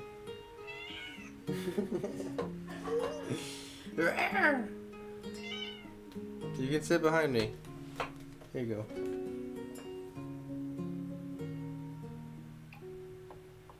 The cat wanted snuggles. Only wants to when I'm streaming, you know. What? No. I'm not her favorite. She's your favorite.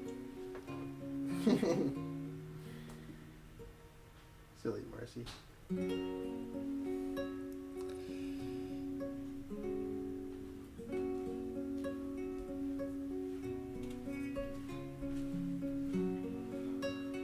Alright.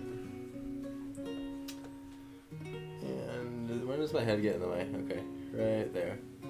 Right, go over here.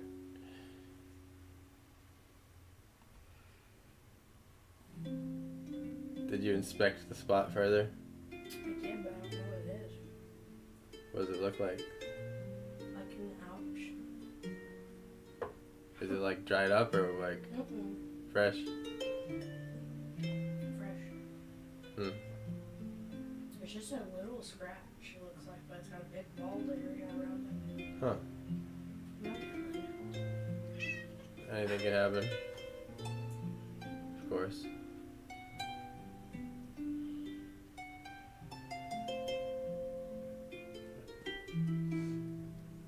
Those will be windows. I probably should put another window there, but I can cut it out with black. Chicken, you're so funny. I'm painting. I can't, I'm painting. I'm painting. Just lay down there. Lay down right there.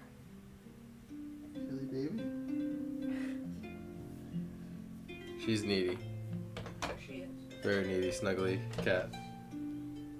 She's cute though, so she's got that going for her.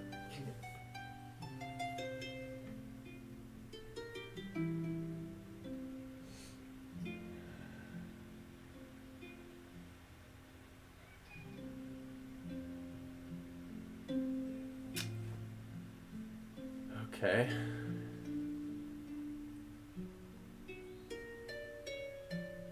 Do like the top board cut off on this one because I think you would see it all the way up.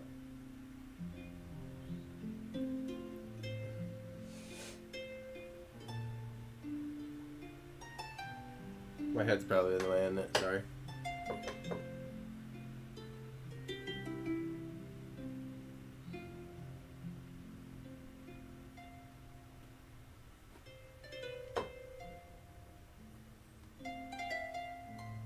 Well, I guess I ended up going down a little bit anyway. It's because this brush is kind of bad.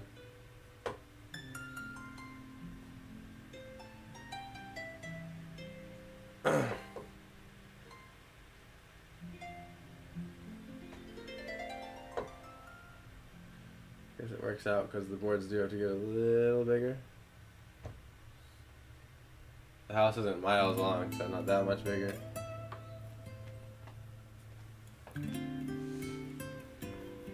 There you go, Beans.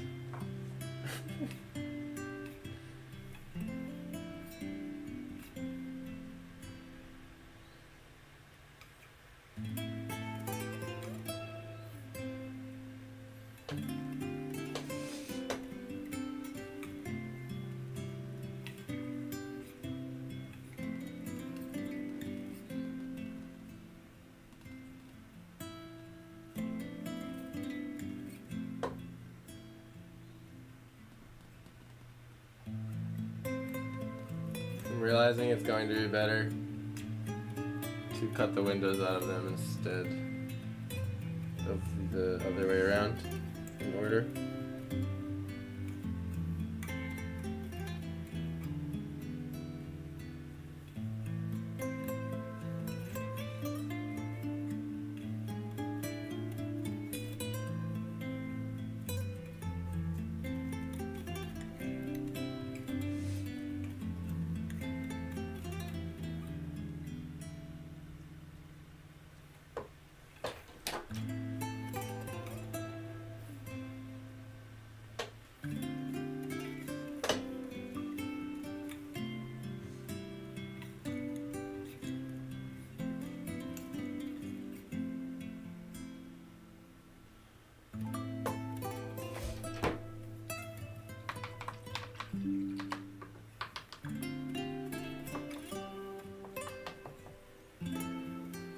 Paint's running out. No. Gotta use every last drop on the palette. That's why I said earlier it's like I mix with smaller amounts of paint in the detailed phase so that I use it all.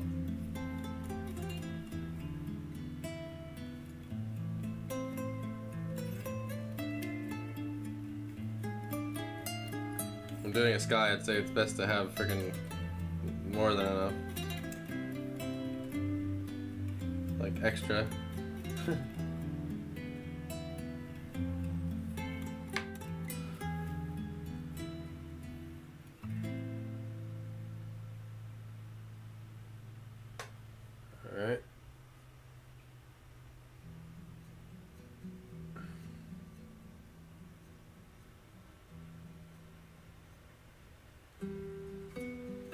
That got a little brighter, but whatever.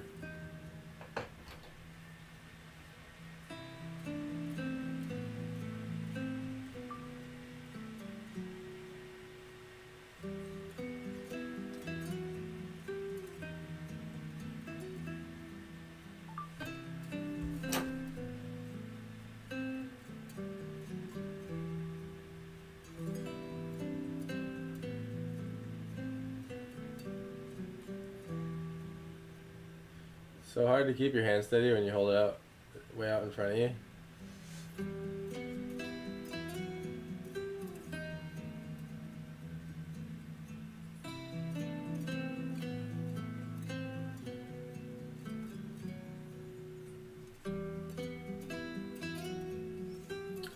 Get a little bright there, but whatever. Maybe the light's hitting it a little more there. That's probably how bright the highlight will go anyway, so it's fine. I'm just doing it so incrementally because I'm not sure where I want it to be yet. But like once I find like the brightest highlight on the treehouse that's like the right one, then I'll just like fly through the rest with whatever color I find.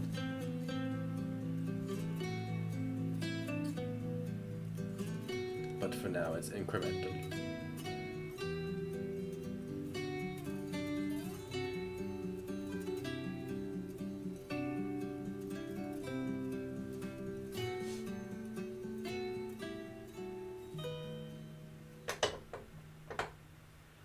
See why I painted like the dark now. So that's what I meant by it was like gonna be in between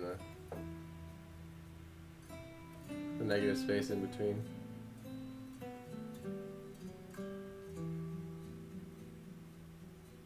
It's one way you can do it. I'd say it's really extra nice when you're doing like bricks to paint like the mortar color in between the bricks. First, like block the house out in that shape, in that color. I mean, block the shape of the house out in that color, is what I mean. And then you get like a really nice flat brush that's not crappy like mine, and you like literally use the shape of the brush to get perfect little bricks. But just don't touch the strokes together and voila, bricks with the mortar in between. You can also kind of tell, like there's something about paint strokes where you can kind of tell a little bit sometimes that one was over the other. So even like sort of painting something how it would be in real life in the sense of how it's stacked actually helps bring more realism to it, literally.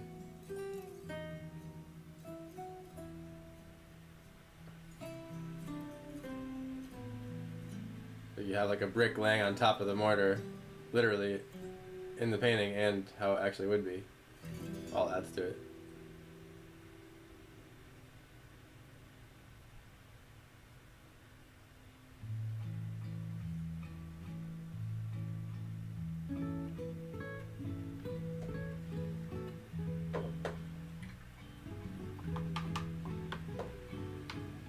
Alright, I'm going to zoom back out now that we worked on those boards. And also kick my camera in the meantime. And upset the cat. Sorry, Marcy. You poor thing, you never get any attention. So snuggly.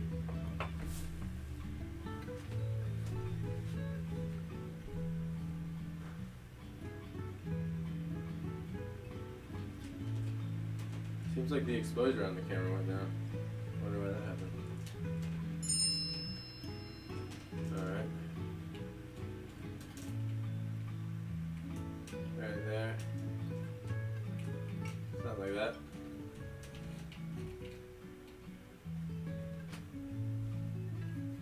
Zoom out one more. There you go. Keep it there for now.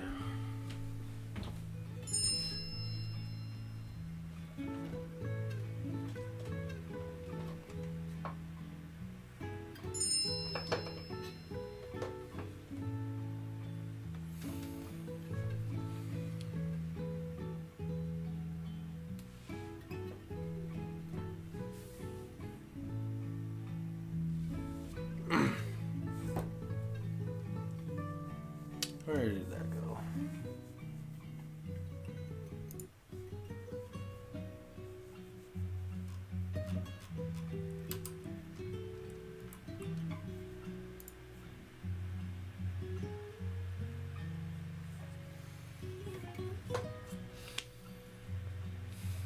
See what else I can do with the paint I got left here.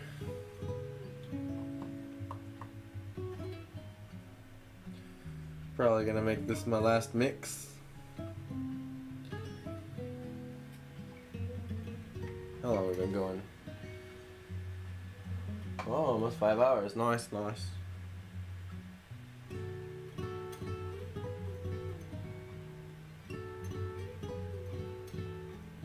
I want to paint back in some of the ground here, but not with the wood color. So abort that. Wasn't quite the right color I wanted.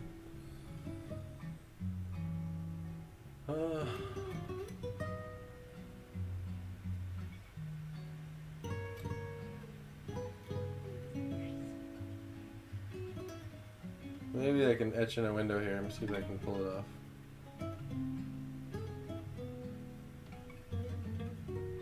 Don't really have any brown left. It completely dried on me, but I do have this like dark color still.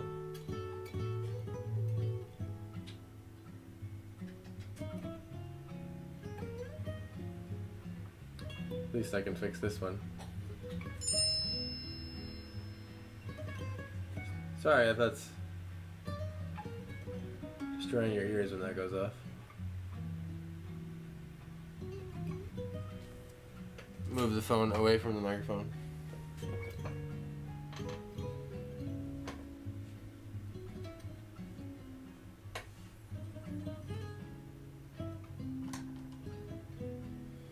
Where did you say you were going to move us? Just curious. Well, it's not final, but I have a few theories of where you would be better placed. And one of them is right about here. And another one is like just moved over a bit here instead of there. There's lighting reasons and contrast reasons for it.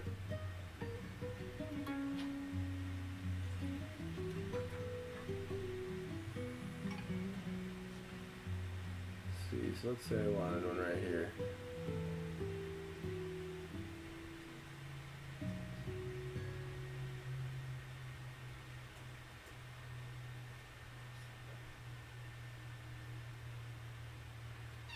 You know what, actually,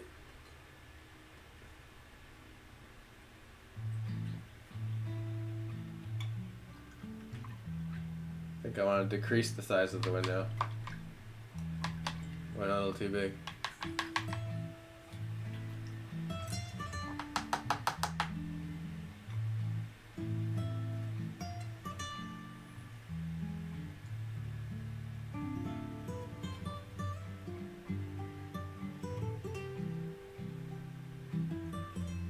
And have this board just go across.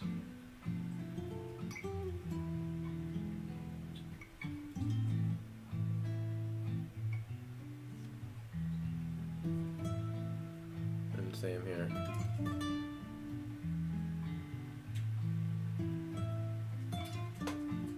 Oh, wasn't quite the color, was it?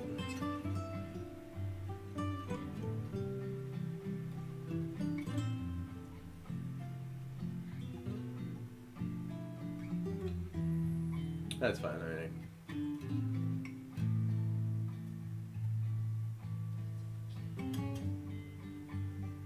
Oh, there we go, that's more the color.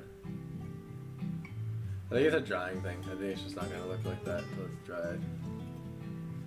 The other thing,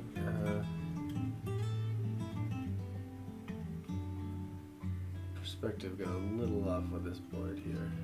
Let's bring it up a little. There it is. Also this.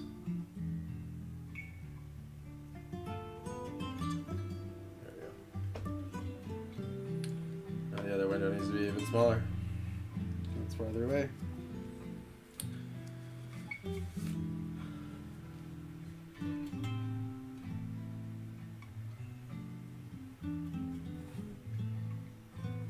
Right about there it's gonna be.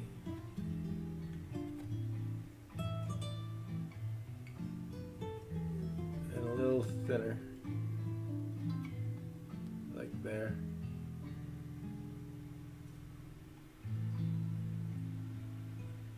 There we go. Now it's feeling more in perspective.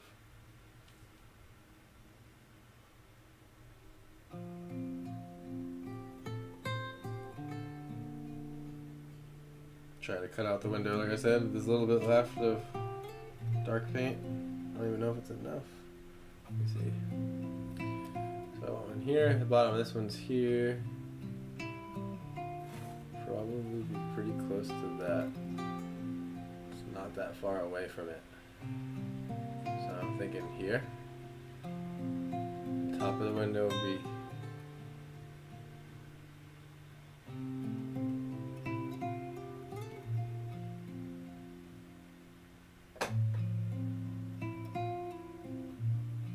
somewhere right there. Yeah, I like this better, doing the wood first and then doing the window. Even though I'll have to take an extra step in like getting the frame of the window and stuff. More control.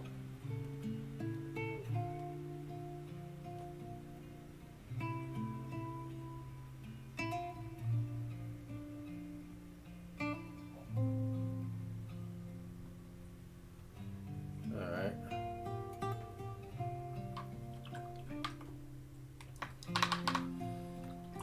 And with that last drop of wet paint, I'm going to call today's stream there. Thank you so much for watching. I don't know if you're still there. Veronica, good to see you again. As well as, oh man, it's escaping my brain. The screen name. Cora, that's what it was. Cora, I didn't want to say it wrong. Good to see you again, Cora. And thanks for watching. I'll be back tomorrow at some point in the morning to continue the madness of which this painting is. The Situation, which is what Stephanie wants to name it now. The Situation. Anyway, have a wonderful day, wonderful night, wherever you are, and see you next time. Can't find my mouse. There it is.